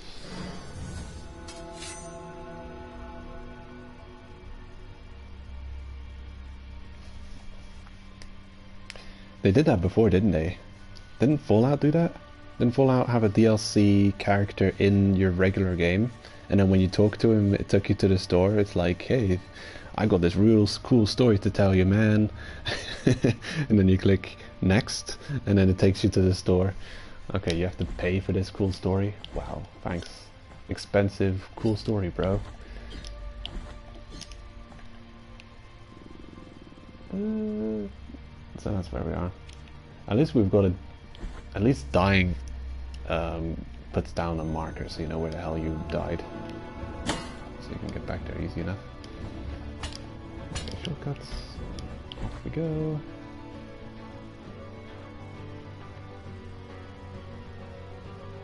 We still haven't gone left. Maybe I should check out what's in that direction.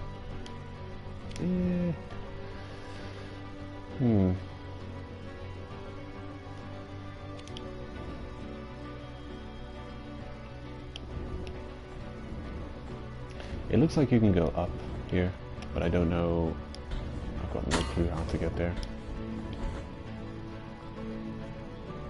Well, we'll check this place. Why not?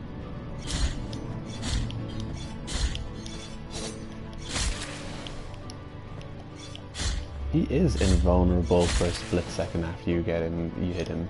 Such bullshit. Because this game has a specific attack to give you more airtime while you're slashing.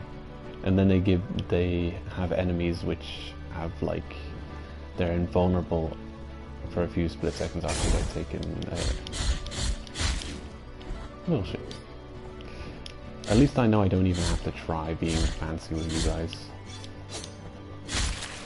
I'll probably die less against them now.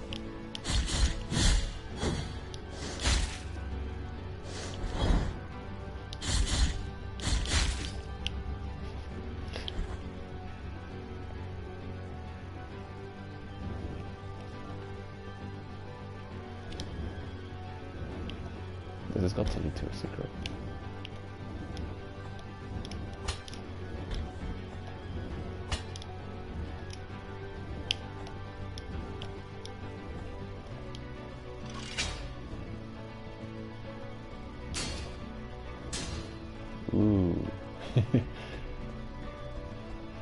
Ooh.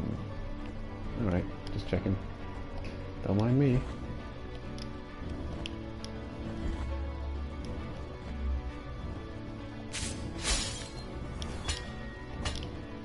No, not high enough.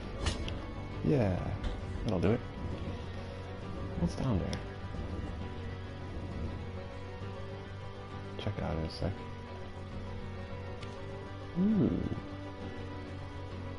But somehow we've been here before. How is that possible? So we found this room. This doesn't make sense. That room showed up as explored already. But it doesn't make sense to me that I've been here, because if I have, then why didn't I pick this item up? What the hell?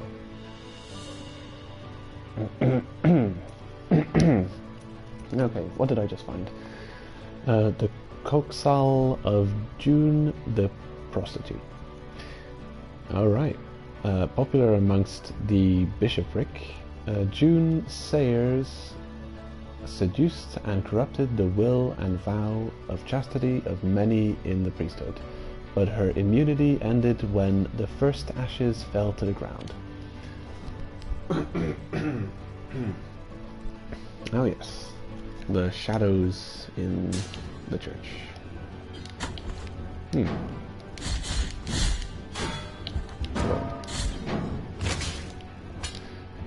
Yeah, we were talking about that earlier. Yep. Holy Rune mentioned something about that. All the scandals happening in the church. Hello? Assassin's Creed shows some interesting part of that. Like the Borgia family, I think, or the Bolgia, I don't remember. Some kind of Italian family.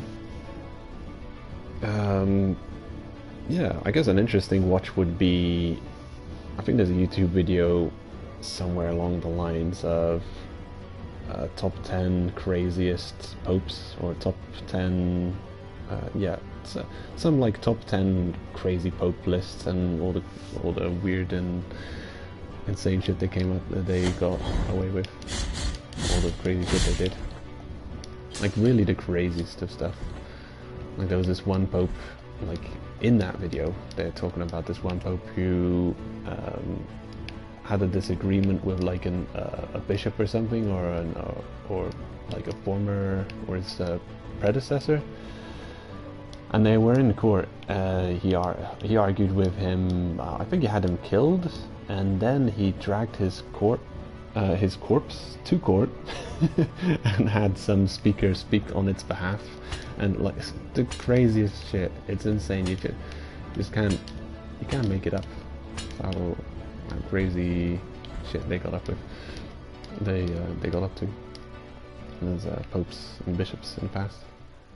Oh hey, the Archcathedral rooftops.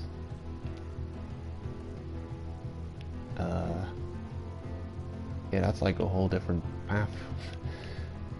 We were going that way though.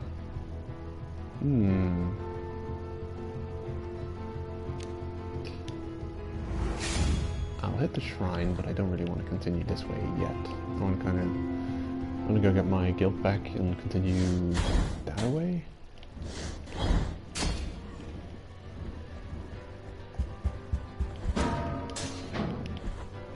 I guess I could just pay for my guilt back, but I was exploring that way first. Might as well carry on. So what's down here?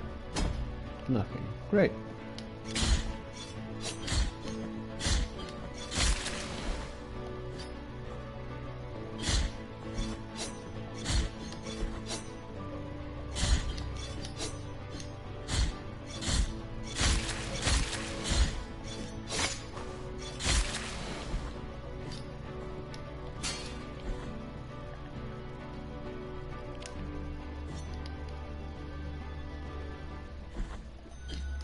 Oh yeah, that's right. We were doing that one platforming puzzle. Seems tricky. I hope I can do it. I would hate it if at the very end of that puzzle we'd see an area that we couldn't pass through yet because we don't have the ability to get past it.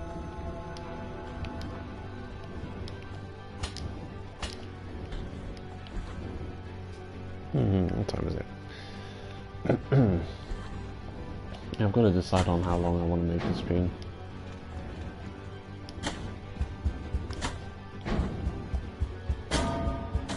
Damn. This is an annoying route to get through. Annoying shortcut.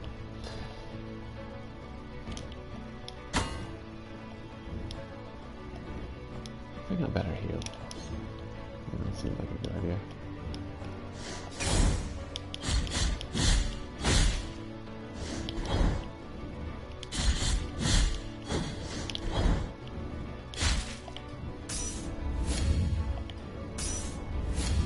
The endless space bomb.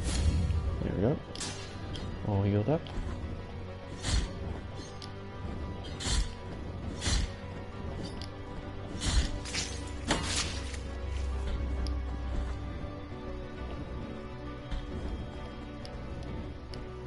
Go again. Wait, where is it? Alright, right above us.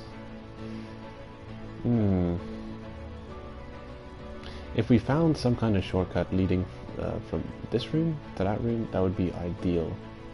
Because then we could have a really quick path back from the shrine over here, like so, and then this way. Because this room is hell. It's one of those stupid bell guys, chargers.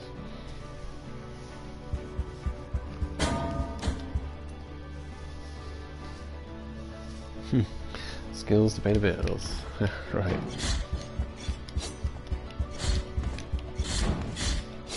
Now that I know you can jump over the bell, guys, it's easier.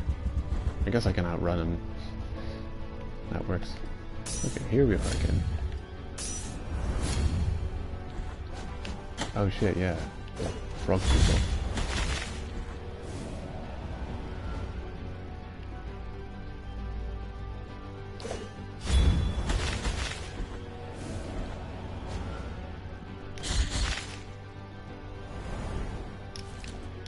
So this should be the easy part.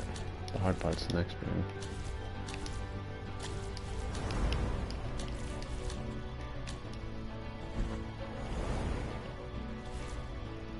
You know, the positioning doesn't make sense.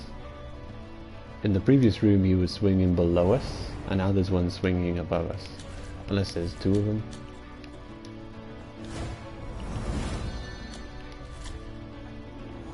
The trick to this one might just be knowing how it swings, because there might be more than one safe spot. Yeah, actually it's still safe to be on this one. Ooh. Ouch. Although... I think wall clinging, but then... Ah.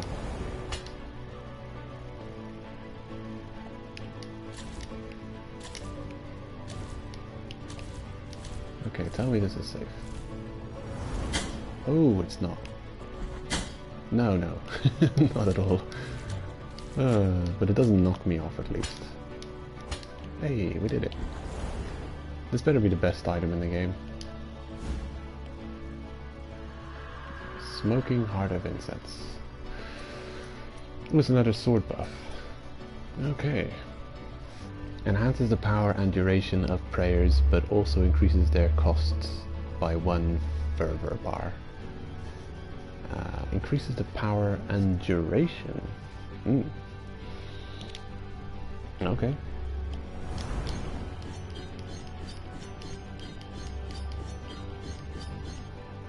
Maybe it's good.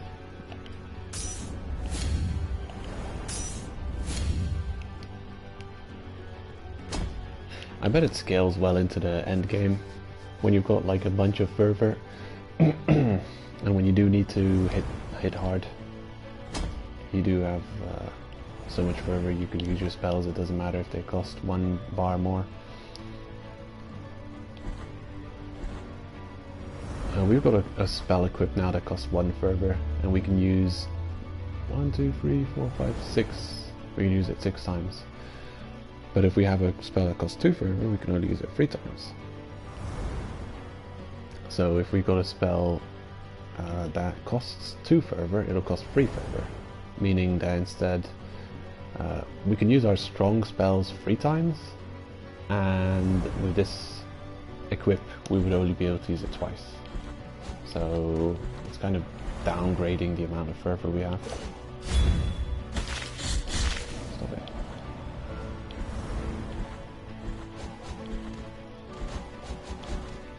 Frog people, help! Save me from the frog people.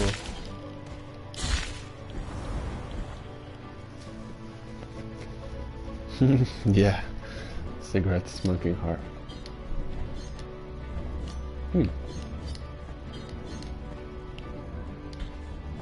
Well, man, there's got to be a shortcut to this plot at this point. A shortcut or a shrine? Give me something.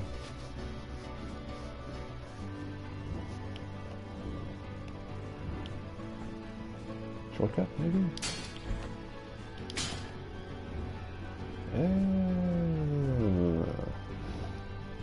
Hard to say. Oh shit.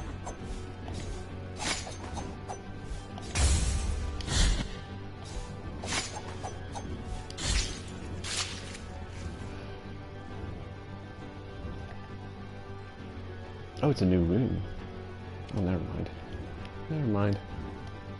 Although it could lead to a can I really not make... Game, please! Oh, this is bullshit. How can I not return back up there? God. That's... No, that's not possible. That should be, there should be a jump you can make. Look at that. Why no ledge grab? Oh, that's stupid. That's stupid. That should be a ledge grab. That's well within my... well within my reach. Look there, see? Ledge grab. It works. That's lame. So I really have to go all the way around to get that... to get back. You're gonna kill me, aren't you?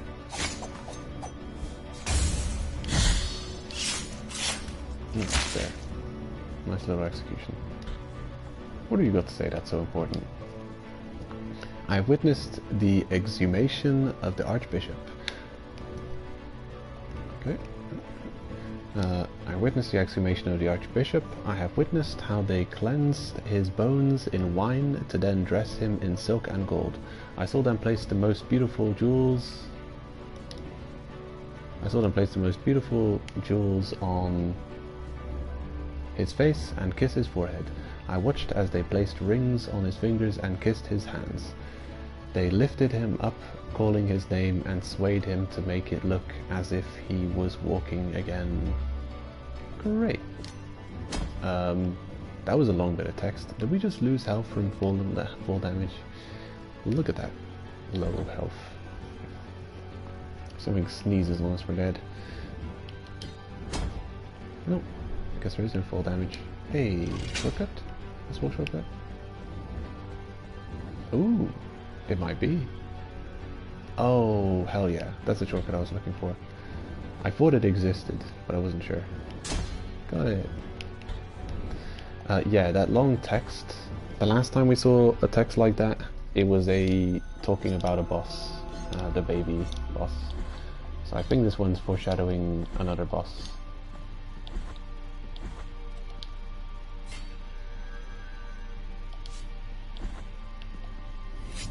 Awesome.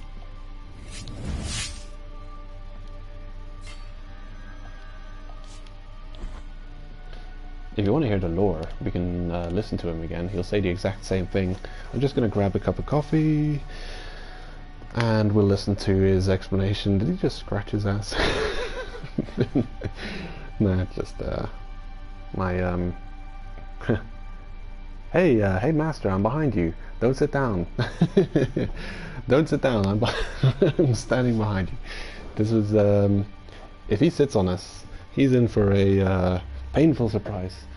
I'm gonna grab a cup of coffee and we'll listen to the lore again. We'll talk about the tree. Tell you the story of the tree he's fascinated with.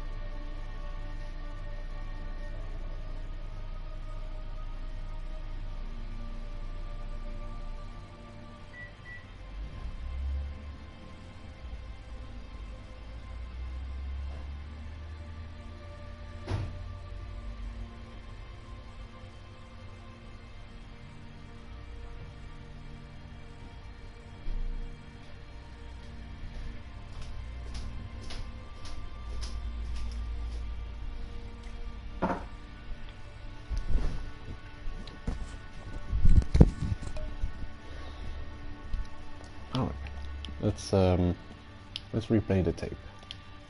The knot of the 3 words. Here is where the first miracle took place. One devout and tormented youngster asked the High Will for punishment. He placed a wooden log where he sat and prayed. He prayed hoping to be heard. That's weird. I thought we read a confession somewhere that referenced a she. So that's weird. Yeah, maybe it was talking about someone else then. Because that one confession said she, and this one says he. So maybe they're different people. The other confession might have been talking about a different story then. He prayed for pain, so he could ease the guilt that sharply pierced his soul. Then, the miracle manifested itself. It made roots grow and twist over his arms and legs, but not a cry nor a complaint came out from his mouth. Every inhabitant of this land bore witness to it, and all of them prayed before the besought eternal joy of that youngster.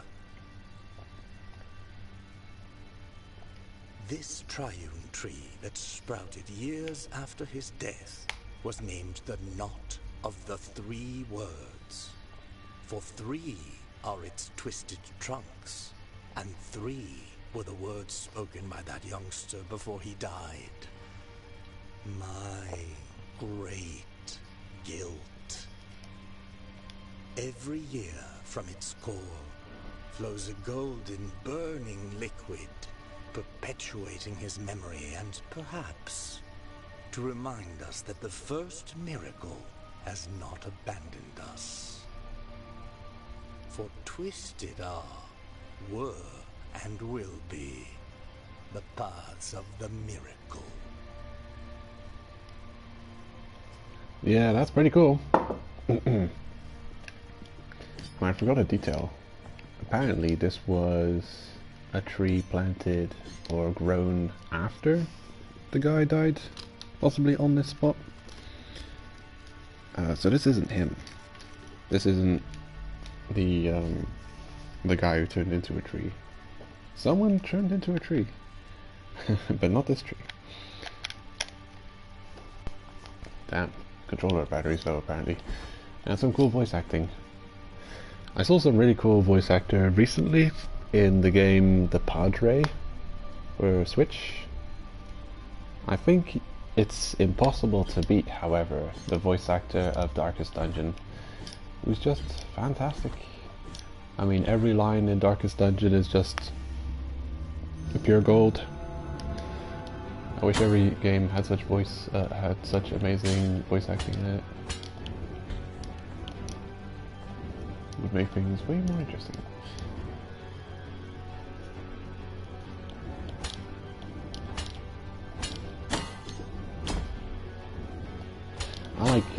I like macabre themes. I like dark themes. Let's see, this is a tricky puzzling section. Every time we take a hit of damage, there's a few seconds that the game disallows us from reattaching to the wall. So if I get hit by any of these things mid-jump, I may have to start the whole section over again.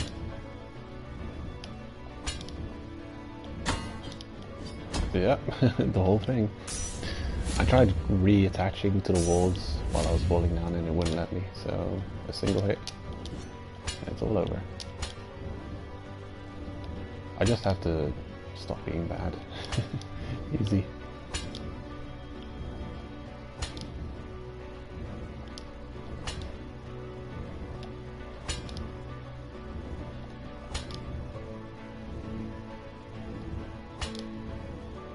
So it's a shortcut, yes, but it's a terrible shortcut, but it takes forever to get through. That's not cool. It's relatively safe though, so we can get through with a decent amount of Estus remaining.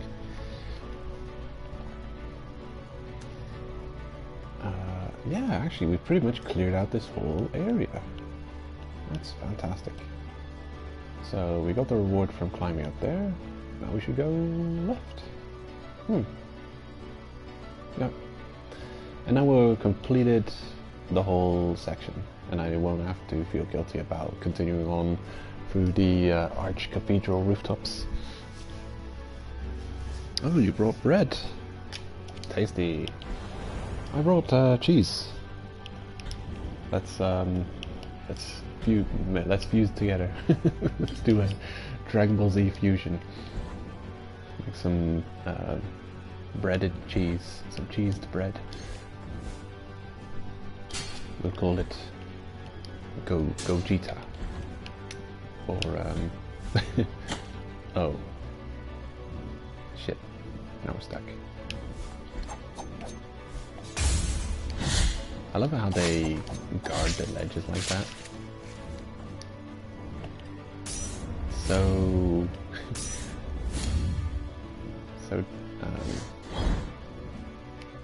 so effective.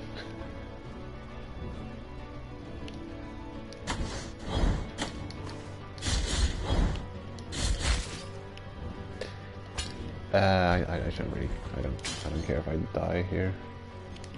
I don't know if we've explored the very bottom of the room. No, I've not explored.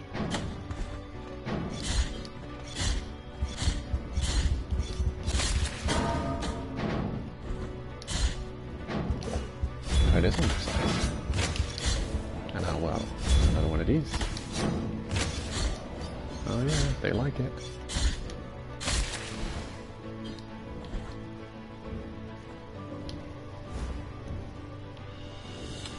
I found the femur of Karpal.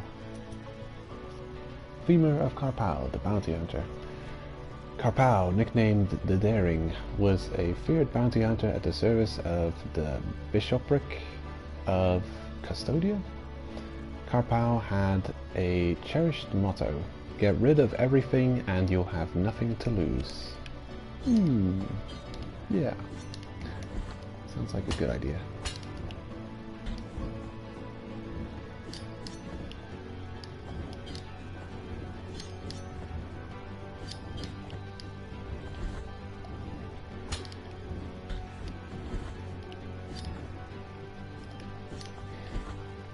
Aha!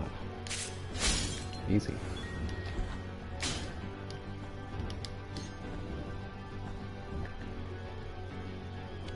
Yeah, those are the greatest trolls.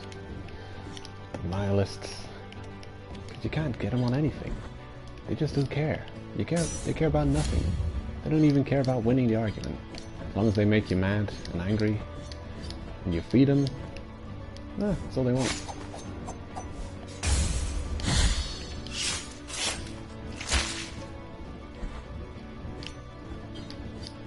Yeah, we've talked to that dead guy already.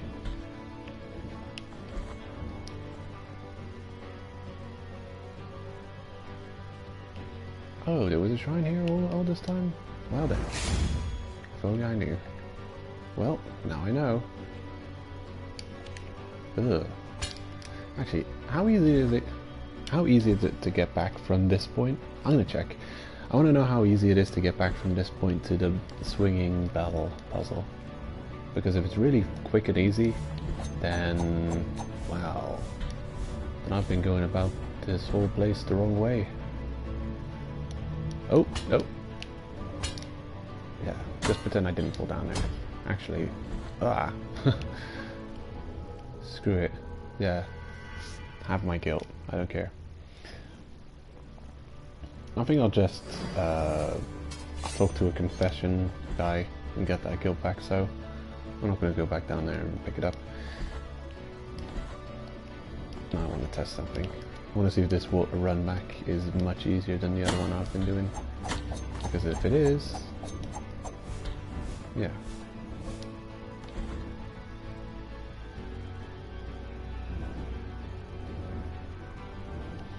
Oh no! Here I go again. Oh. Yeah, that sounds like a good breakfast.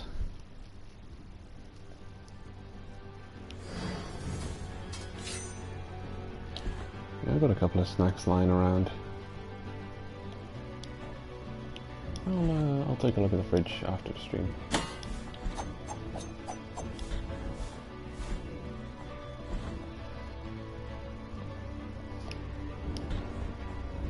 I'm probably going to carry on until the next significant event.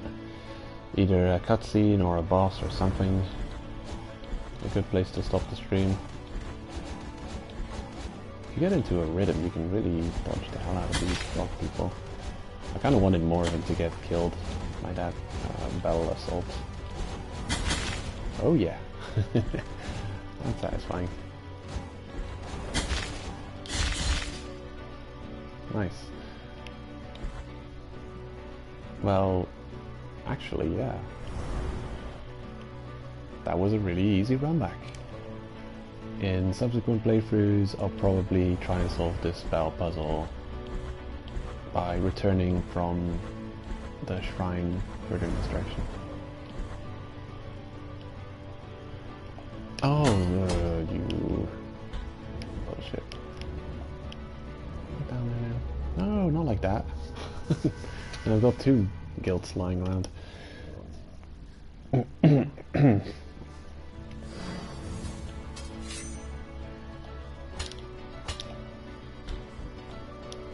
There's feathers lying all over the place. I wonder what that means.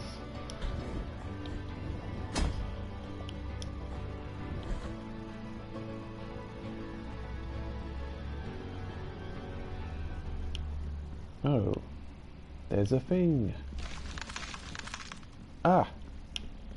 It's a mumbly guy. Yeah. Melchiades, the exhumed archbishop. Yeah, this is the guy they were talking, spoiling about in that one thing, in that one profession. Oh, this is cool.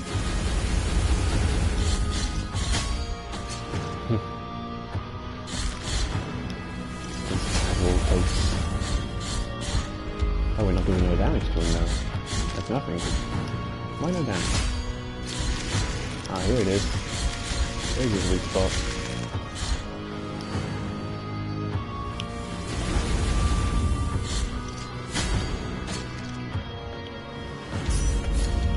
Yeah, what was that guy called again? Pixel Rookie? Yeah, I recommended Pixel Rookie's review of this game. It was very funny. And he did a really funny thing with his boss. Yeah, I definitely would recommend you checking out that review.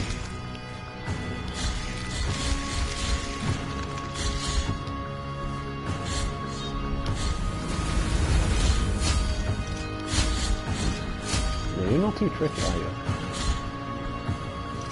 That's why you've been easy mode. Ah. Get back down here. Get over here. I wonder what monster is lifting him up. Look at all these grabby hands. That's what really scares me. What's he being held up by? Oh, I can knock away the hands that are holding him up. And I guess then he falls down and then I can hit the face. Ah. Mechanics. Ooh. One more. Two more. There's Tom. Got him.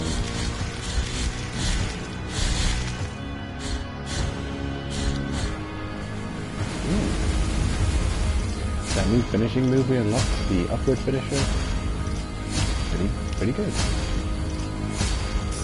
I can use that to gain air and attack him from above.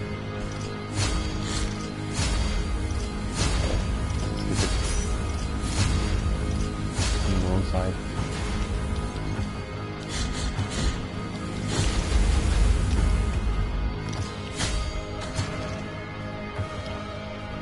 Yeah, probably not going to get him in the first attempt.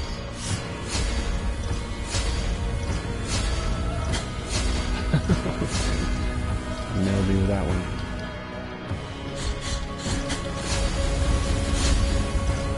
Wow, he's really aiming at me.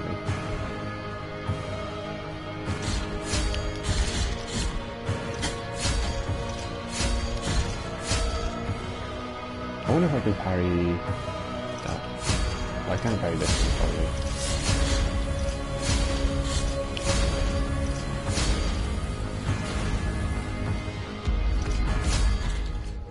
Okay. Good. I'm learning. Won't take too long. Well, I already was hungry, but yeah, you are making me hungry. Yeah, this guy's hilarious. I like this boss. Oh, here he is. What is he called? Meliodas? I think I'm gonna get some magic. Try and use some castings against him. I'll equip a strong spell. How about the Zarabandu?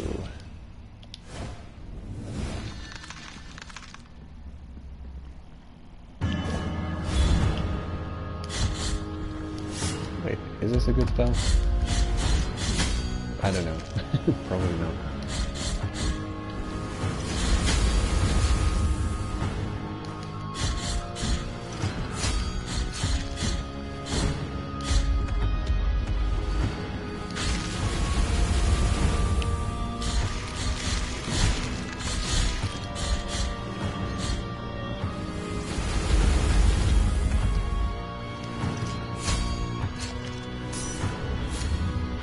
Yeah, well, it's not like I'm locked into it. I'll equip something better. It's not really doing what I want it to. Full beam.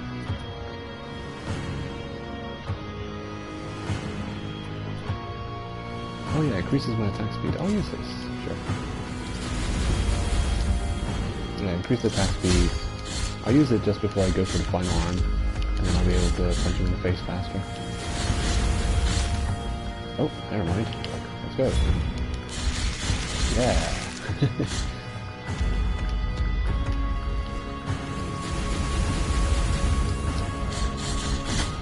Oh no.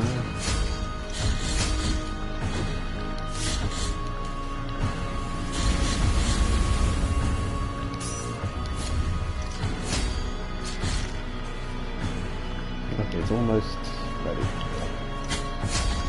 Okay.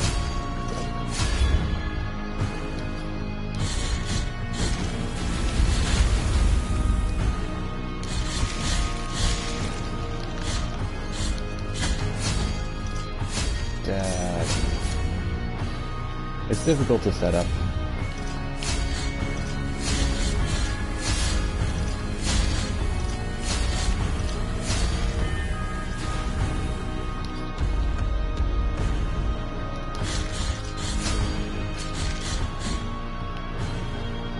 The design of the boss is pretty cool.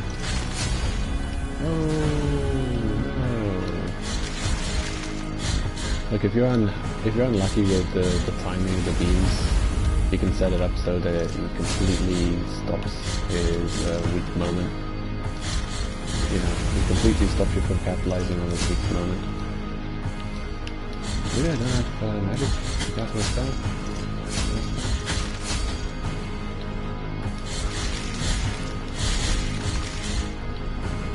It doesn't give me...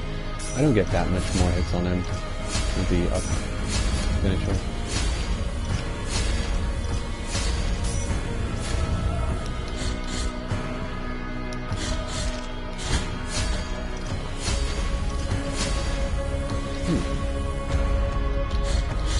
You know, a really difficult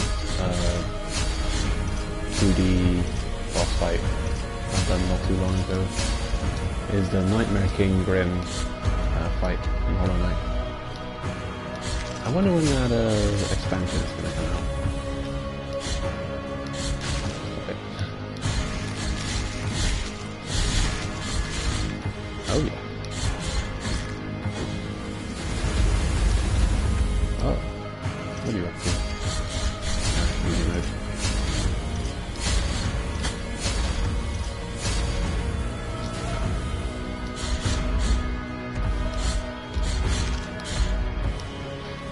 Yeah, that Nightmare King Grim fight, that was a struggle. It took me many attempts to learn to fight and get good. completely negating his weak moment. Strategically placed beam.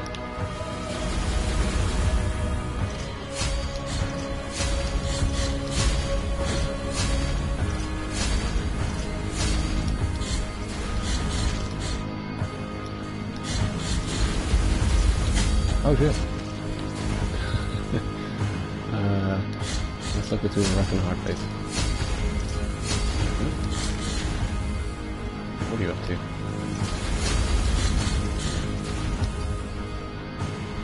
No good. Nah, now would be a terrible time to wait till he comes back. Come on. Go your way.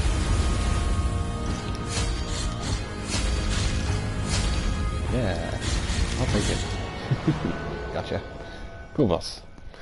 Trophy. The Bejeweled Saint. Requiem Aeternam. This was the guy you were talking about. I knew it. The text was too long. Had to have been talking about a boss. Easy. Cheap way of recovering from guilt. Recovering guilt.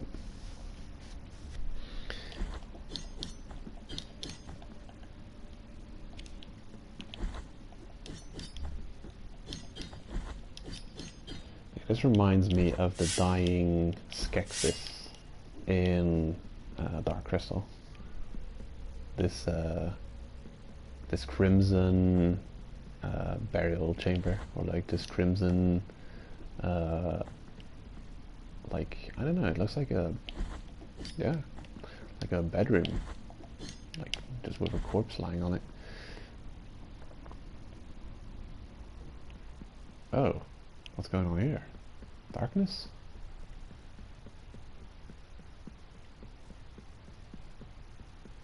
Broken glass and now more darkness? What happens if I go back? Less darkness? Yeah, no map. Damn. What does it mean? Oh.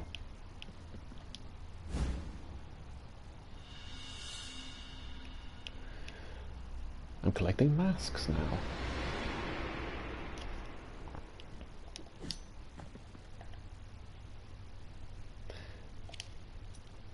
Yeah, the previous boss we killed gave us the embossed mask of Crescente. This one gives me the deformed mask of Orestes. What is it again? The Holy Trinity? There's going to be 3 of them. Or is it the Triumvirate? What would you call it? I don't know. I know we had to get 3 holy wounds to get through the gate to Anor Londo. And now we've got 2 masks. Maybe we need 3 masks to get through something else? Some other contraption?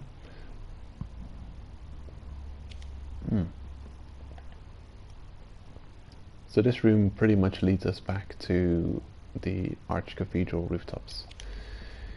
I'm not going to go there yet. I'm going to go back this way. Oh yeah, so this room was elongated. It was kind of like Guinevere fight in Dark Souls 1. He's called Guinevere, yeah? Oh shit. I see everything from the highest point of the tried tree in which the miracle has reincarnated me.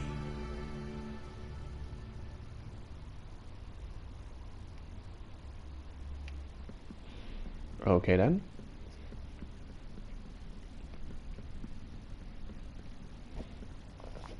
I wonder, is that our character speaking? It looks a bit like our pointy hat guy, but then with the mask opened, if it can open. Yeah, I want to finish up exploring this last bit here, before heading further to the next area. Yeah, I didn't expect to see a challenge like that so quickly. This is a good point to stop the stream. Like, we've got a new area unlocked to explore. We've dealt with a cool boss. I'm just going to finish off this zone and explore it further. Maybe this is the last room. The stream will be over straight away. And it is. Okay, so we've upgraded. It is another sword upgrade, which is fantastic. It gives me access to the ranged attack. It needed 5 Mea Culpa shrines to get this one. Ooh yeah. Let's see how good it is. Ooh, okay. Wow, it's faster and it comes back. So it probably hits things twice. If we're fighting those damn floating bishops again, I could just throw one of these, hit him, and it'll come. Oh, it doesn't come back? What? Oh, it does. Not every time though. Wait, no, it does. Oh, it must have hit.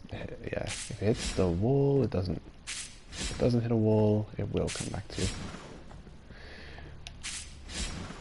Nice, that's good. Great. Stronger melee spell. Good. Very good news. Well, might as well just use all of my points and upgrading everything. Don't see why not. Holy Wrath holds square. Down after a free hit. It costs 11,000. The Penitent one performs a spinning attack as combo finisher. Sure.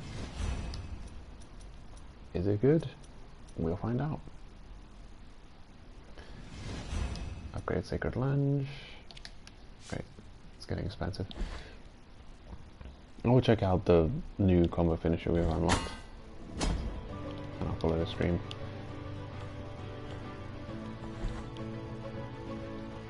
So yeah. I'll probably take a look into Borderlands 3 after the stream. I'll get something to eat.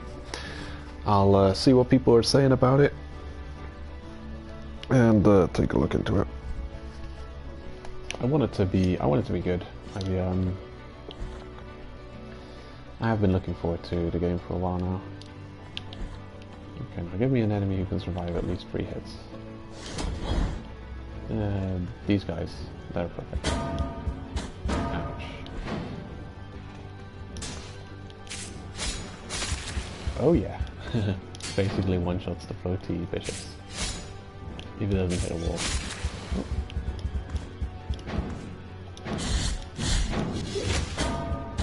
Oh. Ooh. That's pretty cool. I also had an upgraded plunging attack.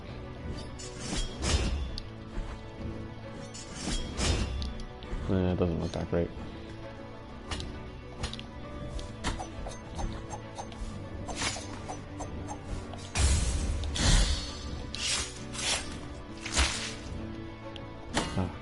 That's something I definitely look forward to getting better at. Getting perfect parries so I can actually see some more executions. Because they are really cool.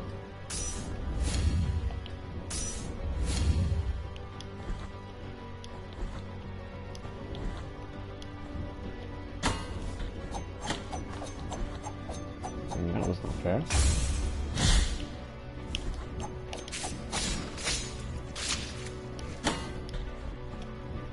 Well, that's all she wrote. Yeah. Yeah, the thing is we've pretty much made a lot of progress. I've cleared out, must be 3 zones. How many bosses did we deal with? I think 2 bosses today.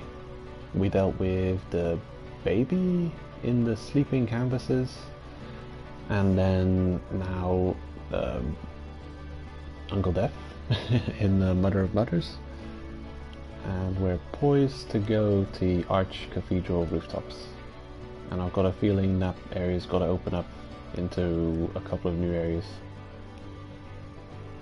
Looks like we have not completely explored this place yet.